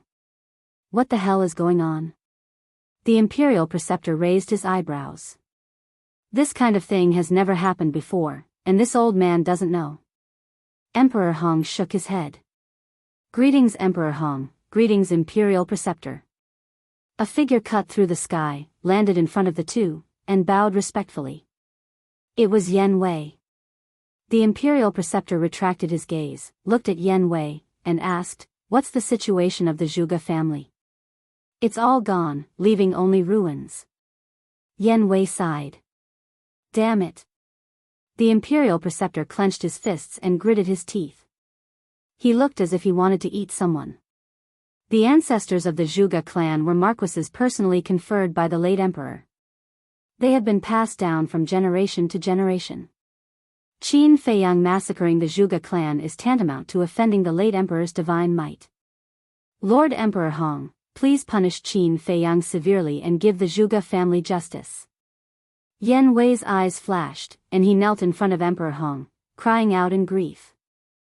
The imperial advisor glanced at Yen Wei, then faced Emperor Hong and cupped his hands. "My lord, please forgive my subordinate's offense and rudeness, but what he said is reasonable. If Qin Feiyang is not eliminated, I'm afraid it will be difficult to convince the masses." Emperor Hong remained silent. Also, before the previous emperor left, he left behind an imperial order. The 100 martial marquises of the Great Qin cannot be more or less. Therefore, this lowly one earnestly requests Lord Emperor Hong to allow Zhuge Mingyang to inherit the position of Zhuge Wuhou. Yen Wei said again. Let Mingyang inherit the position of Martial Marquis? The imperial advisor was slightly stunned. Although Zhuge Mingyang is young, he is the only child left in this world by Zhuge Wuhou. Furthermore, Zhuge Mingyang's talent is obvious to everyone. For him to inherit the position of Zhuge Wuhou, this lowly one believes that it is the most suitable. Yen Wei said. Hearing these words, the imperial advisor couldn't help but secretly give a thumbs up to Yen Wei. He also liked Yen Wei more and more. Emperor Hong pondered for a moment, then nodded and said, the position of Martial Marquis of the Zhuge family cannot be left vacant for too long. This old man will seriously consider your suggestion. Yen Wei was overjoyed, and knelt in the air. Then this lowly one will represent the dead Zhuge family to thank Lord Emperor Hong. You may rise. Emperor Hong said. Yes. Yen Wei stood up and respectfully stood behind the imperial advisor. Emperor Hong glanced at Yen Wei, then looked at the imperial advisor and smiled. I didn't expect that there would be such a sensible person by your side. You're too kind. The imperial advisor hurriedly waved his hand and said, Lord Emperor Hong, don't blame him for talking too much. He is indeed a bit talkative. Emperor Hong said. Yen Wei's face immediately revealed a trace of nervousness. Originally, he wanted to perform well in front of the imperial advisor and let the imperial advisor trust him more. But he didn't expect that he would actually anger Emperor Hong. However, although he is a bit talkative, what he said and what he thought were all reasonable. My great Qin also needs a talent like him who dares to speak and do. Nurture him well. In the future, he will definitely become your right-hand man. Emperor Hong looked at the imperial advisor and said with a smile. The imperial advisor was stunned. He never thought that Emperor Hong would actually say such words. After coming back to his senses, he hurriedly looked at Yen Wei and said, Why haven't you thanked Lord Emperor Hong? Yen Wei quivered and hurriedly bowed, Thank you, Your Excellency. Emperor Hong nodded his head and raised his head to look at the void above again. The imperial advisor glanced at Emperor Hong and transmitted his voice to Yen Wei, Your performance this time is very good. After settling the matters at hand, this old man will reward you with a divine art. Divine art. Yen Wei's body trembled, and he secretly said, Your Excellency, did this subordinate hear wrongly? No. The imperial advisor said. Yen Wei was wild with joy and hurriedly thanked, Many thanks for Your Excellency's kindness of grooming.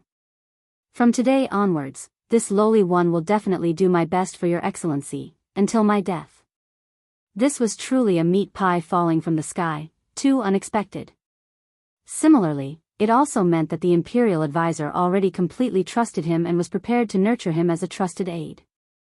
Just as Yen Wei was secretly rejoicing, in the void not far away, another 3 figures suddenly appeared.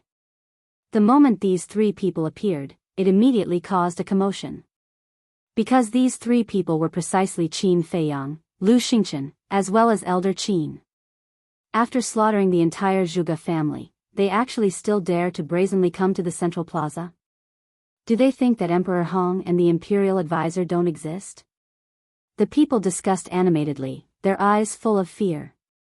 But within the fear, there was also some hatred mixed in. The Zhuge family was slaughtered from top to bottom. To be able to do such a tragic thing, this Qin Feiyang was truly inhumane. At the same time, sensing the auras of Qin Feiyang trio appear, Emperor Hong, the imperial advisor, and Yan Wei also immediately retracted their gazes and looked at Qin Feiyang trio. Emperor Hong's expression was still indifferent. But the imperial advisor and Yan Wei's faces were full of anger. The imperial advisor disregarded his status and directly shouted, "This place does not welcome beasts, scram immediately." Qin Feiyang glanced at him indifferently, took out Chang Shui, and threw it to Elder Qin. Elder Qin grabbed Chang Shui and turned his head to look at the imperial advisor without saying a word, his eyes full of contempt. Although he didn't say anything, that contemptuous attitude was enough to explain everything. "I have Chang Shui in my hands, what can you do to me? If you have the guts, then come and drive us away. See if I don't destroy you." As for Lu Xingchen, even more so, his disdain was displayed incisively and vividly. From beginning to end, he didn't even look at Emperor Hong and the other 2. As soon as he appeared, he raised his head and stared at the void above. The imperial advisor blew his beard and glared, angry to the extreme. But the Chang Shui in Elder Qin's hands was like a towering mountain, pressing down on him until he couldn't breathe. I really didn't expect that such a highly respected person like Elder Qin would actually collude with Qin Feiyang to usurp the throne. This is in line with the old saying, you can't judge a book by its cover. Often, people who look very honest on the surface are very treacherous in their hearts. Someone in the crowd snorted coldly, full of sarcasm. Elder Qin was originally fine. But when he heard this, he immediately bristled with anger and roared, "What do you know? What qualifications do you have to criticize this old man here? A traitor, everyone has the right to kill. Can't we talk about it? Since you dare to do it, don't be afraid of us saying it. His Majesty trusted you so much in vain, but in the end, you are a white-eyed wolf. Disgusting. Look at Lord Imperial Advisor. He is upright, selfless, and loyal to the Great Qin. They are both pillars of the Great Qin. Why is the difference between you two so great?" The crowd began to clamor without restraint. Because with the imperial advisor and Emperor Hong holding down the fort, they were not afraid. Preposterous, preposterous. Elder Qin was so angry that he was about to vomit blood. A person who sincerely wanted the good of the Great Qin was reviled by others. A person who truly wanted to usurp the throne was praised by the people of the world. What kind of justice was this? The imperial advisor looked at all of this with a smug expression. "Old man, do you see that? This is a method. Although I lost a lot, I gained the hearts of the people. And you? Now you are like a rat crossing the street, everyone is shouting to beat you up. Do you feel very sullen in your heart?"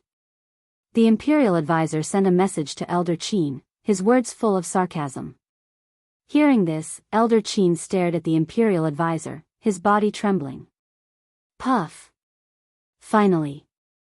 He was so angry that he spat out a mouthful of blood. Qin Feiyang and Lu Xingchen were shocked. They hurriedly looked at Elder Qin and asked with concern, "Are you all right?" "I'm fine." Elder Qin waved his hand. Qin Feiyang looked at the imperial advisor and frowned. Then, he retracted his gaze and said to Elder Qin in a low voice, "Why do you have to be so serious? As long as you have a clear conscience, it's fine." "That's right. To argue with a group of ignorant people, aren't you looking for trouble?" Lu Xingchen shook his head helplessly. Looking at Qin Feiyang and Lu Xingchen's calm expressions, Elder Qin could not help but feel ashamed. He was an old antique who had lived for thousands of years, but his mentality could not keep up with the two little fellows. He was truly ashamed. It seems that this old man's state of mind still needs to be improved. Elder Qin smiled bitterly, wiped off the blood from the corner of his mouth, took a deep breath, and finally calmed down the anger in his heart.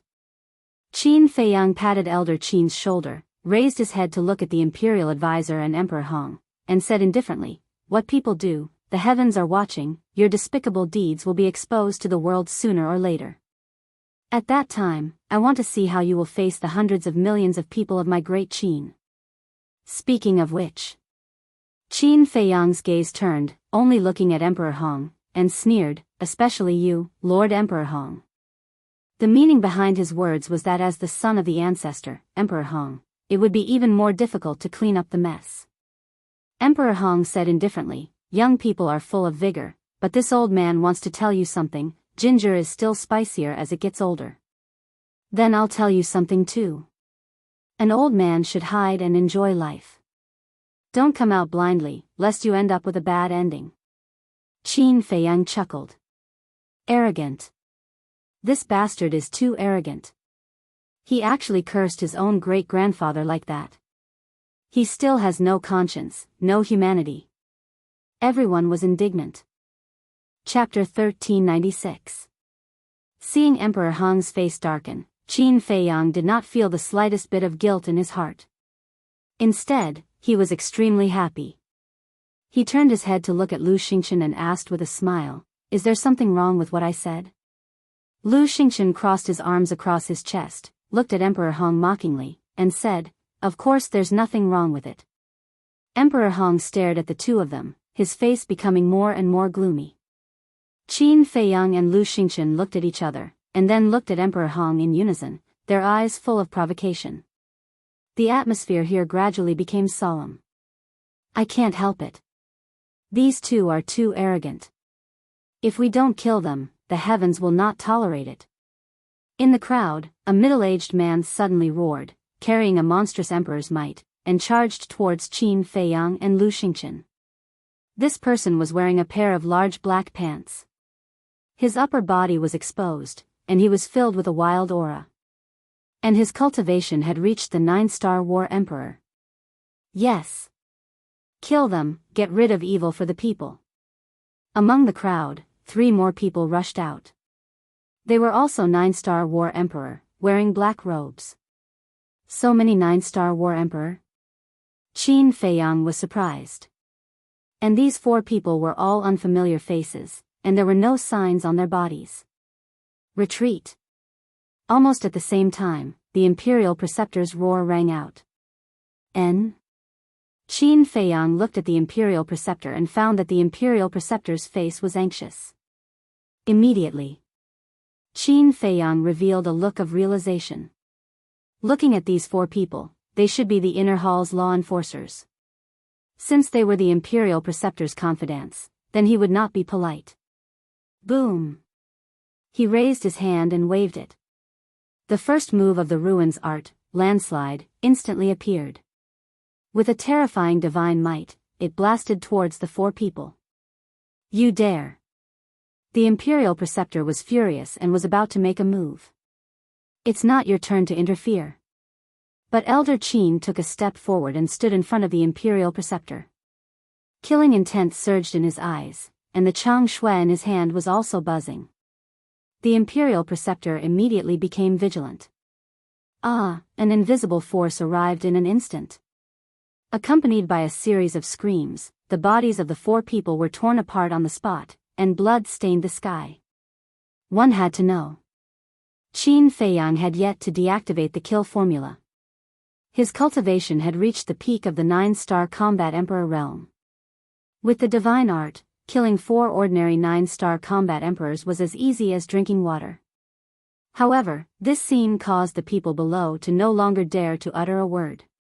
He actually dared to kill in front of the Imperial Advisor and Emperor Hong? Oh my God! Does this guy have any regard for the law? Who dares to be noisy? Qin Feiyang's blood-red hair fluttered in the wind. His killing intent soared to the heavens as he coldly swept his gaze over the crowd. No one dared to look him in the eye, not even daring to breathe loudly. A moment later, Qin Feiyang finally withdrew his gaze. His big hand made a grabbing motion in the air, and the 4 people's Qingquan bags flew up into the air and fell into his hand. In these 4 Qingquan bags, he really did find the identity medallion of an inner court law enforcer. Qin Feiyang grinned and looked up at the state preceptor. He chuckled and said, "Sorry, I accidentally killed another 4 of your subordinates." Faced with such a blatant provocation, the state preceptor almost went mad. All of a sudden, he turned his head to look at Emperor Hong and said in a deep voice, "Your Excellency, we really can't let him continue to be so arrogant. Otherwise, the world will definitely talk behind our backs. Our great Qin Empire is incompetent." Emperor Hong looked at Qin Feiyang gloomily. He suddenly rushed into the clouds and looked down at Qin Feiyang and the other 2. He said word by word, "Come up and fight with this old man." Killing intent flashed in the state preceptor's eyes as he also rushed to Emperor Hong's side. Looking at the indifferent Qin Feiyang and the other 2, he laughed sinisterly. "It's finally as you wish. What are you still hesitating for? You want to fight? All right. This old man will accompany you." Elder Qin took a step forward. His entire body emitted a monstrous aura as he walked up to the peak of the clouds step by step. "We've finally started the battle." The people below were all looking forward to it. Clang. However, right at this moment, in the sky above the plaza, a loud sound of metal colliding suddenly exploded. This loud sound was several times louder than the previous rumbling sound. Moreover, it carried an extremely strong penetrating force. Those below the 9-star war emperor had their eardrums torn apart on the spot as blood spurted out. Everyone was shocked. Just what was the birth of this thing? It was actually so terrifying. Qin Feiyang, Lu Xingchen, Elder Qin, the state preceptor, and Emperor Hong all looked towards the source of the sound. Their expressions suddenly changed. The void above the plaza was actually crazily cracking. How could this be? The void shattered. Could it be that a war god had broken through? Or was it the birth of a divine weapon? After Emperor Hong came back to his senses, he immediately shouted to the state preceptor, "Quickly evacuate the people in the 1st district." "What about Qin Feiyang and the others?" the state preceptor asked. "We can't control them now. If a war god really descends, then it definitely won't be a good thing. We might even need their help," Emperor Hong said in a deep voice. The state preceptor looked at Elder Qin unwillingly and roared, "Everyone, leave the 1st district immediately." His voice was like a loud bell, echoing in everyone's minds. At this moment, the people gathered in the 1st district immediately turned around and fled towards the 2nd district. Clang! The sound became louder and louder. The entire world was trembling. Right now, not only the imperial city, but all the living beings in the imperial capital could hear this mysterious loud sound. What's going on? This sound seems to be coming from the imperial city. Could it be that Qin Feiyang is causing trouble in the imperial city again? But it shouldn't be. With his cultivation, it's impossible for him to cause such a big commotion. Everyone looked in the direction of the imperial city in bewilderment. Qin Feiyang stared at the shattered void and sent a sound transmission, "Elder Qin, quickly come down and prepare to evacuate at any time." Hearing this, Elder Qin immediately swooped down and landed beside Qin Feiyang. His expression was also extremely solemn. Time passed breath by breath. Suddenly, rays of dazzling divine light emerged from the shattered space. As soon as this divine light appeared, a vast and mighty divine might immediately surged out in all directions like a waterfall with the 1st district as the center. This divine might is so terrifying. At this moment, not only Qin Feiyang, even Emperor Hong and the state preceptor couldn't help but feel panic. This was a divine might that surpassed the false god. It was as if a god had descended, intimidating everyone's heart. However, no one noticed that Lu Xingchen's eyes were flashing with an inexplicable light at this moment. Clang! That loud sound once again exploded, shaking the heavens and earth. Following closely. In the midst of that divine light, a giant stone door actually emerged. The stone door was 999 feet tall and 99 feet wide. Its entire body was suffused with a dark light, like a gate to hell. It stood in the sky above the first district, emitting a shocking aura. A stone door? What is this divine tool? How could it appear out of thin air above the imperial city? Everyone was dumbfounded. What a familiar aura. Qin Feiyang looked at the stone door and muttered to himself. Suddenly, he seemed to have thought of something. His body trembled slightly as he turned his head to look at Lu Xingchen. However, he saw Lu Xingchen looking at the stone door with an expression of unconcealable excitement. Qin Feiyang sent a sound transmission. Why did the space-time gate appear? That's right. This stone door is the Mujia's space-time gate. Lu Xingchen secretly said, the space-time gate is in the hands of the snow python. If you want to ask, you should ask her. Qin Feiyang raised his eyebrows and looked up at the space-time gate. Clang! The space-time gate trembled in the void. The divine power was vast and mighty. About 100 breaths passed. With an unprecedented loud noise, the space-time gate stopped trembling, and the shattered void slowly healed. Finally, the space-time gate seemed to be embedded in the void, motionless. The divine light and divine power also gradually dissipated. Could it be that the snow python is coming to the imperial city? Qin Feiyang frowned. The snow python is a real god of war. No one in the world can defeat it. If it really comes to the imperial city, I'm afraid it's not a good thing. I've seen this stone door before. Suddenly, the imperial preceptor said. When did you see it? Emperor Hong was stunned and asked. The imperial preceptor said in a deep voice, when Qin Feiyang sneaked into the divine prison to rescue his mother and friends, there was a masked old man who opened this stone door. It seems to be able to directly teleport to the Forgotten Continent. The person he was talking about was Yigleo. Yigleo has always been wearing a mask. Not to mention the imperial preceptor, even Qin Feiyang has never seen Yigleo's real face. The masked old man, directly teleported to the Forgotten Continent. The imperial preceptor looked at the stone door and muttered to himself. Suddenly, his gaze trembled. Could it be that artifact? The imperial preceptor looked down at Qin Feiyang and said, Emperor Hong, this should be the reinforcements called by Qin Feiyang. He wants to blatantly snatch the throne. At that time, Yigleo and the mysterious ladies group came to the great Qin Empire to help Qin Feiyang. So now, the imperial preceptor naturally thought that it must be Qin Feiyang who called these people. Boom! And before the imperial preceptor's voice fell, the space-time gate slowly opened with a thunderous sound. It's open. Everyone looked at the stone door nervously. Especially the imperial preceptor, his head was already dripping with sweat. Qin Feiyang already had old Qin, Lu Xingchen, and the 10 fake gods that appeared not long ago. If the people behind the stone door were really Qin Feiyang's helpers, then today would be his end. Boom!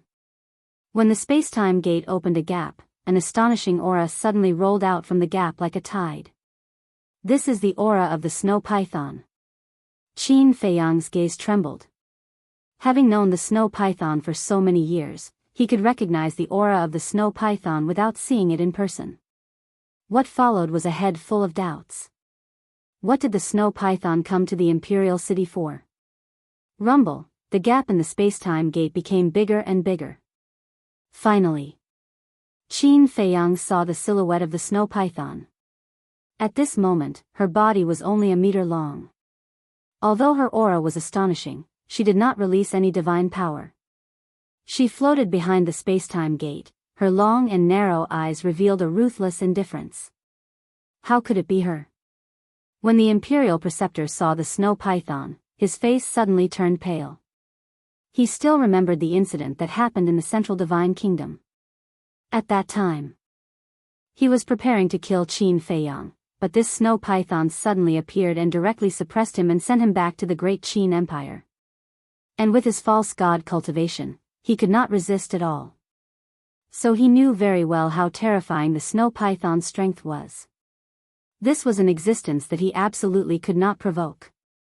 However, except for Qin Feiyang and a few others, the others had never seen the snow python before, and their eyes were filled with curiosity. Because this situation was greatly beyond their expectations. Chapter 1397. Boom! A moment later. Under everyone's gaze, the gate of time and space finally opened completely. The snow python's figure flashed and landed in the sky above the imperial city. Greetings, Senior. Qin Feiyang took a deep breath, suppressed the uneasiness in his heart, and bowed to the snow python. What's going on? The fearless Qin Feiyang is actually so respectful to it. Everyone was surprised. But then, another scene that made them even more surprised appeared. Greetings, Senior. Greetings, Lord. Old Qin, Emperor Hong, and the State Preceptor, these three pseudo-god level existences, actually all bowed down. Including Lu Xingchen. Everyone's hearts were in turmoil. Not only was Qin Feiyang so respectful, even the State Preceptor and the others were the same. Just what was the origin of this snow python? The snow python looked down at everyone from above. Finally, her gaze fell on Qin Feiyang, a trace of disdain crawling up her cold eyes, and said, "You are indeed a fiend. No matter where you go, it will not be peaceful." Qin Feiyang's face twitched. In public, can't you leave him some face? However, he faintly discovered that the snow python was a little different from before, but he couldn't tell what was different. Emperor Hong glanced at Qin Feiyang, looked at the snow python and cupped his hands. "May I ask, what is the purpose of your visit to my great Qin?" The snow python looked at the Emperor Hong, and said indifferently, "The miracle has appeared in advance." What? Qin Feiyang's gaze trembled. Lu Xingchen's eyes also immediately emitted a scorching light. Old Qin, the State Preceptor, and the Emperor Hong's old eyes were also filled with desire. But other than Qin Feiyang and the others, no one else knew what a miracle was. Revealing a face of suspicion, Qin Feiyang asked, "Senior, you came to the Imperial City specifically to tell us this news?" "Yes. The miracle is not personal. Whether it is the people of the Forgotten Continent or the people of the Great Qin Empire, they can all enter. So, in order to make it easier for you to enter the Divine Ruins, I have specially created a passage to the Central Divine Kingdom using the Spacetime Gate. Before the miracles disappear, the people of the two continents can freely travel to the two continents through the doors of time and space." The snow python said. "What do you mean?" Qin Feiyang and the others were bewildered. "It means that during this period of time, the Great Qin Empire's people can enter the Forgotten Continent, and the Forgotten Continent's people can also freely enter the Great Qin Empire." Snow Python said coldly. This, Qin Feiyang and the others were shocked beyond words. The people of the two continents could travel freely through the Spacetime Gate? Emperor Hong asked, "Your Excellency, according to what you said, before the miracle disappears, this Spacetime Gate will always exist?" "That's right. The Gate of Time and Space will remain here until the miracle disappears," the snow python said. Emperor Hong's face changed and he hurriedly said, "This isn't appropriate, right? In the past, the only way to go to the Forgotten Continent was through the teleportation altar in the spiritual state. Moreover, the snow python guarding the altar did not allow the people of the two continents to freely enter and exit. Therefore, over the years, no matter what happened, it was the private affairs of the two continents, and they did not interfere with each other. But now, the snow python used the Gate of Time and Space to directly open a passage. And this passage was connected to the most important place of the two continents, the imperial capital and the Central Divine Kingdom. The most important thing was that there were no restrictions. Wasn't this the same as directly turning the two continents into one continent? Linking the two continents together, although it seemed to be a good thing, it would actually involve a lot of problems. The biggest problem was the situation. Because of the Emperor, the current situation of the Great Qin Empire was already chaotic enough. The little prince had just ascended the throne. Qin Feiyang was also eyeing covetously from the side. If at this time, the people of the Forgotten Continent also came to interfere, then for the great Qin Empire, it would shake the foundation of the empire, and at the most, it might be a disaster. Inappropriate? The snow python lowered its head to look at Emperor Hong and said lightly, "So, your great Qin Empire doesn't want to go to the miracle?" "Yes." Emperor Hong nodded without hesitation, and said, "But there's no need to use the gate of time and space to connect the two continents." "Then what do you think should be done?" The snow python said. "My great Qin spirit state has a teleportation altar that connects to the Forgotten Continent. We can use the teleportation altar to enter the Forgotten Continent." Emperor Hong said. The snow python's gaze turned cold, and said, "Don't you know that this sovereign's cultivation place is on the altar? Is there a problem?" Emperor Hong was puzzled. "Nonsense. There's a big problem. You people of Great Qin go to the Forgotten Continent through the altar every day, how can this sovereign cultivate?" The snow python said angrily. Seeing the snow python angry, Emperor Hong's gaze trembled, and he hurriedly said, "I was careless, please forgive me." "Humph. Don't be ungrateful. This sovereign is doing this purely for the good of your great Qin. Because using the gate of time and space to connect the imperial capital and the central divine kingdom can save you a lot of time." The snow python snorted coldly. "Yes, yes, yes." Emperor Hong nodded repeatedly, then looked at the snow python, and carefully said, "But sir, I have a small request. Can you not let the people of the Forgotten Continent enter my great Qin Empire?" "Are you joking? Only your great Qin people can enter the Forgotten Continent, but the people of the Forgotten Continent can't enter Great Qin? Even if this sovereign agrees, the people of the Forgotten Continent will not agree. This sovereign must be fair and just. Either neither is allowed, or both are allowed. Choose for yourself.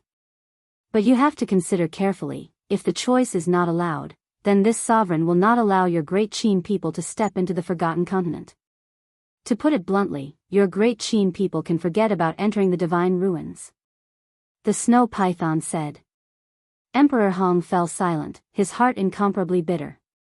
The divine ruins were in the Forgotten Continent, and if the people of Great Qin wanted to enter the divine ruins, they had to pass through the Forgotten Continent. In other words, the Forgotten Continent had an innate advantage. So, he had no choice. In other words, as long as his great Qin wanted to enter the divine ruins, then he had no qualifications to negotiate. Lu Xingchen glanced at Emperor Hong, and secretly sent a sound transmission to Qin Feiyang, to actually negotiate with the snow python. "Your great-grandfather really doesn't know what's good for him." His words were filled with a thick sense of ridicule. Qin Feiyang glanced at Lu Xingchen, raised his head to look at the space-time gate, and frowned slightly. Although he didn't have a good impression of Emperor Hong, for the sake of the big picture, using the space-time gate to connect the imperial capital and the central divine kingdom was indeed not appropriate. Frankly speaking, he didn't quite agree.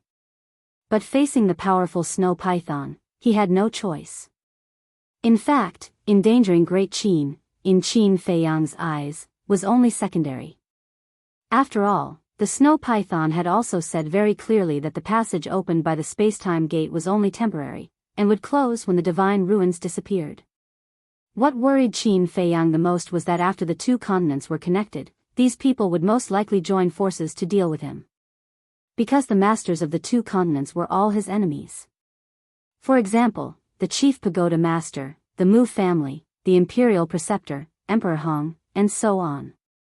Last time in the Endless Sea, he set a trap to snatch the divine crystal, and the mysterious lady would definitely not let it go. So, for Qin Feiyang, how to prevent the people of the two continents from joining forces was the main point. The snow python glanced at Qin Feiyang's group and asked, "Who else has any objections?" Everyone fell silent. With the strength of the snow python, who would dare to have any objections? Since there are no objections, then you should prepare to open the divine ruins in half a month. After the snow python finished speaking, it disappeared without a trace. What exactly is the divine ruins?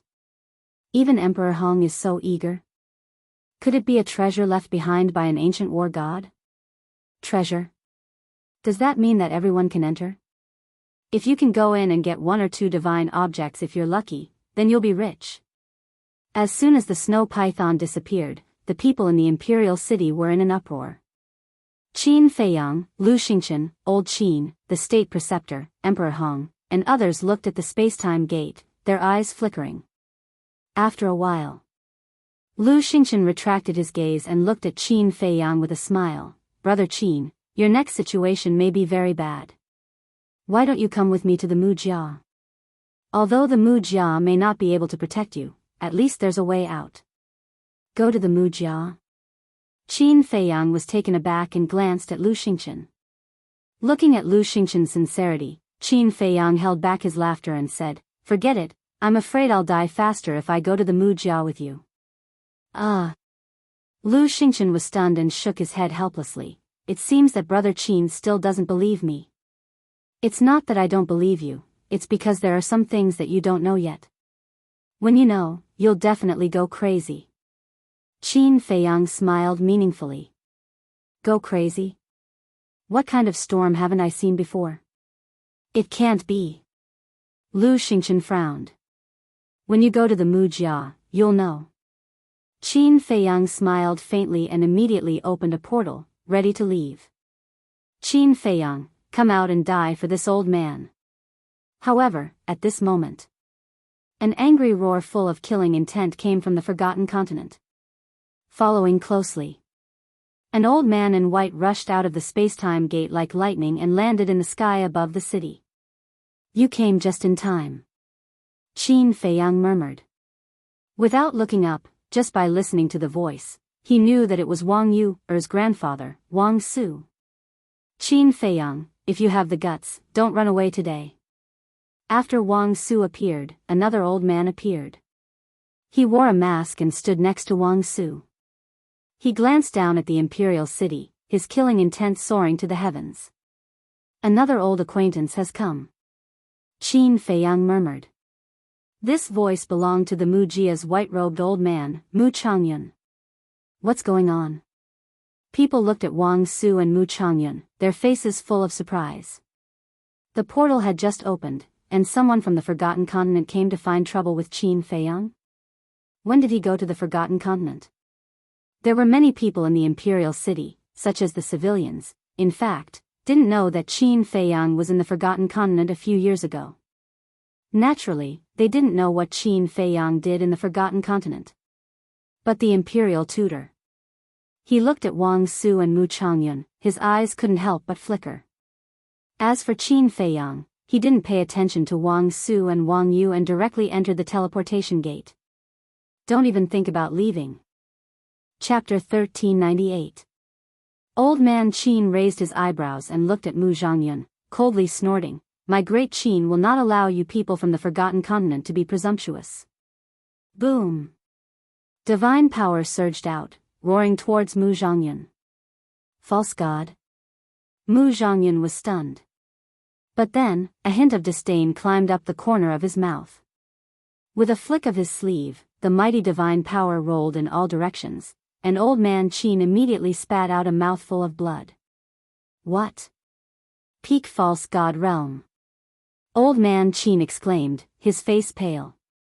Peak false god realm. What's going on? There's actually a peak false god realm who came to find trouble with Qin Feiyang?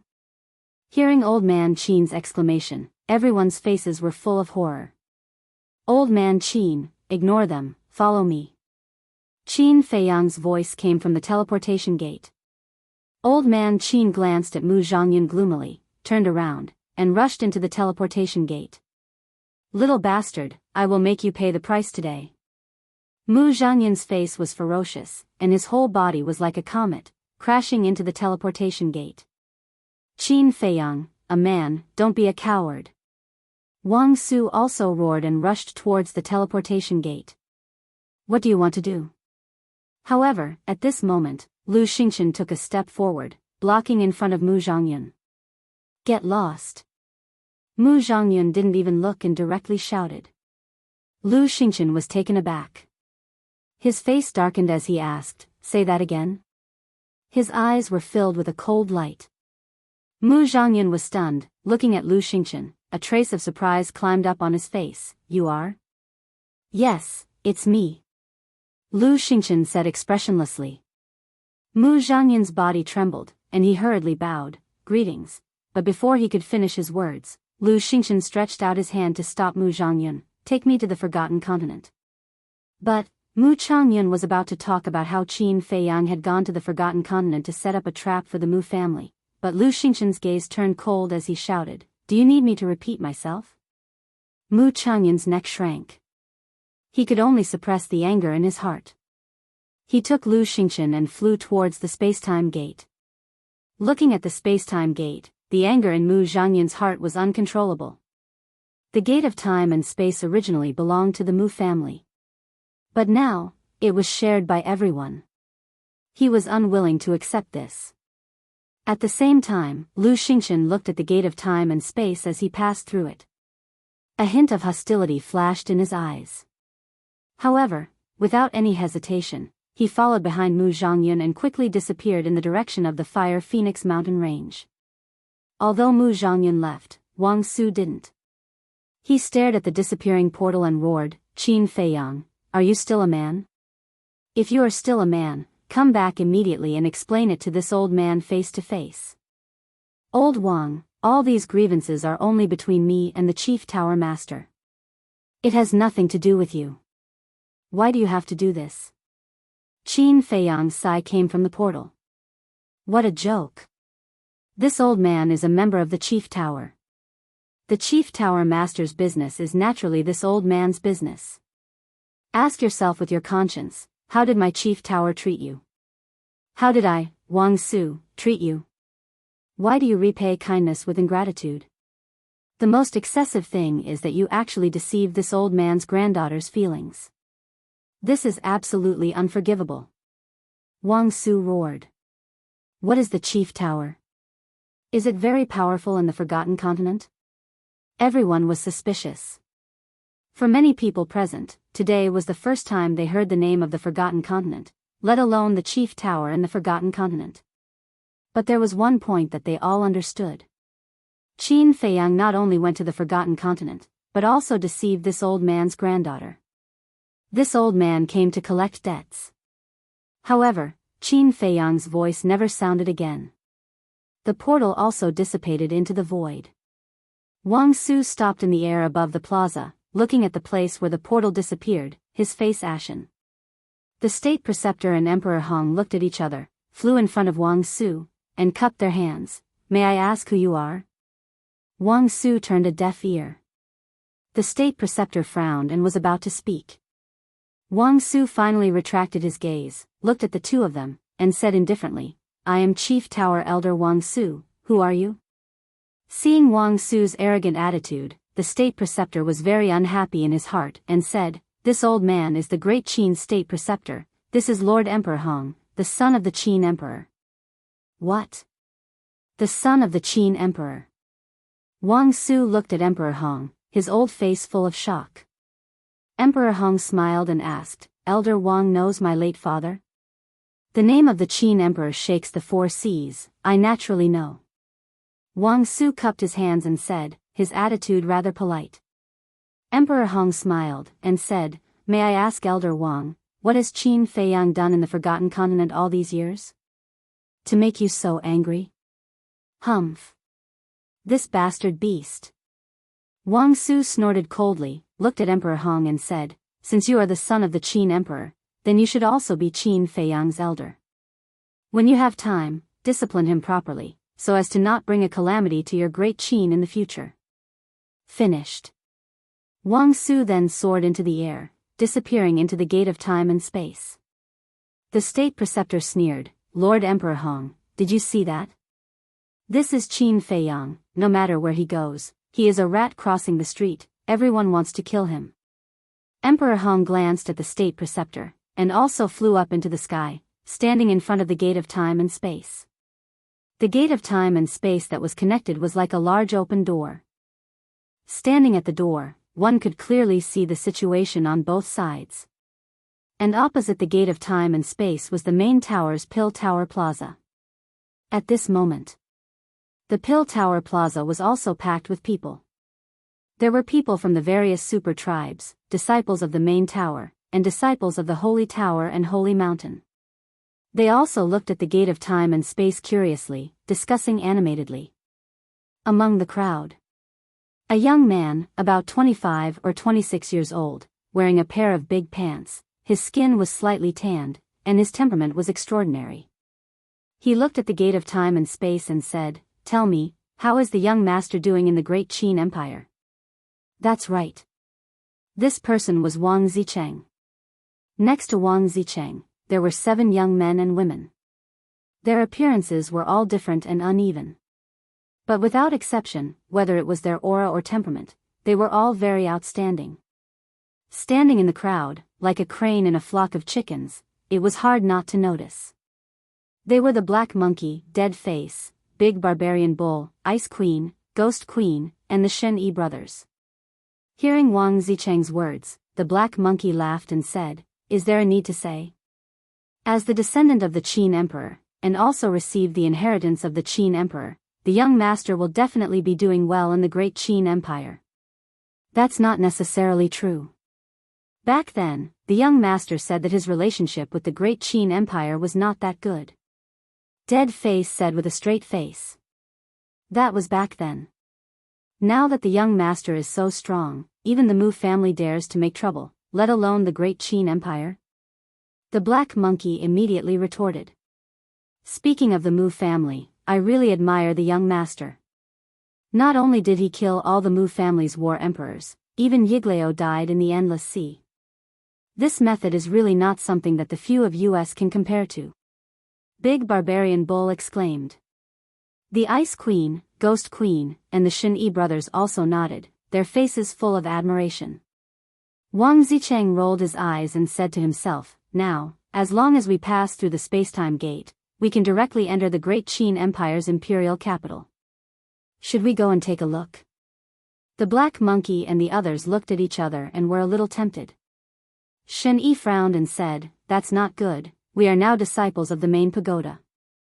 If we want to go to the great Qin Empire, shouldn't we ask the main pagoda master first?" Back then, the main pagoda master sent people to Qinghai to investigate. In the end, he took a fancy to the talent of Wang Zicheng and the others and wanted to take them in for his own use. Wang Zicheng later asked Qin Feiyang, and Qin Feiyang also agreed to let them enter the main pagoda. So now, Wang Zicheng and the others, not only had they joined the main pagoda, but they had also become disciples of the Saint Peak. Moreover, the main pagoda master valued the 8 of them and did not hesitate to nurture them. As a result, their cultivation was about to break through to the 3-star war emperor. Of course, compared to Viper and Dan Wankai, they were still far from it. After all, Viper and Dan Wankai were cultivating in the castle. 1 day was equivalent to 10 days. Ask for what? It's not like we're really working for the main pagoda. Moreover, with our talent, even if the main pagoda master knows that we went to the great Qin Empire without permission, he won't say anything. Wang Zicheng said proudly. Then, hearing Wang Zicheng's words, Shen Yi couldn't help but feel restless.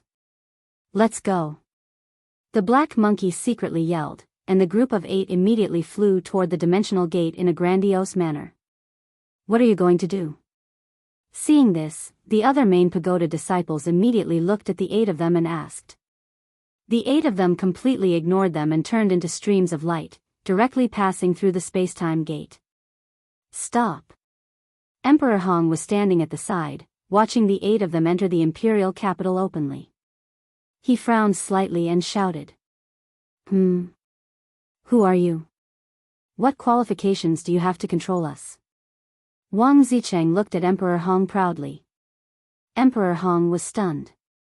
Other than Qin Feiyang, there was actually someone who dared to speak to him like this? Old man, don't block the way, okay? Just now, Lord Snow Python said that people from both continents can freely enter and leave. Do you want to disobey Lord Snow Python's orders? The black monkey shouted. The imperial preceptor below, as well as the people of the imperial city, were all dumbfounded as they watched this scene. Were these 8 people stupid? Did they know who the old man standing in front of them was? He actually dared to be so presumptuous. Emperor Hong's face twitched as he asked, "Do you know my identity in the Great Qin Empire?" "Who cares about your identity? In short, a good dog doesn't block the way." Dead Face said indifferently. "What's the point of talking nonsense with him? Just go around him." The big barbarian bull coldly snorted, and really went around Emperor Hong's side. That expression, that gaze, was completely treating Emperor Hong as air. Wang Zicheng and the others glanced at Emperor Hong, and also brushed past him. With a face full of excitement, they flew towards the city below without looking back. Emperor Hong's veins were bulging. But in the end, because he was afraid of angering the snow python, he still endured it, shook his head, and sighed. Young people nowadays are really rampant. After saying that, he turned into a stream of light with a heart full of helplessness and disappeared from the back mountain of the imperial palace. The imperial preceptor looked at Wang Zicheng and the others with deep meaning, and also opened a teleportation gate, disappearing without a trace. Not long after Emperor Hong and the imperial preceptor left, a few bold people in the main tower also followed Wang Zicheng and the others and entered the sky above the imperial city, their eyes full of surprise. Similarly. Chapter 1399. The 2 continents had entered an era of communication. Qin Feiyang didn't care at all. There was a saying that went, "Counter soldiers with arms, water with an earth weir." It was useless to worry all day, so it was better to face it calmly. On a mountain peak, Qin Feiyang and Old Man Qin stood side by side. Old Man Qin looked in the direction of the imperial city and frowned. "Lu Xingchen is really Mu Tianyang?" Qin Feiyang nodded. "Then you have to be careful in the future. Cooperating with such a person is equivalent to asking a tiger for its skin." Old Man Qin said in a deep voice, full of worry. Qin Feiyang smiled and said, "Isn't he also asking a tiger for its skin by cooperating with me?" "You brat." Old Man Qin shook his head helplessly and said, "You are very smart, but after all, you are still young. And Mu Tianyang, as the emperor of the previous dynasty, is on the same level as the late emperor." Without waiting for Old Man Qin to finish, Qin Feiyang said, "But in the end, didn't he still lose to the ancestor?" Old Man Qin said, "The late emperor is the late emperor, and you are you. There is no comparison between you and the late emperor." "I don't think so. I always believe that as long as I work hard, what the ancestor can do, I, Qin Feiyang, can also do." Qin Feiyang clenched his hands tightly, and his eyes were filled with a determined light. Seeing this, Old Man Qin couldn't help but shake his head with a hint of ridicule. In Old Man Qin's heart, no. In the hearts of everyone in the Great Qin, the late emperor was an unsurpassable existence. He was the god of the Great Qin. Therefore, in Old Man Qin's view, Qin Feiyang's thoughts were a little too naive. Qin Feiyang didn't take it to heart and said with a smile, "There is still half a month before the miracle opens. Old man, where are you going during this time?" "Me?" Old Man Qin fell silent.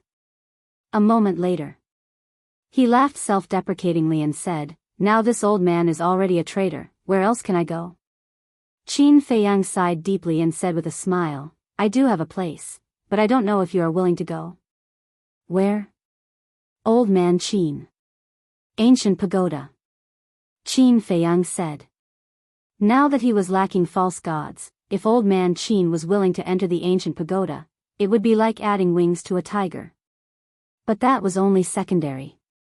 The main purpose of letting Old Man Qin enter the ancient castle was actually for Wang Yangfeng and the rest, as well as the thunder leopard and the other 2 beasts. Now, Wang Yangfeng and the others, as well as the thunder leopard and the other 2 beasts, had already reached the peak of the 9-star combat emperor realm. It was urgent for them to comprehend the ultimacy of becoming gods. But it was common knowledge. To comprehend the profound meaning of becoming a god was not an ordinary difficulty. Therefore, if they had the help of Old Man Qin, who was a ready-made fake god, they would definitely be able to comprehend it much faster than if they were to comprehend it on their own. Furthermore, they hadn't opened the door of potential yet, so they needed Old Man Qin's help. Ancient Pagoda. Old Man Qin remained silent. Qin Feiyang smiled and said, "Don't worry, I won't restrict your freedom. You can leave or stay as you wish." Old Man Qin raised his head and looked at Qin Feiyang. Seeing Qin Feiyang's sincere expression, he nodded and smiled. "All right, this old man is also very curious. What kind of spatial divine item is that ancient pagoda? But before we go to the ancient pagoda, can you let this old man take a look at your ancient castle first?" "Of course." Qin Feiyang was overjoyed. With a wave of his hand, the two of them entered the ancient castle. "Greetings, Old Man Qin." Fatso, Wang Yangfeng, and the others all stood up and bowed. Old Man Qin looked at them one by one. In the end, Old Man Qin's gaze locked onto Fatso, Wolf King, Lu Hong, and the pangolin beast who had followed Qin Feiyang since the beginning. His old eyes were filled with disbelief. These guys had actually already stepped into the combat emperor realm? Oh my god. How did they do it? Even if they had opened the gate of potential, it was impossible for them to be so fast. Qin Feiyang rolled his eyes and said with a mysterious smile, "Old Man Qin, tell me a secret, but you have to promise me that you won't tell anyone, including the emperor." Old Man Qin was startled. He turned to look at Qin Feiyang and asked suspiciously, "You're so cautious, what secret?" "Promise me first." Qin Feiyang said. "All right, this old man promises." Old Man Qin nodded. Qin Feiyang laughed. "Actually, the time rules inside this ancient castle are different from outside." "What do you mean?" Old Man Qin was puzzled. "What I mean is that there is a difference between the time here and the time outside. 10 days in the castle, 1 day outside." Fatso chuckled. "What?" Old Man Qin was dumbstruck. 10 days in the castle, only 1 day outside? What a joke, how could there be such a heaven-defying thing?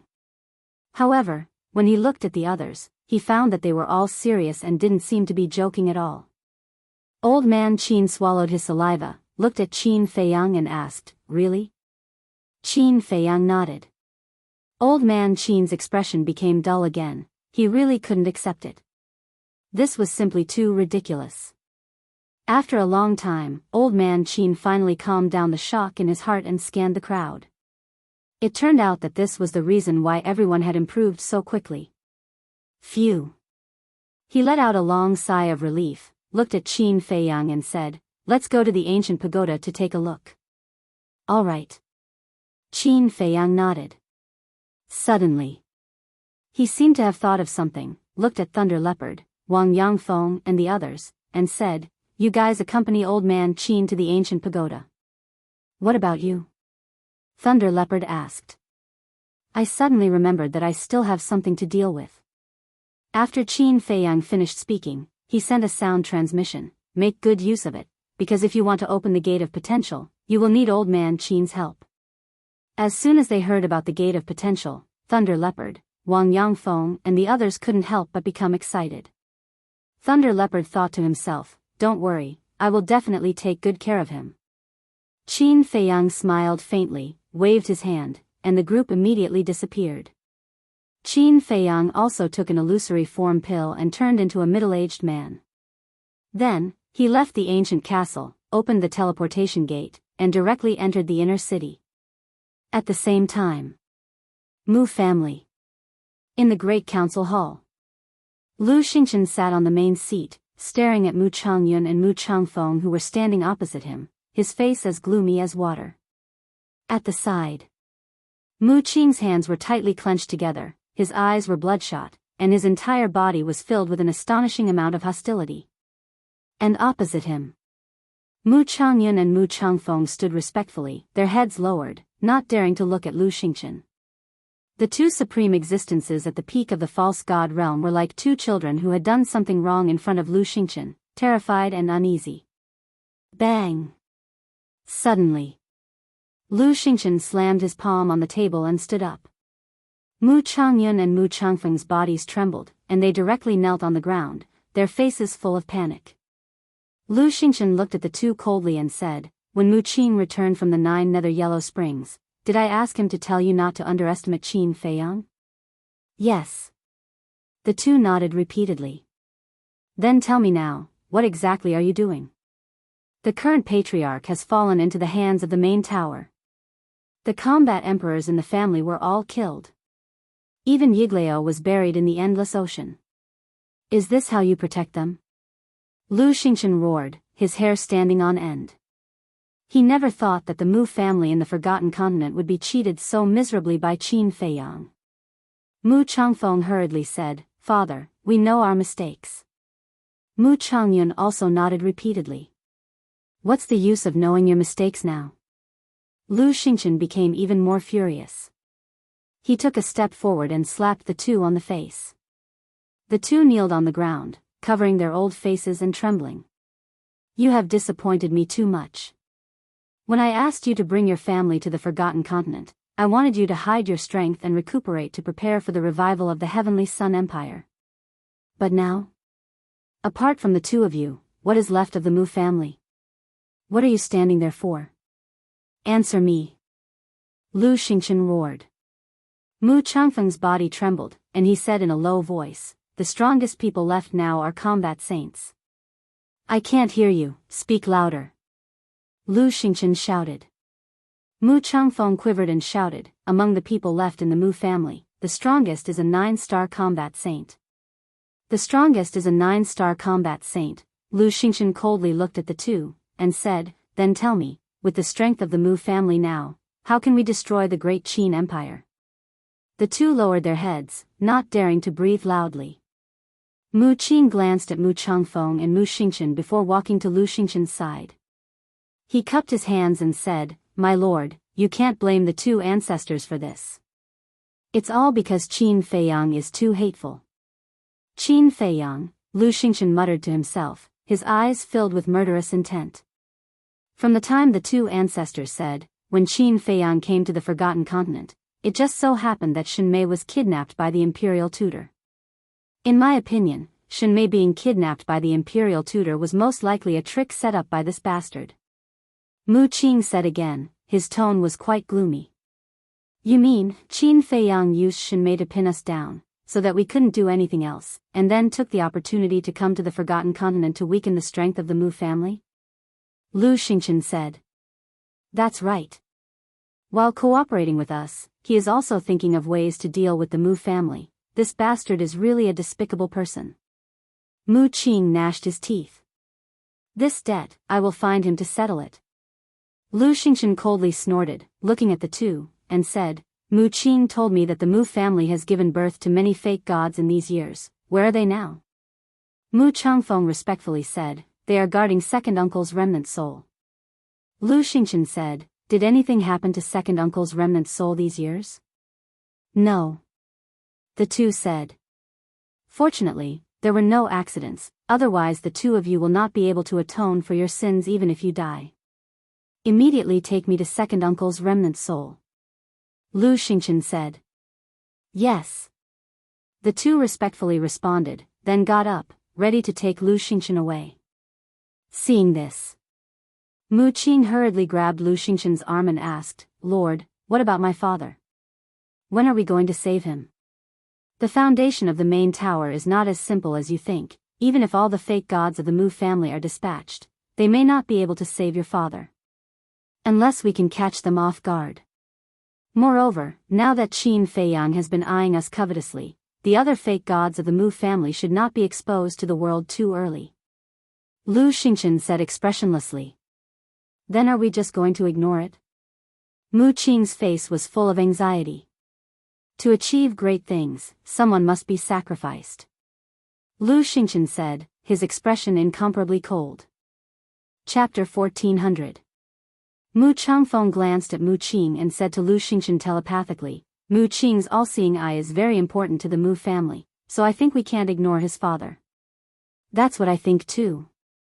He has already lost a sister. If he loses his father as well, I'm afraid he will be disheartened. They might even harbor grudges and resentment toward you and the Mu family.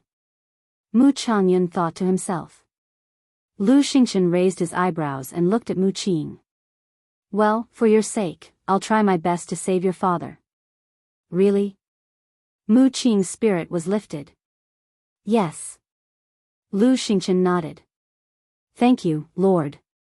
Mu Qing hurriedly kowtowed and thanked him. Lu Xingchen smiled and said, Get up. You probably haven't seen my second brother's remnant soul, right? Come with me to take a look. Yes. Mu Qing replied and stood respectfully behind Lu Xingchen. Lu Xingchen nodded to Mu Changfeng and Mu Changfeng. The two of them understood and immediately led Lu Xingchen and Mu Qing out of the meeting hall, disappearing in the other direction of the city like lightning. Clouds and mist lingered there. Even if one looked closely, nothing unusual would happen. However, as soon as Lu Xingchen and the other three entered the clouds and mist, they instantly disappeared without a trace. It was as if they had evaporated into thin air. At the same time, Chief Pagoda. At the top of a giant mountain. The Chief Pagoda Master stood at the edge of the cliff and looked at the space-time gate above the Pill Pagoda. His eyes flickered. Gongsun Bei stood respectfully behind him and sighed. I didn't expect Lord Snow Python to open a passage between the Imperial Capital and the Central Divine Kingdom. In the future, whether it's the Central Divine Kingdom or the Great Qin's Imperial Capital, I'm afraid that both will fall into chaos. His face was full of worry. The Chief Pagoda Master said, This is inevitable, but it's also a good thing for us. A good thing? Gongsun Bei was suspicious. Chief Pagoda Master said, Let's wait for Elder Wang to return. Whoosh! Before his voice faded, Wang Su cut through the sky and landed directly on the mountain peak. How is it? Chief Pagoda Master asked. Wang Su said, This old man saw Emperor Hong, the son of Emperor Qin, and Great Qin's imperial preceptor. What? The Qin Emperor actually has a son who is still alive? Gongsun Bei was shocked. Chief Pagoda Master's face also sank slightly. He asked, What is the cultivation level of this Emperor Hong? Very strong. According to this old man's analysis, it should be similar to Mu Changfeng. Wang Su said in a deep voice. If that's the case, he's a heavenly semi-divinity realm cultivator. The Chief Pagoda Master muttered. His eyes flashed as he asked, Then what is their relationship with Qin Feiyang? Although it's only been a short time, it's not hard to tell from their expressions that they don't have a good impression of Qin Feiyang. Wang Mo said. Gongsun Bei said, Wait, Emperor Hong is the son of Emperor Qin, and Qin Feiyang is also a descendant of Emperor Qin. Moreover, he received Emperor Qin's teachings. How could Emperor Hong not have a good impression of Qin Feiyang? This old man is not sure. Wang Su shook his head. Chief Pagoda Master sneered, It seems that the situation in the Great Qin Empire is also very chaotic. Wang Su asked, Then, should we send someone to the imperial capital to investigate? No need. Wang Zicheng and the others have already entered the imperial capital. I believe that the matter of Great Qin will soon spread to the Central Divine Kingdom. Chief Pagoda Master smiled. Gongsun Bei heard this and asked calmly, My lord, what exactly do you want to do? What do I want to do? Qin Feiyang has schemed against my Chief Pagoda time and time again. Of course, I can't just let it go like this. Chief Pagoda Master sneered, killing intent surging in his eyes. Sigh. When will revenge breeds revenge? Gongsun Bei sighed inwardly. However, he also knew that he couldn't control Chief Pagoda Master. That's right. This old man also discovered something. Wang Su said. What is it? Chief Pagoda Master asked. Mu Zhongyun brought a young man into the Forgotten Continent. Wang Su said. Chief Pagoda Master said, Gongsun Bei and I have been here all this time, and we also saw that young man. Is there a problem with him? Yes. And there's a big problem with him. This young man only has the cultivation of a combat emperor, but Mu Zhongyun was very respectful when he saw him. It gave this old man the feeling that he was seeing his ancestor. Wang Su said in a deep voice. What? There's actually such a thing? Chief Pagoda Master's expression changed. Gong Sunbei also had a look of disbelief. After coming back to his senses, Chief Pagoda Master immediately looked at Gong Sunbei and Wang Su and said, investigate immediately. You must find out his identity. Gong Sunbei frowned and said, he went to the Mu family. How are we going to investigate? Although he went to the Mu family, he's still a person of great Qin. I believe that there must be someone in the imperial capital who knows his identity. I have a feeling that if this person isn't eliminated as soon as possible, he will bring disaster to our Chief Pagoda sooner or later. Chief Pagoda Master said in a deep voice. Is it that exaggerated? Wang Su frowned. Gong Sunbei asked, then I'll send someone to the imperial capital to investigate now? Chief Pagoda Master nodded. Inner City. A burly man stood in front of the gate of a Martial Marquis mansion. He didn't say a word, as if he was waiting for something. However, the burly man's cultivation wasn't high, he was only a 3-star war sect. There were 3 guards on both sides of the gate. They were all curiously sizing up the burly man, but at the same time, they were also on guard. Not long after, a guard walked out from inside and stood on the steps. He looked down at the burly man and said, the Marquis has agreed to see you. Follow me. The burly man's eyes flashed as he followed the guard in. Inside the Marquis' mansion, there was a garden, a pavilion, a small bridge, and flowing water. It was quite elegant and quiet. In a corridor, a guard led the way and asked, may I ask who you are? Why do you want to see the Marquis? The burly man laughed, this has nothing to do with you. Hearing this, the guard's face immediately darkened. He turned and stared at the burly man, a cold light flashing in his eyes. The burly man chuckled and said, did I say anything wrong? I'm looking for Marquis Shao, it has nothing to do with you. It has nothing to do with me. But if you die here, I'll report to the Marquis. It's just a lunatic who came, I don't think the Marquis will ask anything. The guard sneered. The burly man was startled for a moment, then suddenly grinned. You have guts, you dare to threaten me. The guard was silent and only looked at him coldly. The burly man said indifferently, speak, what exactly do you want? The guard looked around, and seeing that there was no one around, he said in a deep voice, I just want to know who you are. The burly man raised his eyebrows without leaving a trace. A mere guard actually tried to inquire about his identity. This clearly didn't make sense. The burly man asked, did the Marquis of Shao tell you to do this? Don't worry about that. The guard's arrogance was very arrogant.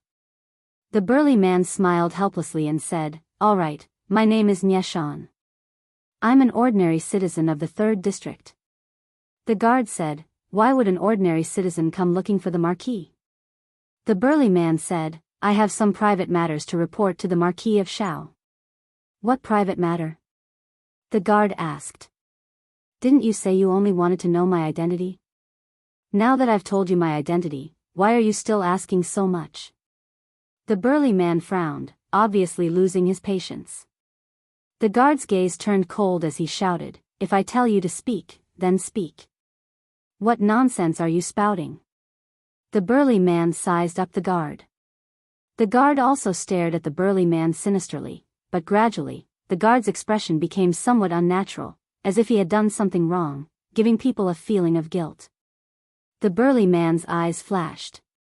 A guard asking all sorts of questions, no matter how he looked at it, it didn't seem normal. Schwa. Suddenly, the burly man waved his hand, and the guard felt his body lighten. In the next moment, he appeared in an unfamiliar stone room.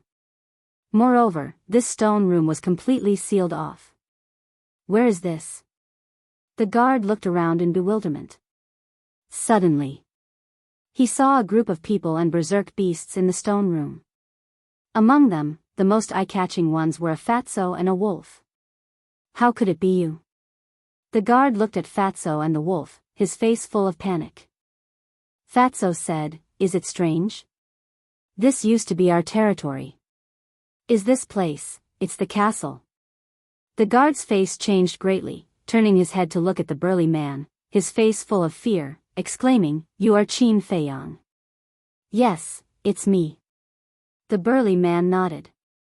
The guard immediately knelt on the ground, begging, "Young Master Qin, I have eyes but failed to see. Please be magnanimous and forgive me this time." Qin Feiyang laughed. "If you have eyes but failed to see, I will definitely not bother with you." "What do you mean?" The guard panicked and asked nervously. "Don't you understand? Then let me tell you. Although I have changed my appearance and you can't recognize me, but your marquis has already agreed to see me, so I am your marquis guest. But you actually asked me again and again about my identity, and even forced me to tell you the purpose of looking for your marquis. Tell me, which guard of the house of marquis has such guts? The most important thing is that when you asked me these questions, you still chose a place where there was no third person. Doesn't this show that there are many problems with you?" Qin Feiyang laughed. The guard's face was gloomy. "Just based on these, you can actually see that there is a problem with me. Qin Feiyang is indeed Qin Feiyang. Since you have already seen through me, then go to hell." Suddenly, the guard laughed sinisterly and suddenly jumped up. His aura erupted as he punched towards Qin Feiyang's mind. "What? 9-star War Emperor." Fatso and the others' expressions changed. Unexpectedly, this person was actually hiding his cultivation. Wolf King shouted, "Little Qin Zi, quickly throw him out." If the Thunder Leopard, the three beasts, and Wang Yangfeng were still here, even if this person was a 9-star War Emperor, they would not be moved. But now, everyone went to the ancient pagoda. With their current strength, they could not stop this person at all. "When I kill you, none of the people and beasts around you will live." The guard laughed sinisterly. "I'm afraid you don't have the ability." Qin Feiyang smiled contemptuously and waved his hand. The guard immediately disappeared. At this time, only then did everyone breathe a sigh of relief. Fatso asked, "Where did you send him? Have you seen any guard of the House of Marquis with a 9-star War Emperor cultivation?" "So of course, I sent him to the ancient pagoda and interrogated him clearly," Qin Feiyang said with a faint smile. Fatso and the others looked at each other and couldn't help but laugh. What kind of place was the ancient pagoda? That was Qin Feiyang's current headquarters, and all the experts around him were inside. It was no exaggeration to say that whoever wanted to enter the ancient pagoda was equivalent to entering a dragon's pool and tiger's den.